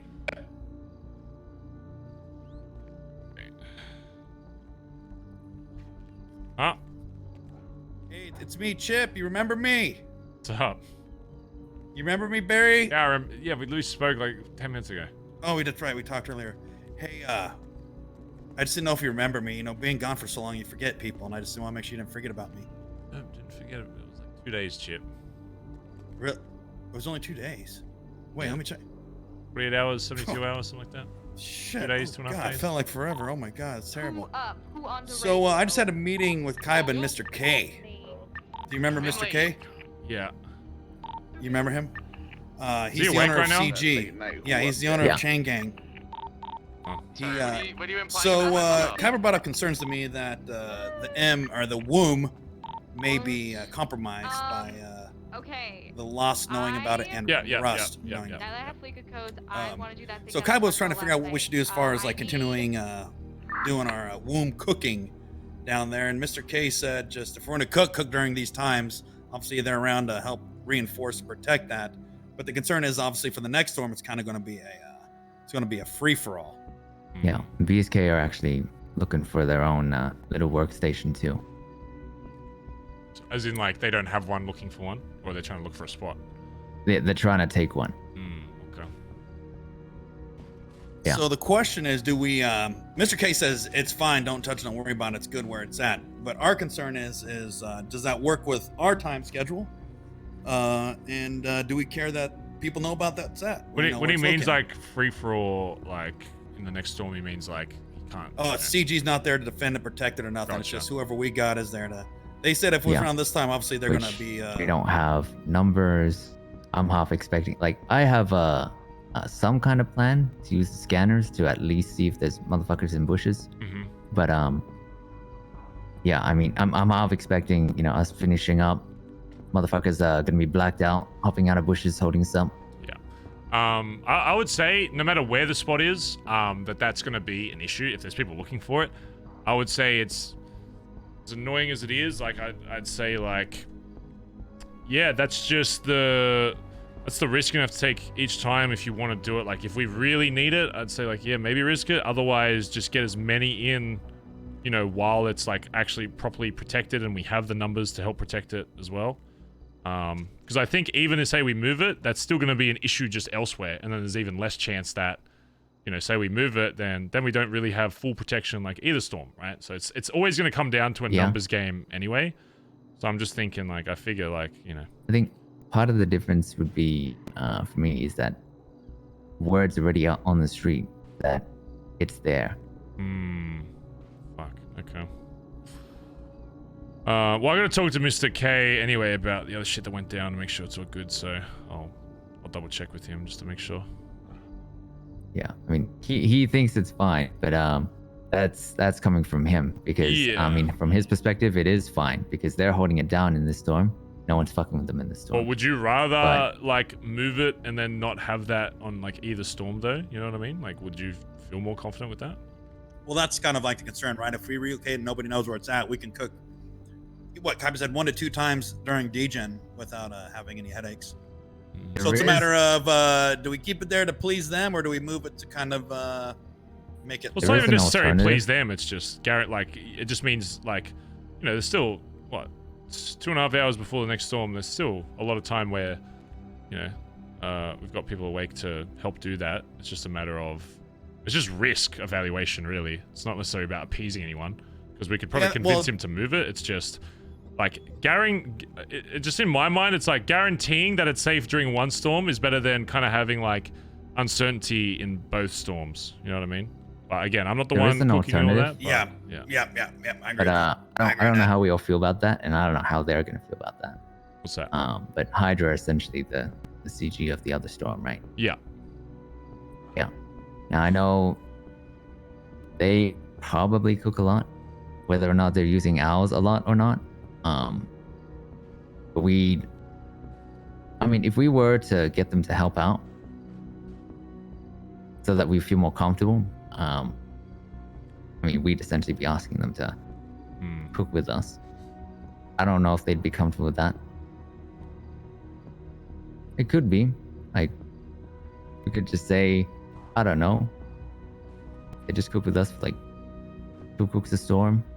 Help back us up. I'd say, how about we like play it because I don't want to have to like even have questions like moving again to at least let you do some work with it. Why don't we let it like play out for like a few days, see how like productive you can be, just based on the times of stuff they've given. And it's like if it's impossible for you to really make any good headway, and it's like we need to be able to cook in the other storm and it needs to be in a different spot, whatever, then we'll push for that. Oh yeah, like we're only gonna be able to cook like once this storm, maximum twice if we really got our shit together. How often But do it you depends usually when they're cook cooking in as the well. other storm? It's Like once on or an average twice. day. Okay, so it's just an extra.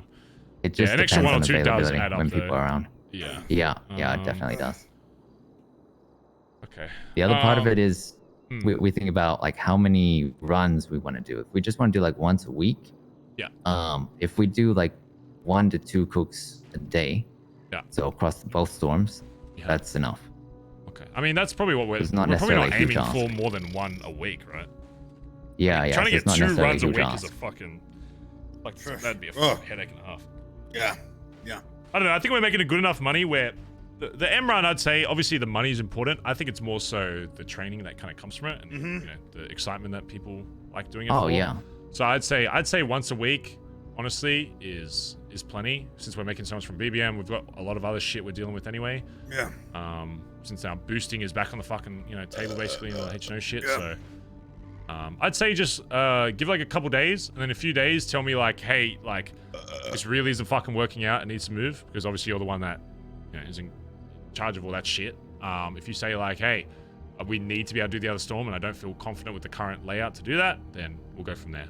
I just want to give at least a little bit for you to like test it and see if it's possible. Now knowing that that's what we're aiming for, and then if you're like, yeah, it's not feasible, then I'll trust your call. I'll organize to move it. I just don't want to have to shift shit again, like as you're trying to finally get back into rhythm and finally actually get you up there, because I'd assume it's annoying as fuck to have shifted it fucking 3 fucking times over and over without being able to actually do anything on it. So I at least want to get you your hands dirty a little bit, while it's going on. So all right. Yeah, sweet. I think we have like 2 cars we can do jobs for today, so I'll probably just piss and then we'll go do those. Figure out what we're gonna do for them. Nice. Yeah. Oh, well, the cars. One's a mule, so I'm trying to think of what something interesting we could be, because it's like over $1 million. Anything like over $1 million, I want to make sure it's a really good drop. So. Ooh, you missed my drop for the Tampa. I did a really good drop for the Tampa. Would you be around to help us with that shit, that drop? Or you going soon? Yeah, you want to do one right now? Let's do one right now. I got like 30 minutes or so. Yeah, give me like 5 minutes to go piss and stuff, and then we'll. Okay. Maybe start thinking of some shit we could do for it. Like, I want something with a lot of people. It is a truck. Okay. I don't know. Maybe we could have someone inside or something, or like, maybe they have to like steal it from somewhere. I don't know. Man, it'd be fun to get a tow truck out there to hook it up like we're trying to take it because it's illegally parked. Yeah, we have done a lot of tow shit before. I don't. So. Yeah. All right, give me a sec, and then we'll go do that. All right. But you remember me, right? Yes, I fucking remember you shit. Okay.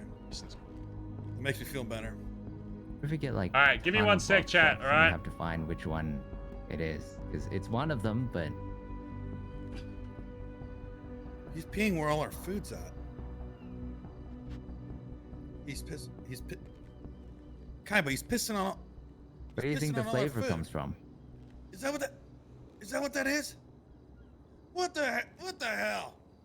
Oh God. Is this better or worse than bin food? God damn it! Gosh. What the hell?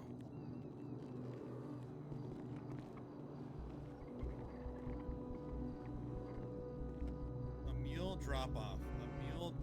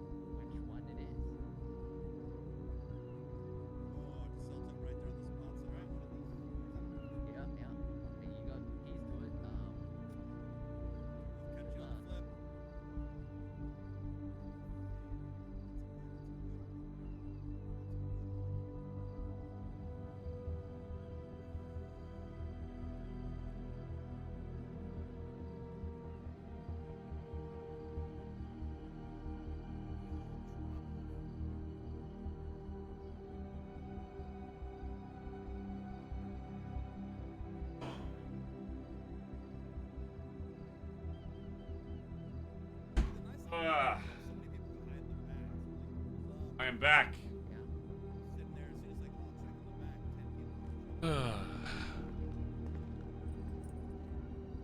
All right, who wants to help with the mule drop? I think a bunch of us are about to do a base city with rat and shit. I think we might have already enough, so if there's others left over, they should go to help you with that. Yeah, if you're not doing the base city shenanigans, I would appreciate help with getting this mule delivered. I think we're just finishing up the last of handoffs for this run. Three of us will be free.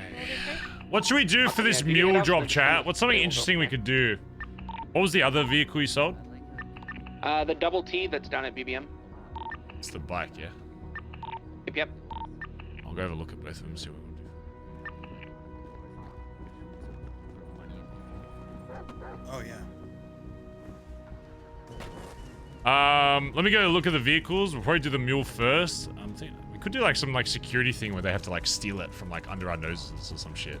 Yeah, it's like a low tier bank truck. Yeah, exactly. We'll open And up we could the have back it. and We like could throw shoes at them or something.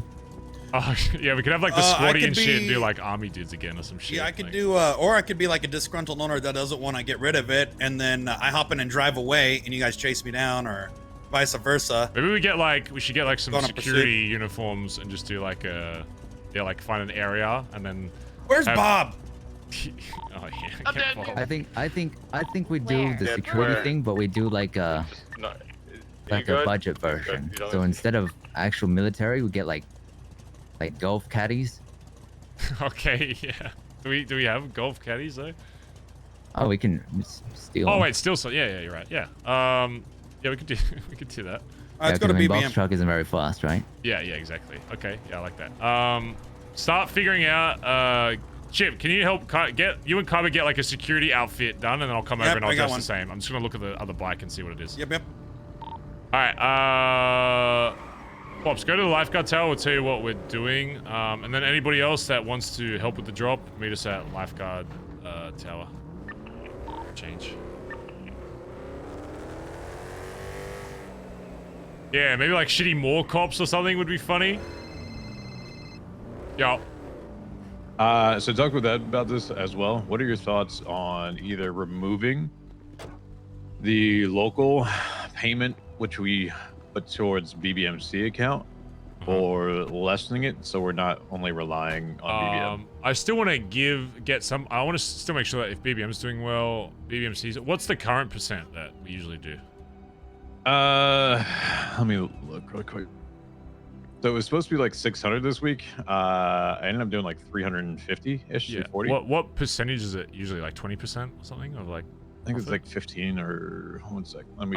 Yeah, I think BBMC should still make some money from it, but yeah, if we're making like really good money, then yeah, maybe just lower the percentage just a little bit, just so I want to make sure that if people do stuff for BBM, especially in BBMC, that it will still benefit the club as well. Maybe just not to the crazy amount, but yeah, I still think they should still make a decent amount for like land tax stuff, and it's a good way to, you know, move money around and all that kind of stuff. Because realistically, like outside of paying people and getting employees paid and all that, it's like, you know, what use is having a fuck ton of money in BBM unless, like, one thing I do want to try and push for is for us to get vehicles that can help us do drops, like the fucking cargo bob and shit. I don't know if we could like somehow buy one, or buy one to where it's exclusive to us and we're the only ones that can pull it out or something. Like shit like that is what I would want to use the money for, just so we can do bigger drops basically. So I might try and speak to like 100% Nancy or agree. something maybe. Yeah, so it's sick that we have a fuck ton of money in there, but I don't want that account to get to like 20 mil and then we're like, well, we don't really have stuff to spend on other than, you know, buying more cars. So it's like, I want to make sure that we're leveling up like the account. If the money goes up, we're leveling it up with like shit we're getting. So like, what can we use this money for? Obviously make sure everyone's getting paid out and all that kind of stuff, but yeah, just bring in more shit to the table with I wanted to buy maybe we just end up doing it anyway. I wanted to buy the heli. Like I said, there's like 2.5 million. And then if we I mean, the only problem is if it's for drops though, it's like, is there a benefit of owning a heli versus just renting it? Yeah, so but say for like the tugboat like or whatever, if there's stuff if there's stuff like that where it's like, oh, this would be cool for like a drop or two, then yeah, we can start looking for vehicles or boats or planes or whatever that would be cool for a drop. Like, yeah, shit like that. We can definitely start So looking what percentage do we have it at? Is at 25% after like half the shit. So. Oh, for BBM, Jesus Christ. Yeah, BBMC, yeah. Maybe put it like 15%. That's probably about what you lowered it to anyway for this week. Maybe change it to 15 from 20. I'll do it. I have to redo all the spreadsheets again, like everything. I do not envy that. Make sure if you're doing a lot of shit, like obviously pay yourself out for like if there's extra work you're doing, then don't need a ton of money. I have 1.3 in the bank account. I'm good. Okay. If I need something, I'll yeah. If there's like a fuck ton of shit, then just obviously just pay it out and say like setup costs or whatever. I'll start looking around and see what we can use some of that money to make the experiences better and all that kind of shit. So one more. We're doing the mule right now. We're gonna do like a budget security thing and steal a bunch of golf carts and make them like rob it and chase them down with that. So you should try. You put like rental papers, like a note in it or some shit. It's like here's the pink slip to the vehicle or some shit. Yeah, exactly. All right, we're gonna do that. If you guys get done and we're not set up yet, then just call me. I'll probably be in jail. Oh, yeah, okay. All right, well, call me when you're out. I'll pick you up. All right, bye-bye. Yeah, all right. I can come help the customer. Or they... Oh, they... Where is the mule? What's the double T? Do I have the mule? Uh-oh. Did I sell the mule? Uh-oh. Why? Oh, wait, it's in BBM, isn't it? BBMC, isn't it? What the fuck? Alright, I'm coming over to Lifeguard. This car just disappeared. The Gleam giveaway trolled me. Who's putting a fucking Gleam giveaway? Coming in right now. Cocaine is a hell of a drug.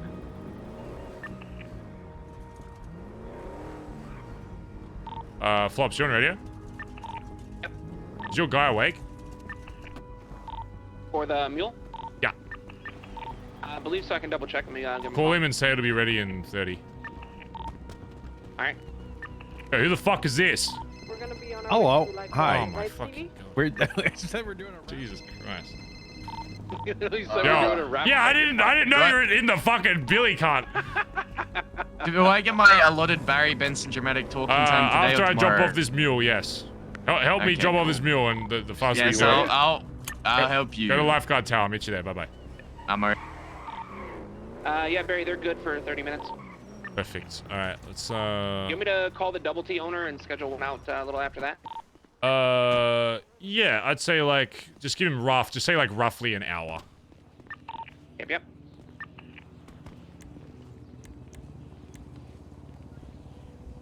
Okay, mule is here. Perfect.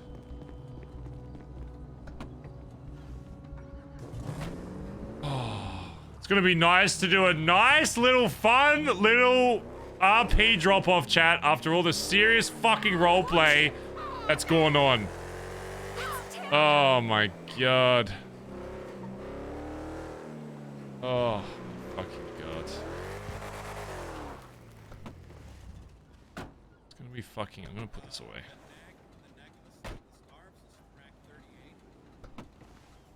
All right, Barry. Both of them confirmed they're available in the 30 minutes and then roughly the hour. Details are rack 71.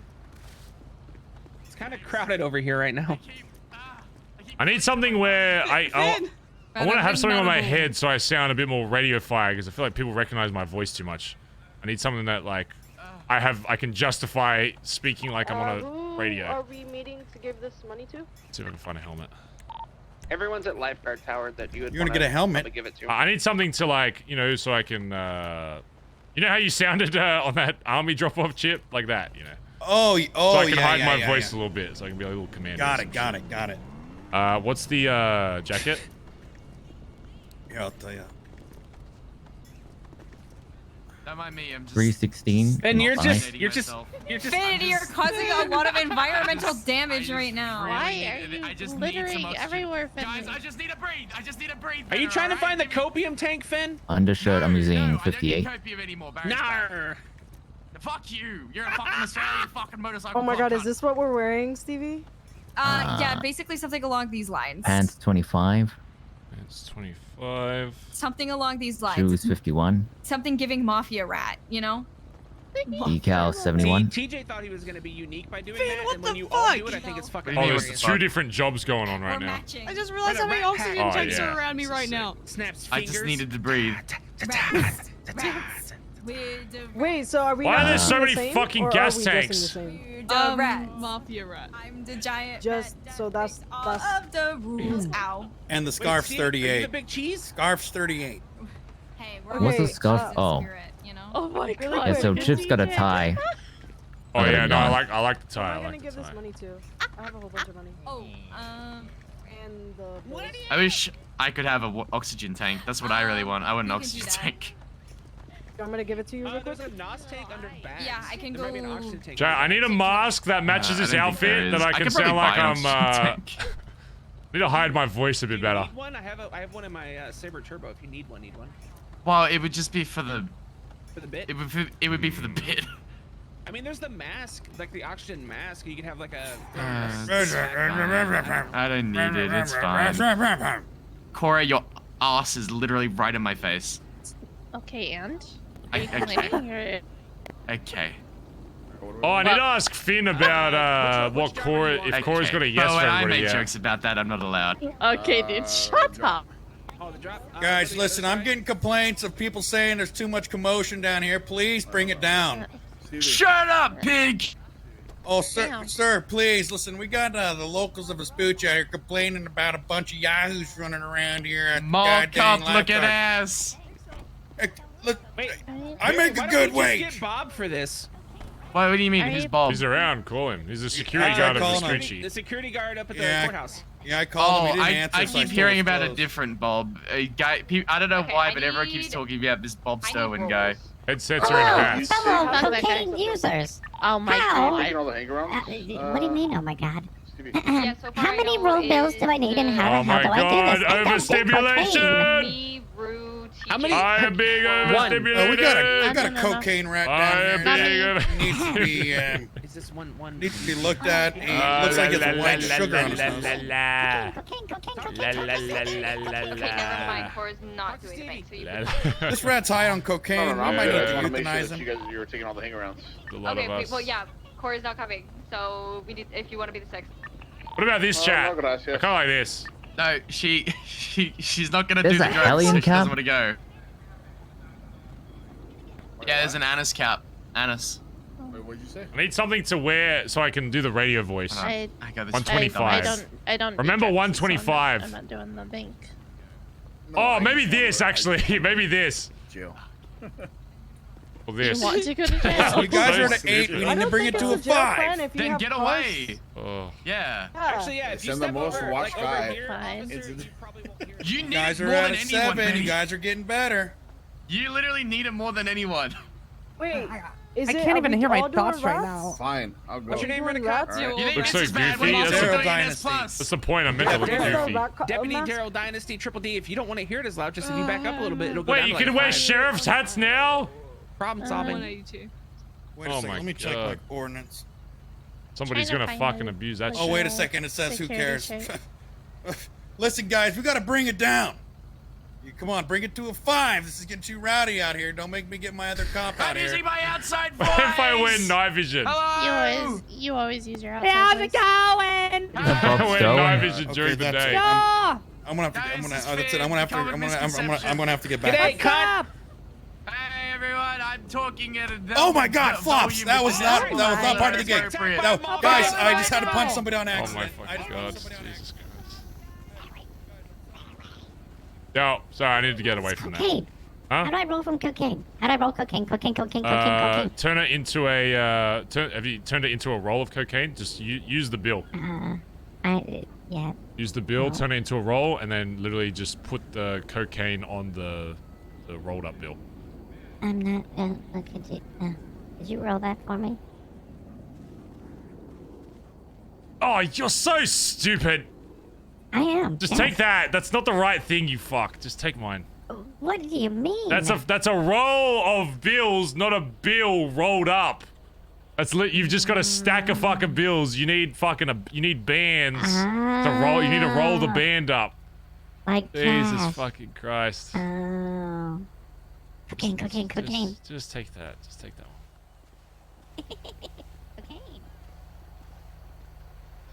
one. Alright, let me get my radio voice chat. Hold on.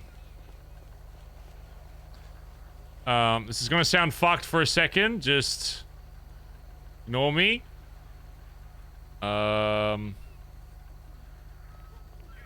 Love that Stevie made a fucking Germa reference. I will remember that.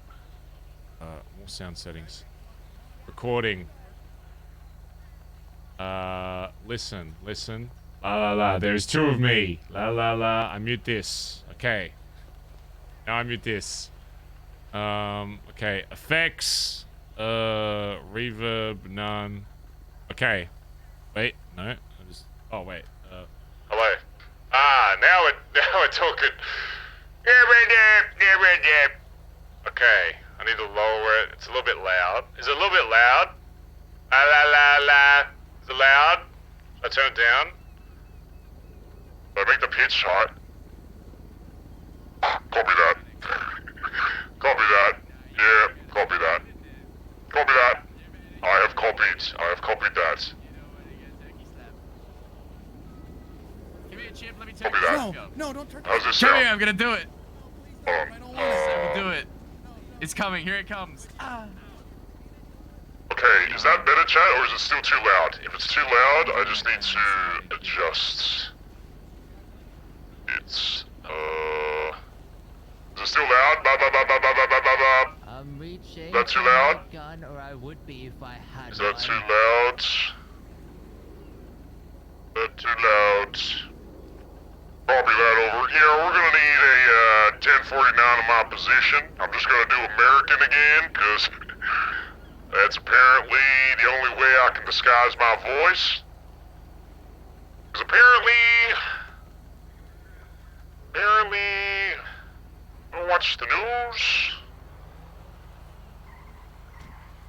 Hey Bazz, haven't seen you in a long time. Just want to say you've helped me so much. I appreciate it, dude. One voice, Andy. Okay, listen, I can do a lot of voices, okay? Just not for an extended period of time.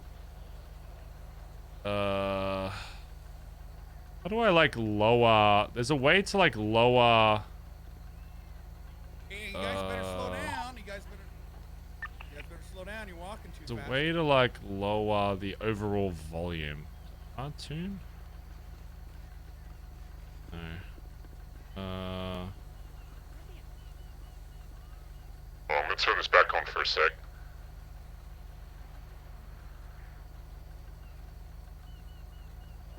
Okay, now I can hear my... Copy that, over. Yeah, right there. I'm a guy with a mic. La la la. Hey, Peter. Now the conch voice does not work. We don't have any. The conch voice does not work with this effect. If I turn the gender down. If I turn the gender up, that just makes me sound like me. I'm really hurt. Do you Who have the hell was any that? more that's rolled already? I'll give you this extra.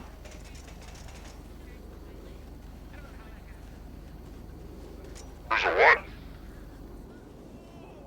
How many more cocaine that's rolled?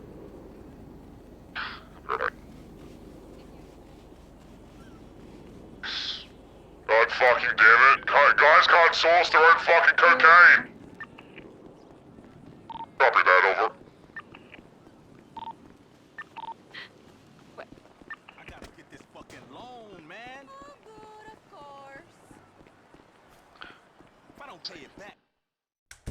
Oh my god, you're right. That's how they're gonna stop my addiction. They're gonna just take all my fucking coke. Oh. I have more coke on me. Sure, I'll book one of their meeting rooms. It's club coke. It's club coke. That's what you sound like. Actually, it's club coke. Actually... Some nerd just called. They're doing a weed run. You sound like- Dropping it off, yeah. Let's get on our bike, security team, and let's get Alright, stop this weed security guy. team, let's move the out. one behind Security Smoke on team, the roll Water. out. We want a coke. There is Come on, coke on the what's the ground here. Let's go, security team. I put coke next to flops. There is coke next to flops. Grab a bike from the bike shop, security team. Alright, security team. Copy that, security team. 10-4. 10-4. Hey, Floppy, what drop is he doing? He said the one in the square area near us, so I believe it's by the way. Mask on, you yeah. prepare? I have a mask. You prepare? Look, what is this on my head?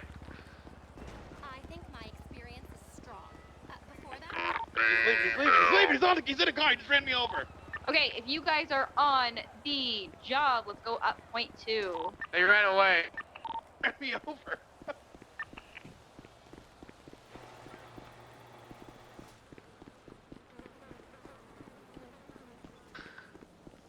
Should we use bikes or golf carts, chat? We should use bikes. What would be funnier? Probably golf carts. Alright, security team, I'm acquiring the vehicle for transportation. Over. Copy. 10-4 now. It's a helmet. It's the same. It's covering my face.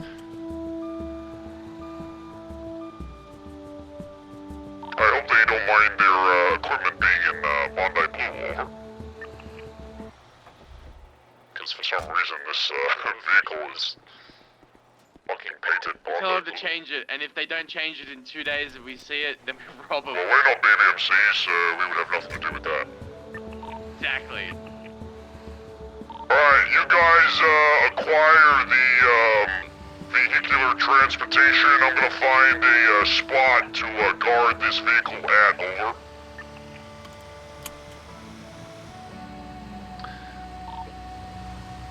Where would be a good place to do security chat? Maybe by the dock somewhere? I think docks would probably be a good one. They're gonna be chasing us. We're gonna be probably chasing them. Over. Barry, for this drop, am I gonna have the mule, or are you gonna have the mule? We're gonna have the mule. I'm gonna put it under your name. You're going to be stealing it from right under our noses, and then you'll find a place located far away, and you'll finish the sale with him. Over. Alrighty. So once we have the vehicles, meet up with us once, and then I'll give you keys, and then you'll get the customer, and we'll be ready to defend. Over. Heard.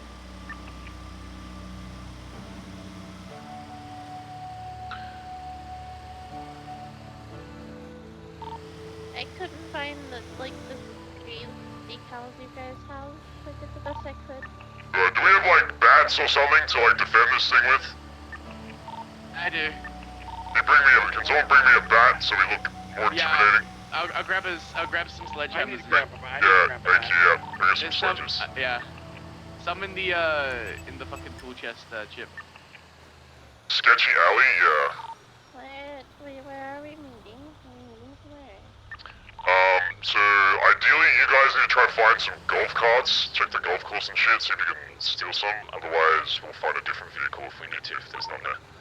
You could get those Delante patrol vehicles from down by the docks. Okay, well that's alright, I'm heading by the docks, so yeah, maybe do that then. Also, this thing is very slow though, so it would be good to have something that is equally as slow.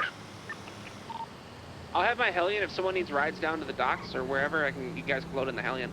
I need a ride. Stealth music. I'm at the front of the Billy if you need. Oh, I don't want to start an ad. I mean it. Okay. Chip, Finn, do you want rides to secure vehicles? I got my vehicle. I got my tactical bicycle.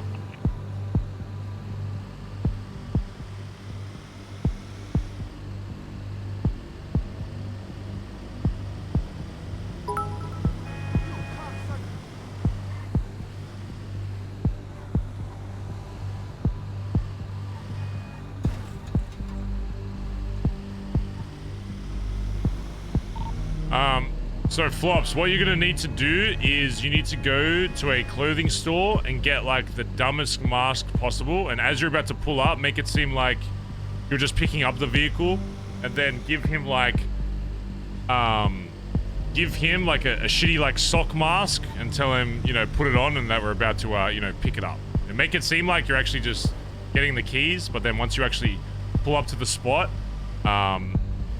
we'll set up a scene where, you know, you have opportunities to, like, sneak in past us, and then, maybe bring, like, a lockpick or something. Like, just lockpick the car again, and then, drive off with it, and then sell it to everyone. Okay? Yeah. You want golf carts? What kind of vehicle you want? No. So for you'll both be getting into the truck and driving away. We'll. No. I mean, I have everyone in the vehicle with me. I mean, if you can find golf carts, yeah. Because we need something slow. Otherwise, this cunt's never gonna be able to get away. Chip and I have bicycles. Oh yeah, maybe just get bicycles then. Just get a bunch of bikes. Golf. Well, I mean, search for golf carts first. If you can't find them, then get bikes.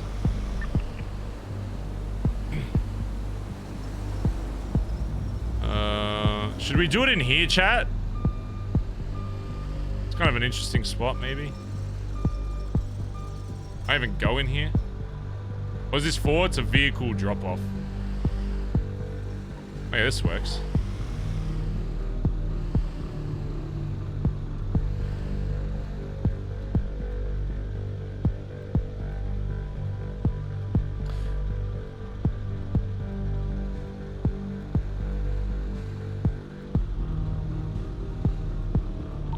God, you know what we could do as well? We could set up like security for it, and then you guys dress up in the same security outfits as us and like just walk up to it, and then we realize as you like start the car that you're actually stealing it, and then we chase you. Theo's the one buying it. I don't know if there's like a good outfit for her easily made. I know Cora made one, but we'll dress up like executives or something. We'll pretend to be like site foremans or something like that. Sure, okay. Yeah, maybe walk up with like clipboards and shit. Yeah, all right. Yeah. Get some like get it to change into high vis shit, like a helmet and stuff, like a fucking construction helmet. And then we'll have somebody at like the gate like let you in, and then we'll have other guards just kind of rolling around. You'll jump into the truck and then like take off with it. Yeah, but where exactly do you want everybody? We have golf carts and bikes secured. I'm just looking for a spot now. Just starting towards like kind of like Southside Dock area. I'm just having a look. Could yoink it from like Go Postal? That could be fun.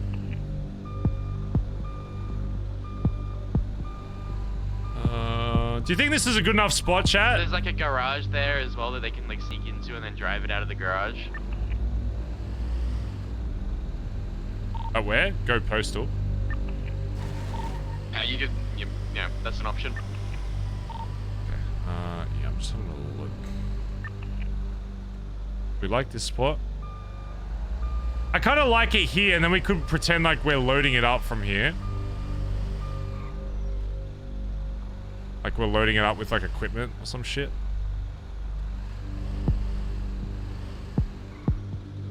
Oh, but they need to be able to get away.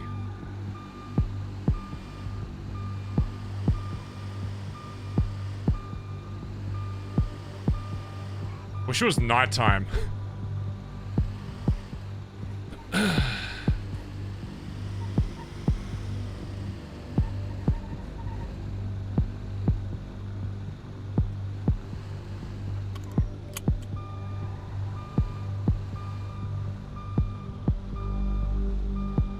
Bazza. Who? Bazza. Maybe like here.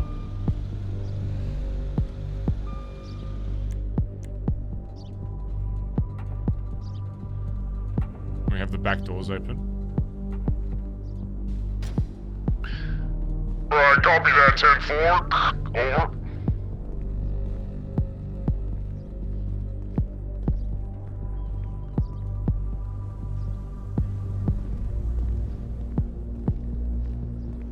We need someone like loading some shit up there. What's up? Are you still by like South Box, or did you go somewhere else? Yeah, I think I found a spot. What's your ping? 549.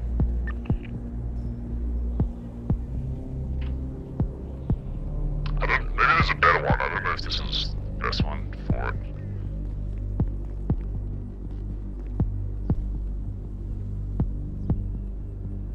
Actually, never mind. Head that direction, but I have a better one. Actually, better spot's the same spot. I'll show it to you. I'm gonna use the spot me and Dave were talking at because you can go on like the rafters and shit. And I think it will be. Oh, I don't know if you can fit in the door. No, you should be able to.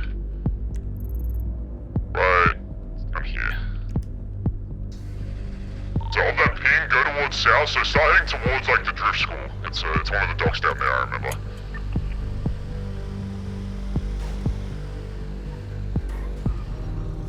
Oh, there's a better one we can do.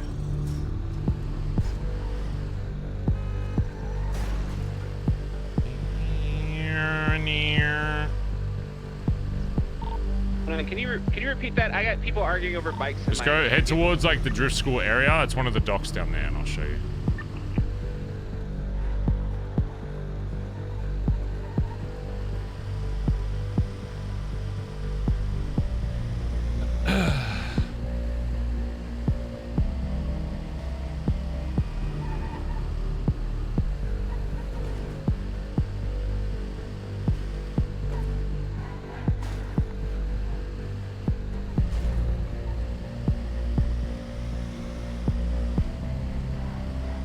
Is you in the Hellion?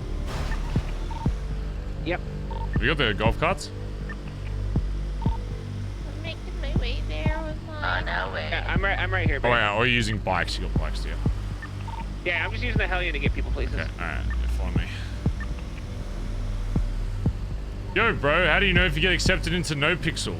They'll probably, tell you. Probably. Probably tell you, I would imagine. How?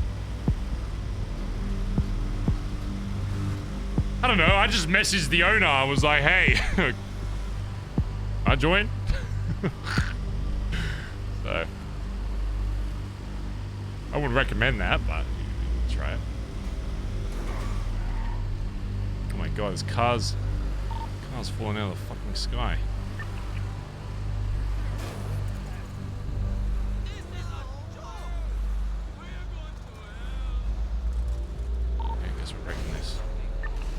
Wait, what did Cindy do?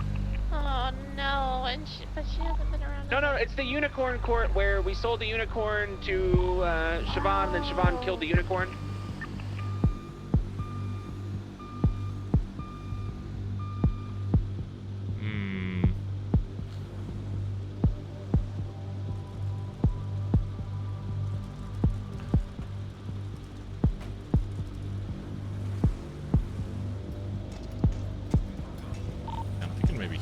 We just have people like No, you're walking not. around like.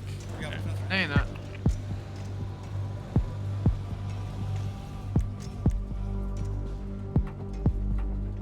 Alright, come to me, Flops. I'll see this truck. Alright.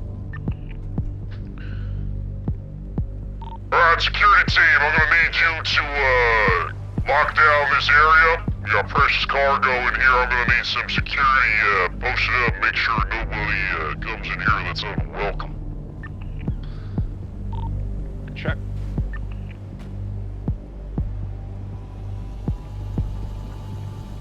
Sir, yes. Have you got our equipment? 37556.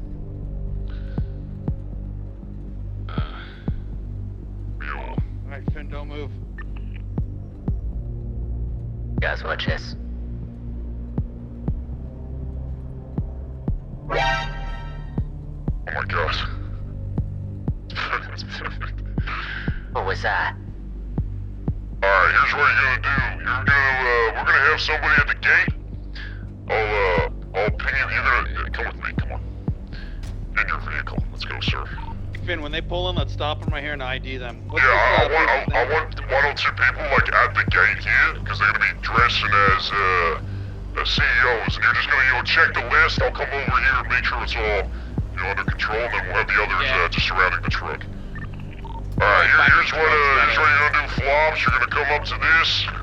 Ideally, maybe not that one because it's broken. You'll come to this side. Oh, there's cones. Okay, well, just come to this. It's fine. You'll come to this. Just get her to put some high-vis on and like some sort of construction helmet. Come on down here. We'll kind of check your IDs. Just tell her to give us like a fake name or some shit, and we'll magically have that name. We'll go show you the vehicle. Maybe say you're like the health and safety inspectors or something. No, we're just doing, we're doing an on-site safety inspection, making sure everything's up to code. Okay, yeah. Yeah, perfect. Come down, we'll show you the truck. We'll say, all right, well, we'll let you do your inspection and then we'll get back to guarding. I think you can still lockpick the car even if you're the owner, so maybe have a lockpick on you, just start picking it, just get her to get in the driver's seat until, you've got it all under control, and then, we off. We'll give chase, but we'll make sure, you guys get away. Alright. Alright, sounds good. Go get it sorted. What's your ping? I'll ping it back here just in case you forget the spot. I'm familiar with the spot, but Alright, 549. meet us back here, we'll go set up. Yep. Alright. Bazza. Security team, is this barricade a little broken for you as well? Looks fine to me. Okay, that's fine. Yeah, just go to the other one, flops. There you go. Oh wait, what are you standing like there, I'm standing like a cop 3 times. Oh shit. Oh yeah, now we're talking. Yeah, I'll copy that over. Yeah, Chip over here is, he's kinda smelling up the whole area. I think we should send him off duty. Over. Alright, what are your code names? Code name. Something basic, please, so I can remember it. I'm Daryl Dynasty of the Third Dimension. I'm just gonna call Brick you. Brain. I'm gonna call you Daryl and Brick. Barry, what's your code name, Barry? My code name is gonna be,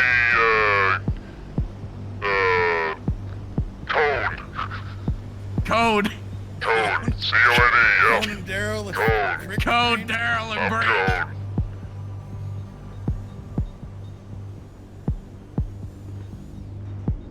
Just another day making They some call money, me being Brick security. on account of my mental capacity. Is it lunchtime yet? I'm a little bit slow. When can we take lunch? Is that happening? Go. Nobody's driven through here all day. Government privatized my tape so I couldn't do my trading corps.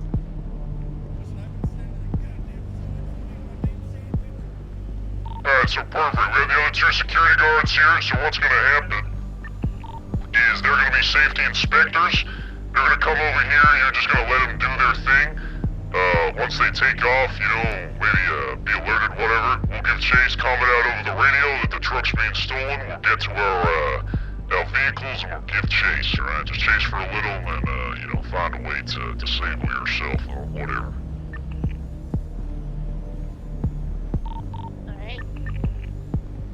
Where's the other golf cart? Get it parked up, like symmetrically. So park it over here so they, so it's lined up next to this green one. I want to call you on the radio too, Finn. Yeah, it seems like I've been designated the supervisor of this here dog.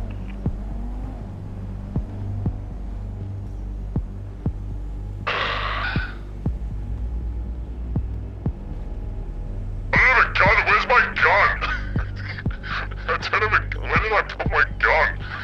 Why am I walking around unarmed? It's not censored.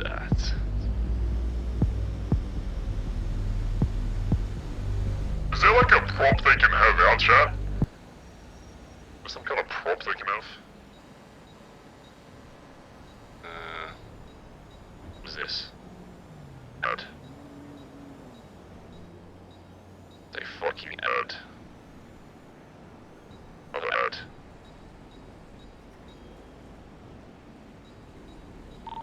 Has Flops made contact with the customer? I believe he's setting it up now. No, I'm just down at BBM. I got some people here that I'm gonna be helping out. Alright, perfect.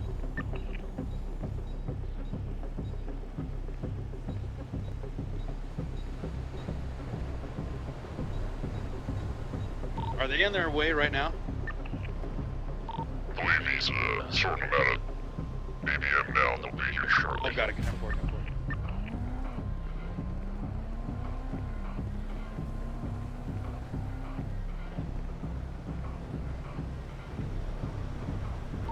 Someone's boosting in the spooky.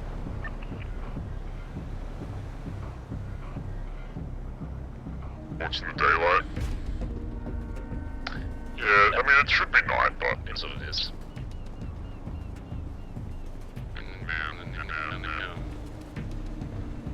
I look more scary when I have my gun out, like I'm just gonna swing it rapidly at somebody.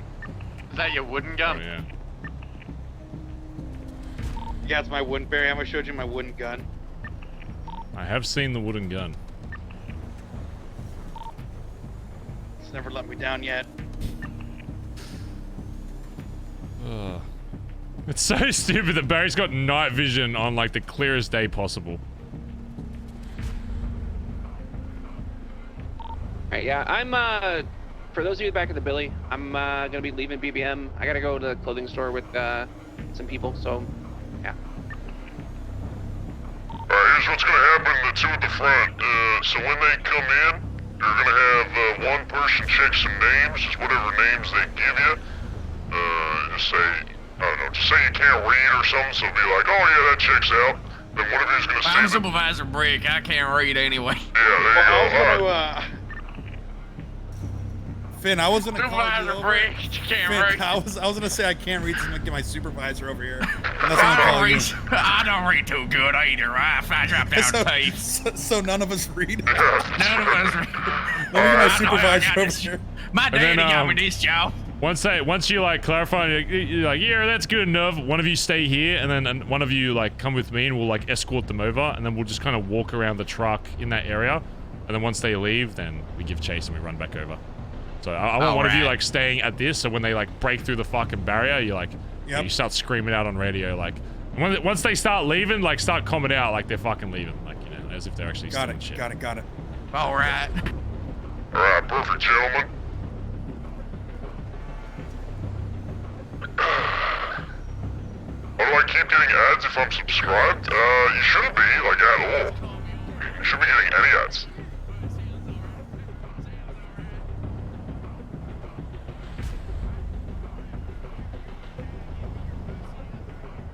Damn it, now. Means it's you three. Oh, yeah, dude.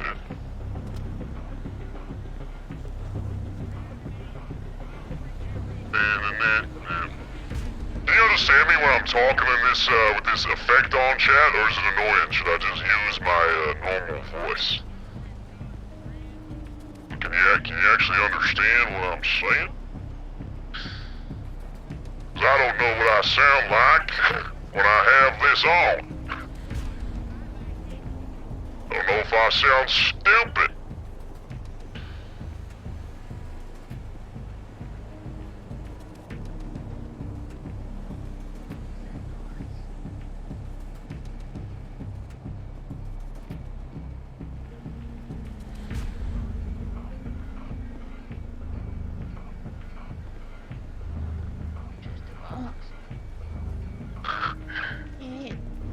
Just a box back there. Maybe, once they get over, maybe ask them a few questions about, what security firm they're from. And then once they get near the truck, just kinda, you know, have a look around, let them do their thing, give them a bit of space to run security checks. You know, just search the area. Anything suspicious, you calm it out. Okay, sounds good. Perfect. Alright, they should be here soon. You're good, but I speak Southern, so what does that mean? Good morning there, brother. Gosh darn it. It doesn't sound like you at all, that's good. Shouldn't sound like me at all. That's kind of the point. Gosh.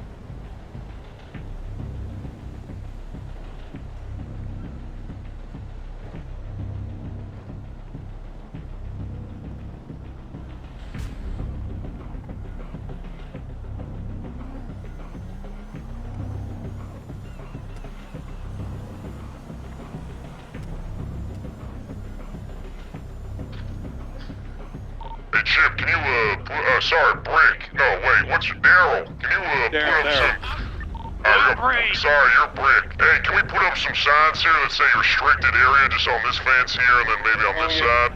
You got it. Just get a big red sign that says restricted area, and then below it just say, whatever, employees only or some shit. I can't spell that too. Who are you aliens and what have you done with my club? We're doing a BBM drop. Oh my god, I thought we got invaded. How to do, my name's Brick. I'm the supervisor.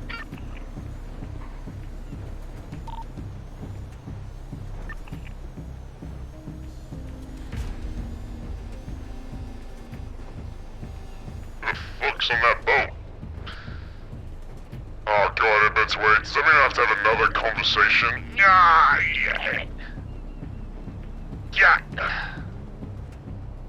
Maybe tomorrow, I'm tired. We mad at it, but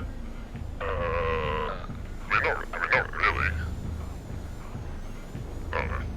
Unless he's been talking shit. I was supposed to sign up, but I don't do letters too good. You want to see these? Yeah, I'll let him take a look at it. I did not know my letters too good, but I think you guys are out, dude. Yeah, that looks pretty good to me. Looks good. Yeah, let's make sure Daryl here spells it the right way. Hey, Daryl, you need some help spelling? Yeah, what are we putting up? Hey, put in. We need more of these. Put restricted area. Restricted area. If you can make it bigger, that'd be nice. Maybe a bigger sign. It's kind of a little small.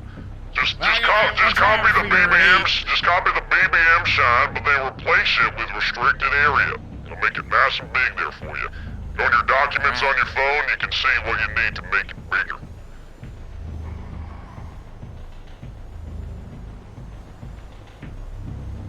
Side note, who's It's not red, but fuck it. Wait, Daryl, when did you figure out how to spell? Oh, Wait, I don't know. When did you learn on the smartphone. Did I do that right? I did it on my. Just get rid of this one, man. We'll keep that. Okay? Because you didn't put up the signs. You'd have somebody else that can spell put up the sign. There you go. Well, Brick can't spell. You hired me, not for my spelling. Alright, what were you saying? Who, was anyone a no on, Cora? Colin and Edbert told me they needed to talk to her, and they have, to evaluate, so, I gotta chase them up again. Alright, well, email them and let me know tomorrow. Yeah, I asked TJ, and TJ was like, I can't even think about it, my dad's missing! What a fucking pussy. So, you know, I don't know what TJ's at, but I'll read things. Yeah. I almost died today. Why? How'd you die? You almost died today. I got abandoned on an island today. Jesus Christ, what you gotta be careful about. Wait, watch it there, Daryl. I will punch you. I will beat your ass. I will punch you. I will beat your ass. You cross that restricted area line. Come on, get on now. I'm looking We got work to do, Daryl. Hey, watch yourself there. Oh, Jesus Christ.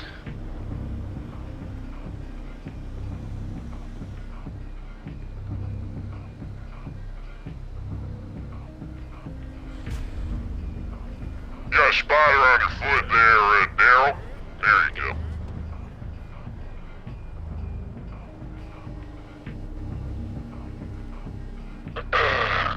Is this a serious RP? Yes. Very much so. Hey, Darren, what happened to you? Why were you almost killed today? This is very serious. I have night vision and a flashlight during the day. I don't think you can get more mercy than what's going on. At the bottom left corner.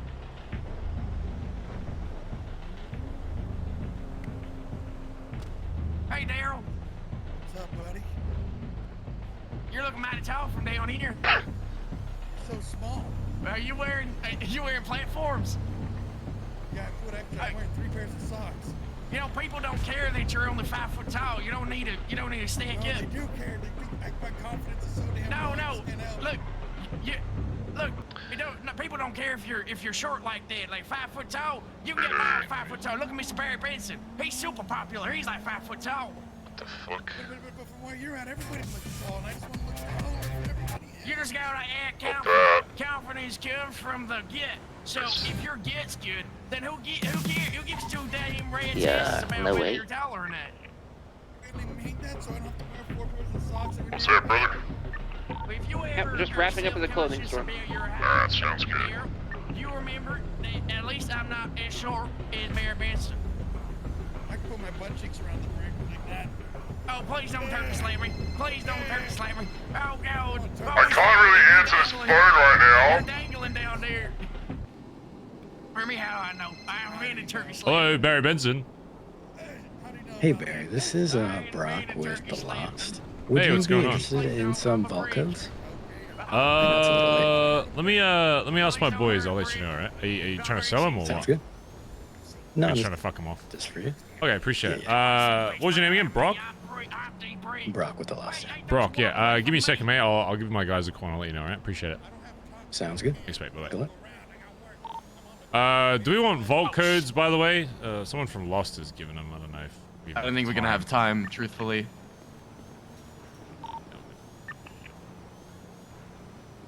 I mean, if they're given away, let's just take them, and if we can't use them, we give them away.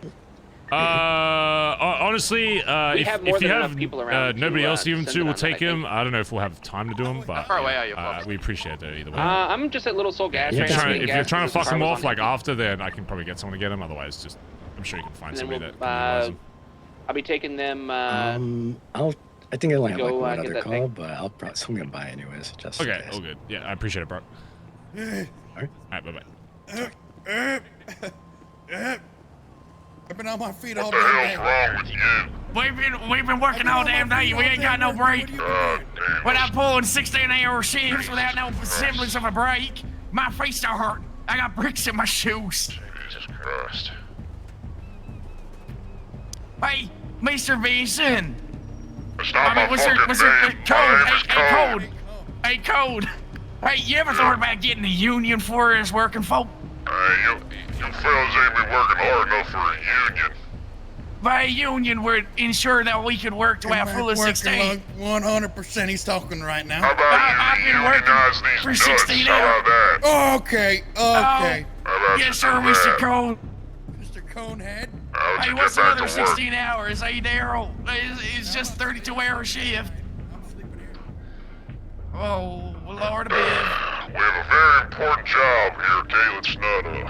Let's not disrupt that. Yes, sir. Who the fuck are these guys? Who the fuck are they? Z-Sim, 6 to T2, 48 months, by the way. Oh, sorry. It said, wow, 4 years. I can finally say I'm a long-time viewer. Thank you, dude.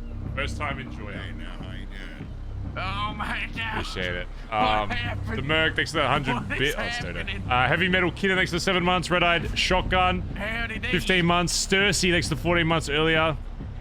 Jethro, thanks to 16 months. Oh, Zoe, thanks to 17 months. Bailey, thanks to 23 months.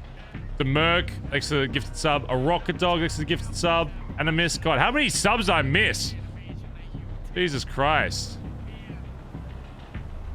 Did I thank Holly B. Raven? Did I thank... That was like 2 hours. Did I thank them? Thank you again. Can we get more love in chat for all the gifters today? Sorry if I...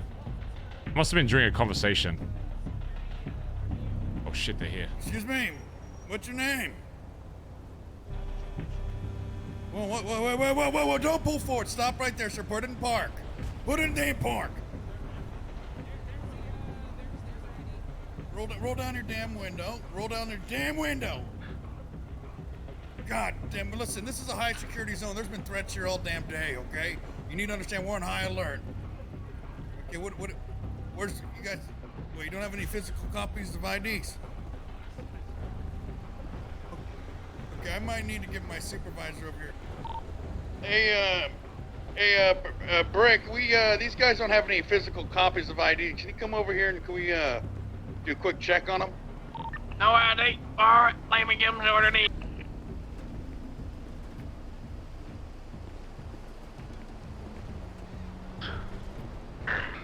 Make sure to let them know the gate's probably broken, so we're gonna need to drive around it or through it or something.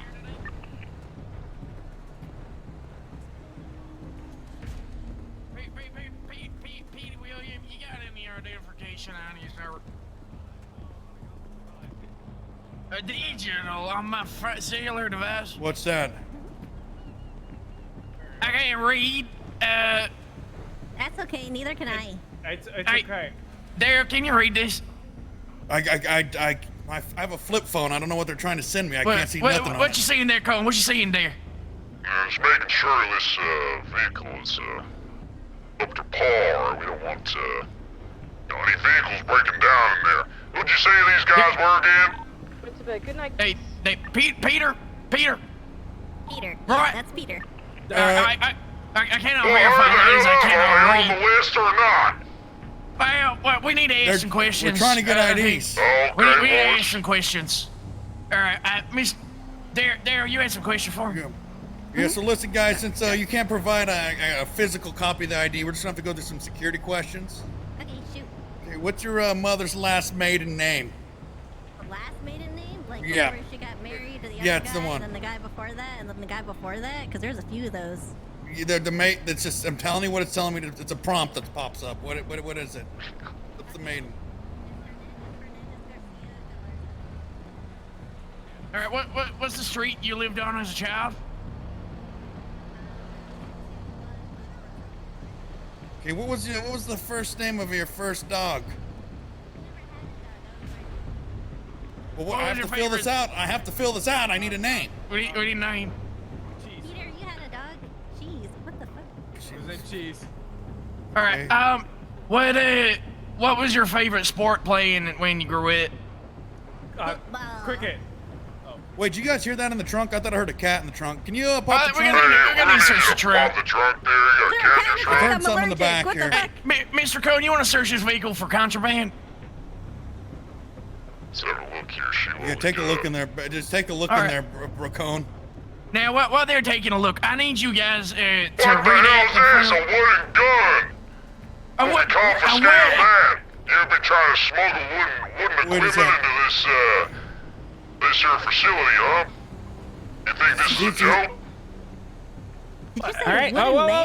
Mark that. Hold on. Mark that down. They passed the first test. So, wait. Yes, okay. Right, All there's a right, taste. yes, sir. Oh, right. All right, well, let's get this security moving. We need to get these chicks going so we get this truck out of here. All right. All right, now, Pete, do you want to lead him in on the bike? The gate's been a little busted, so we're gonna need you just to Guys, very keep it about 5 miles an carefully, hour. There's people. just ease your way around. through, okay? Just be very careful. Just make your way. There Oh, you go. God. Right. Nice. Got That me was speeding. fine. All right. It'll be fit. All right. I think we want to take a look at the vehicles you use on site as a. Oh, yeah, we got the main mule at the moment. Come follow me. I'll come show you to it. Everything all good up there? Yeah, just, we got the safety inspectors here. They're just gonna be coming over, checking out the vehicle. Just make sure we got one of you guards watching the gate. We don't want anybody else intruding on what we're doing down here. Daryl sending guard. Make sure you take notes on that.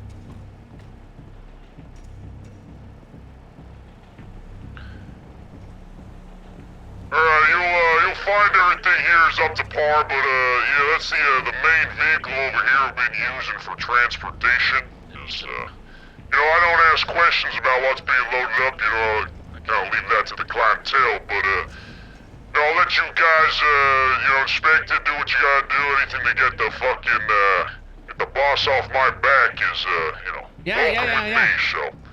Yeah, we'll get this inspected for you, and then we'll get out of your hair. Perfect.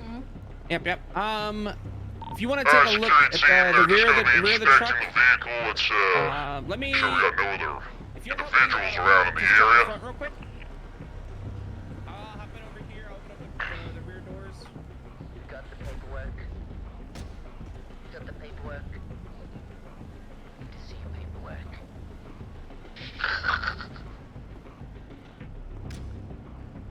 Hey, one of these safety inspectors is wearing pink boots. I know. If you need that, Right, seem like for normal uniform, but I guess I don't know any better. What kind of firm do you work for, sir? Pardon, what? What kind of firm do you work for? I'm sorry, I just gotta answer the question. It's looking good. We don't got any cracks. It looks like they're shutting. Hey, how's it looking in there? No, not doing anything. Hey. Oh, they're just inspecting the said their vehicles, so we'll be out of here in no time. They left the paperwork at the back of their car. What company do you work for, sir? You know, the company. The company. Having a look. Interesting choice of Bunch of candy wrappers. F me. Are you They turned that truck up. God. Oh, they just doing checks, that's fine. With her in the cab and see if there's anything more. Can I get security, folks? Seeing any paperwork? Can I get you guys? Just yeah, everything's great. I don't foresee any issues with any. I asked him what firm he works for. He said anything. Yeah, everything looks super great. Everything looks super great. Ain't no fucking paperwork. Everything looks super great. Yeah, everything looks so good. Yeah. Will you round your team up just real quick? I'm gonna just have a chat. Hey, the paperwork's right here on the clipboard if you need to see it. Just Why didn't you say so? Hey, security team, come over here. We're gonna check out his paperwork. Apparently, If you had it the whole time, why wouldn't you just say so? I'm sorry. I thought I didn't know. I want to make sure you get your marks. Okay. All right. On entry check, you guys get a pass. Okay. You pass with flying colors. That's good. Yep. On site security, you pass also with flying colors. That's it. We gotta run! Why is that thing so fast? Oh my God, they hurt. It's actually far faster than I can. I'm on him. Hey! Please don't bring back!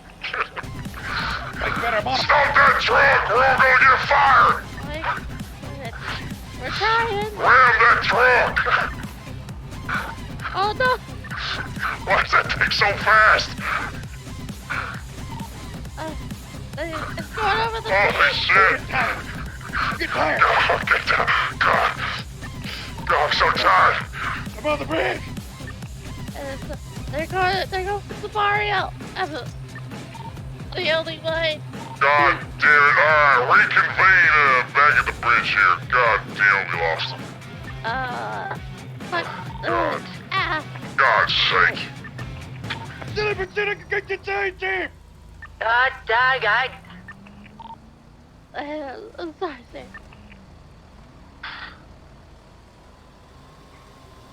Damn it! I can't believe they God took fucking damn it. Codes to the Billy, so we do have codes for a vault. Go take out fucking. Alright, let's get the hell out of here. Let's get back to the billabong, I guess. God fucking damn it. Do we want to set up for the double T now? Yeah, let's get this thing going real quick. You can use the same outfits. Alright, I'm gonna need to do something, so I'll leave you guys do that drop. I'll see you, meet me at BBM, Flops, and I'll see you this back here. Yep. You guys can figure out what you want to do. No. It's a Bob Sterling, I heard.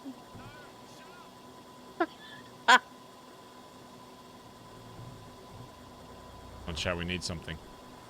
You wanna go to BBM, Barry? Yeah, let's go BBM. Okay. Wait, where are you guys at? You guys ready to drive back? Yeah, let's get out of here. Don't come to BBM. Okay, don't go to BBM. Yeah, don't go to BBM because their car is at BBM. Oh. Okay, all right. Well, we'll avoid BBM. Well, let me know when they're out of there so I can go fucking get that vehicle.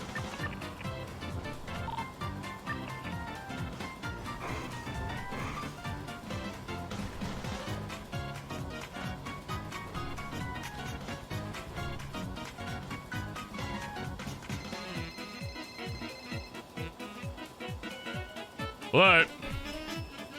See you in the yellow pages. Everything back to normal? I mean, Wait, where are you at? I'll just bring the double T to you. Normal, I wouldn't use the word normal Viceroy, for it, but... he's on the phone. It's not my business anymore, I guess. So, I'm calling because I got to drop off in Vespucci. Yeah, that's fine. Do you think? Everything good? I mean, things are being dealt with.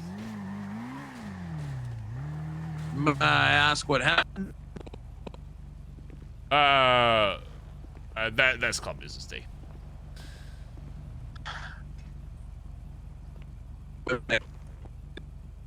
Mate, 37556. I don't know if you're fucking dying or I am. I think me. Okay, We're all hold dying on. very slowly. Double T cell steady. 37556.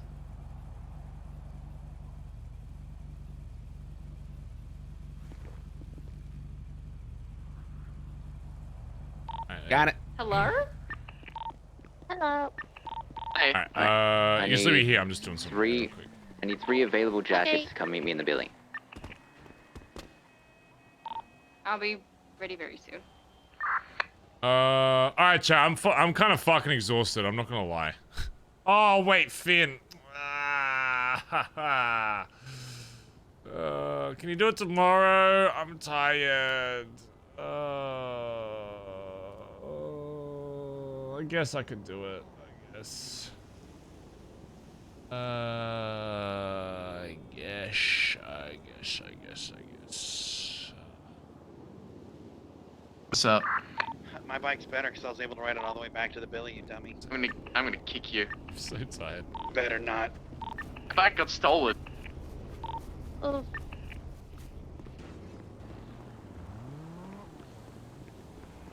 They are they out of BBM? I got the bike already. I drove back to the Billy. The guys with the mule gone. Like from BBM. Double check. I want security running there if their current shit's there. Of the PM? No, I told her to leave. I was gonna go sleep, but I should probably I should probably have this chat. They're not here currently, but their car's still here. Just make sure if you're in those same fits, you either change or move somewhere else. Are we keeping the security guard outfits for the next one, for the double T?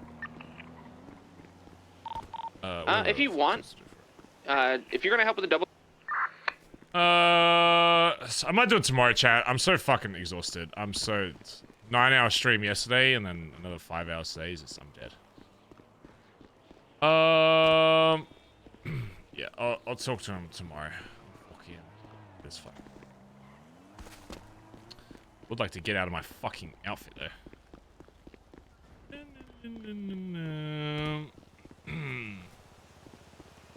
Yeah. Maybe tell him. Maybe tell him. That's what you sound like. Maybe tell him. Shut up. Oh shit, I'm gonna tell him. Shut up. Now, Barry, maybe you should do this. Shut up. Now, put your hands up. You gonna be live tomorrow? Probably. Probably. Still like 50 more fucking combos I gotta have, so. I don't like this. I'm gonna go hide in the shed. Look at that. Was that a ghost? A ghost in the fucking billabong? Ugh.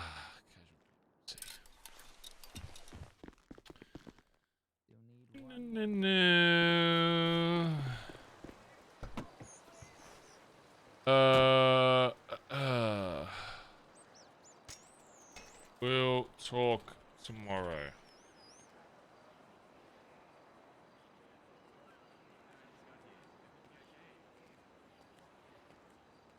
don't know if that's sent.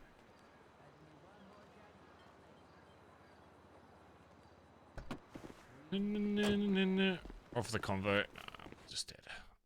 Chat. Thanks for hanging out. I'm exhausted.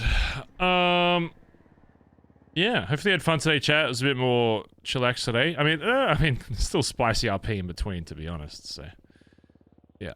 Hopefully you're still enjoying it. I'll be live again tomorrow. Yeah, sorry for the shorter stream. I'm just so tired, and I still got to go to gym today. I don't want to burn myself out of this shit. And if I push too hard again, if I do another 9 hours, I'm just gonna, you know, end up like people need. I don't like taking like week-long breaks and shit, so I'd rather just pace myself each day, so I don't have to take less days completely off. Chat, thanks for getting us back over 2K subs. I really do fucking appreciate it. Everybody that gifted subs today, resub today. Much fucking love. Thank you so much. Yeah, should we raid someone, or do you want to raid? Who would you like to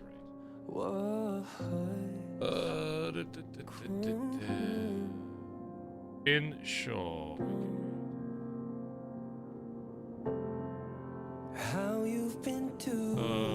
Slash raid. Alright, did that work? Oh fuck, I gotta join the chat. Hold on.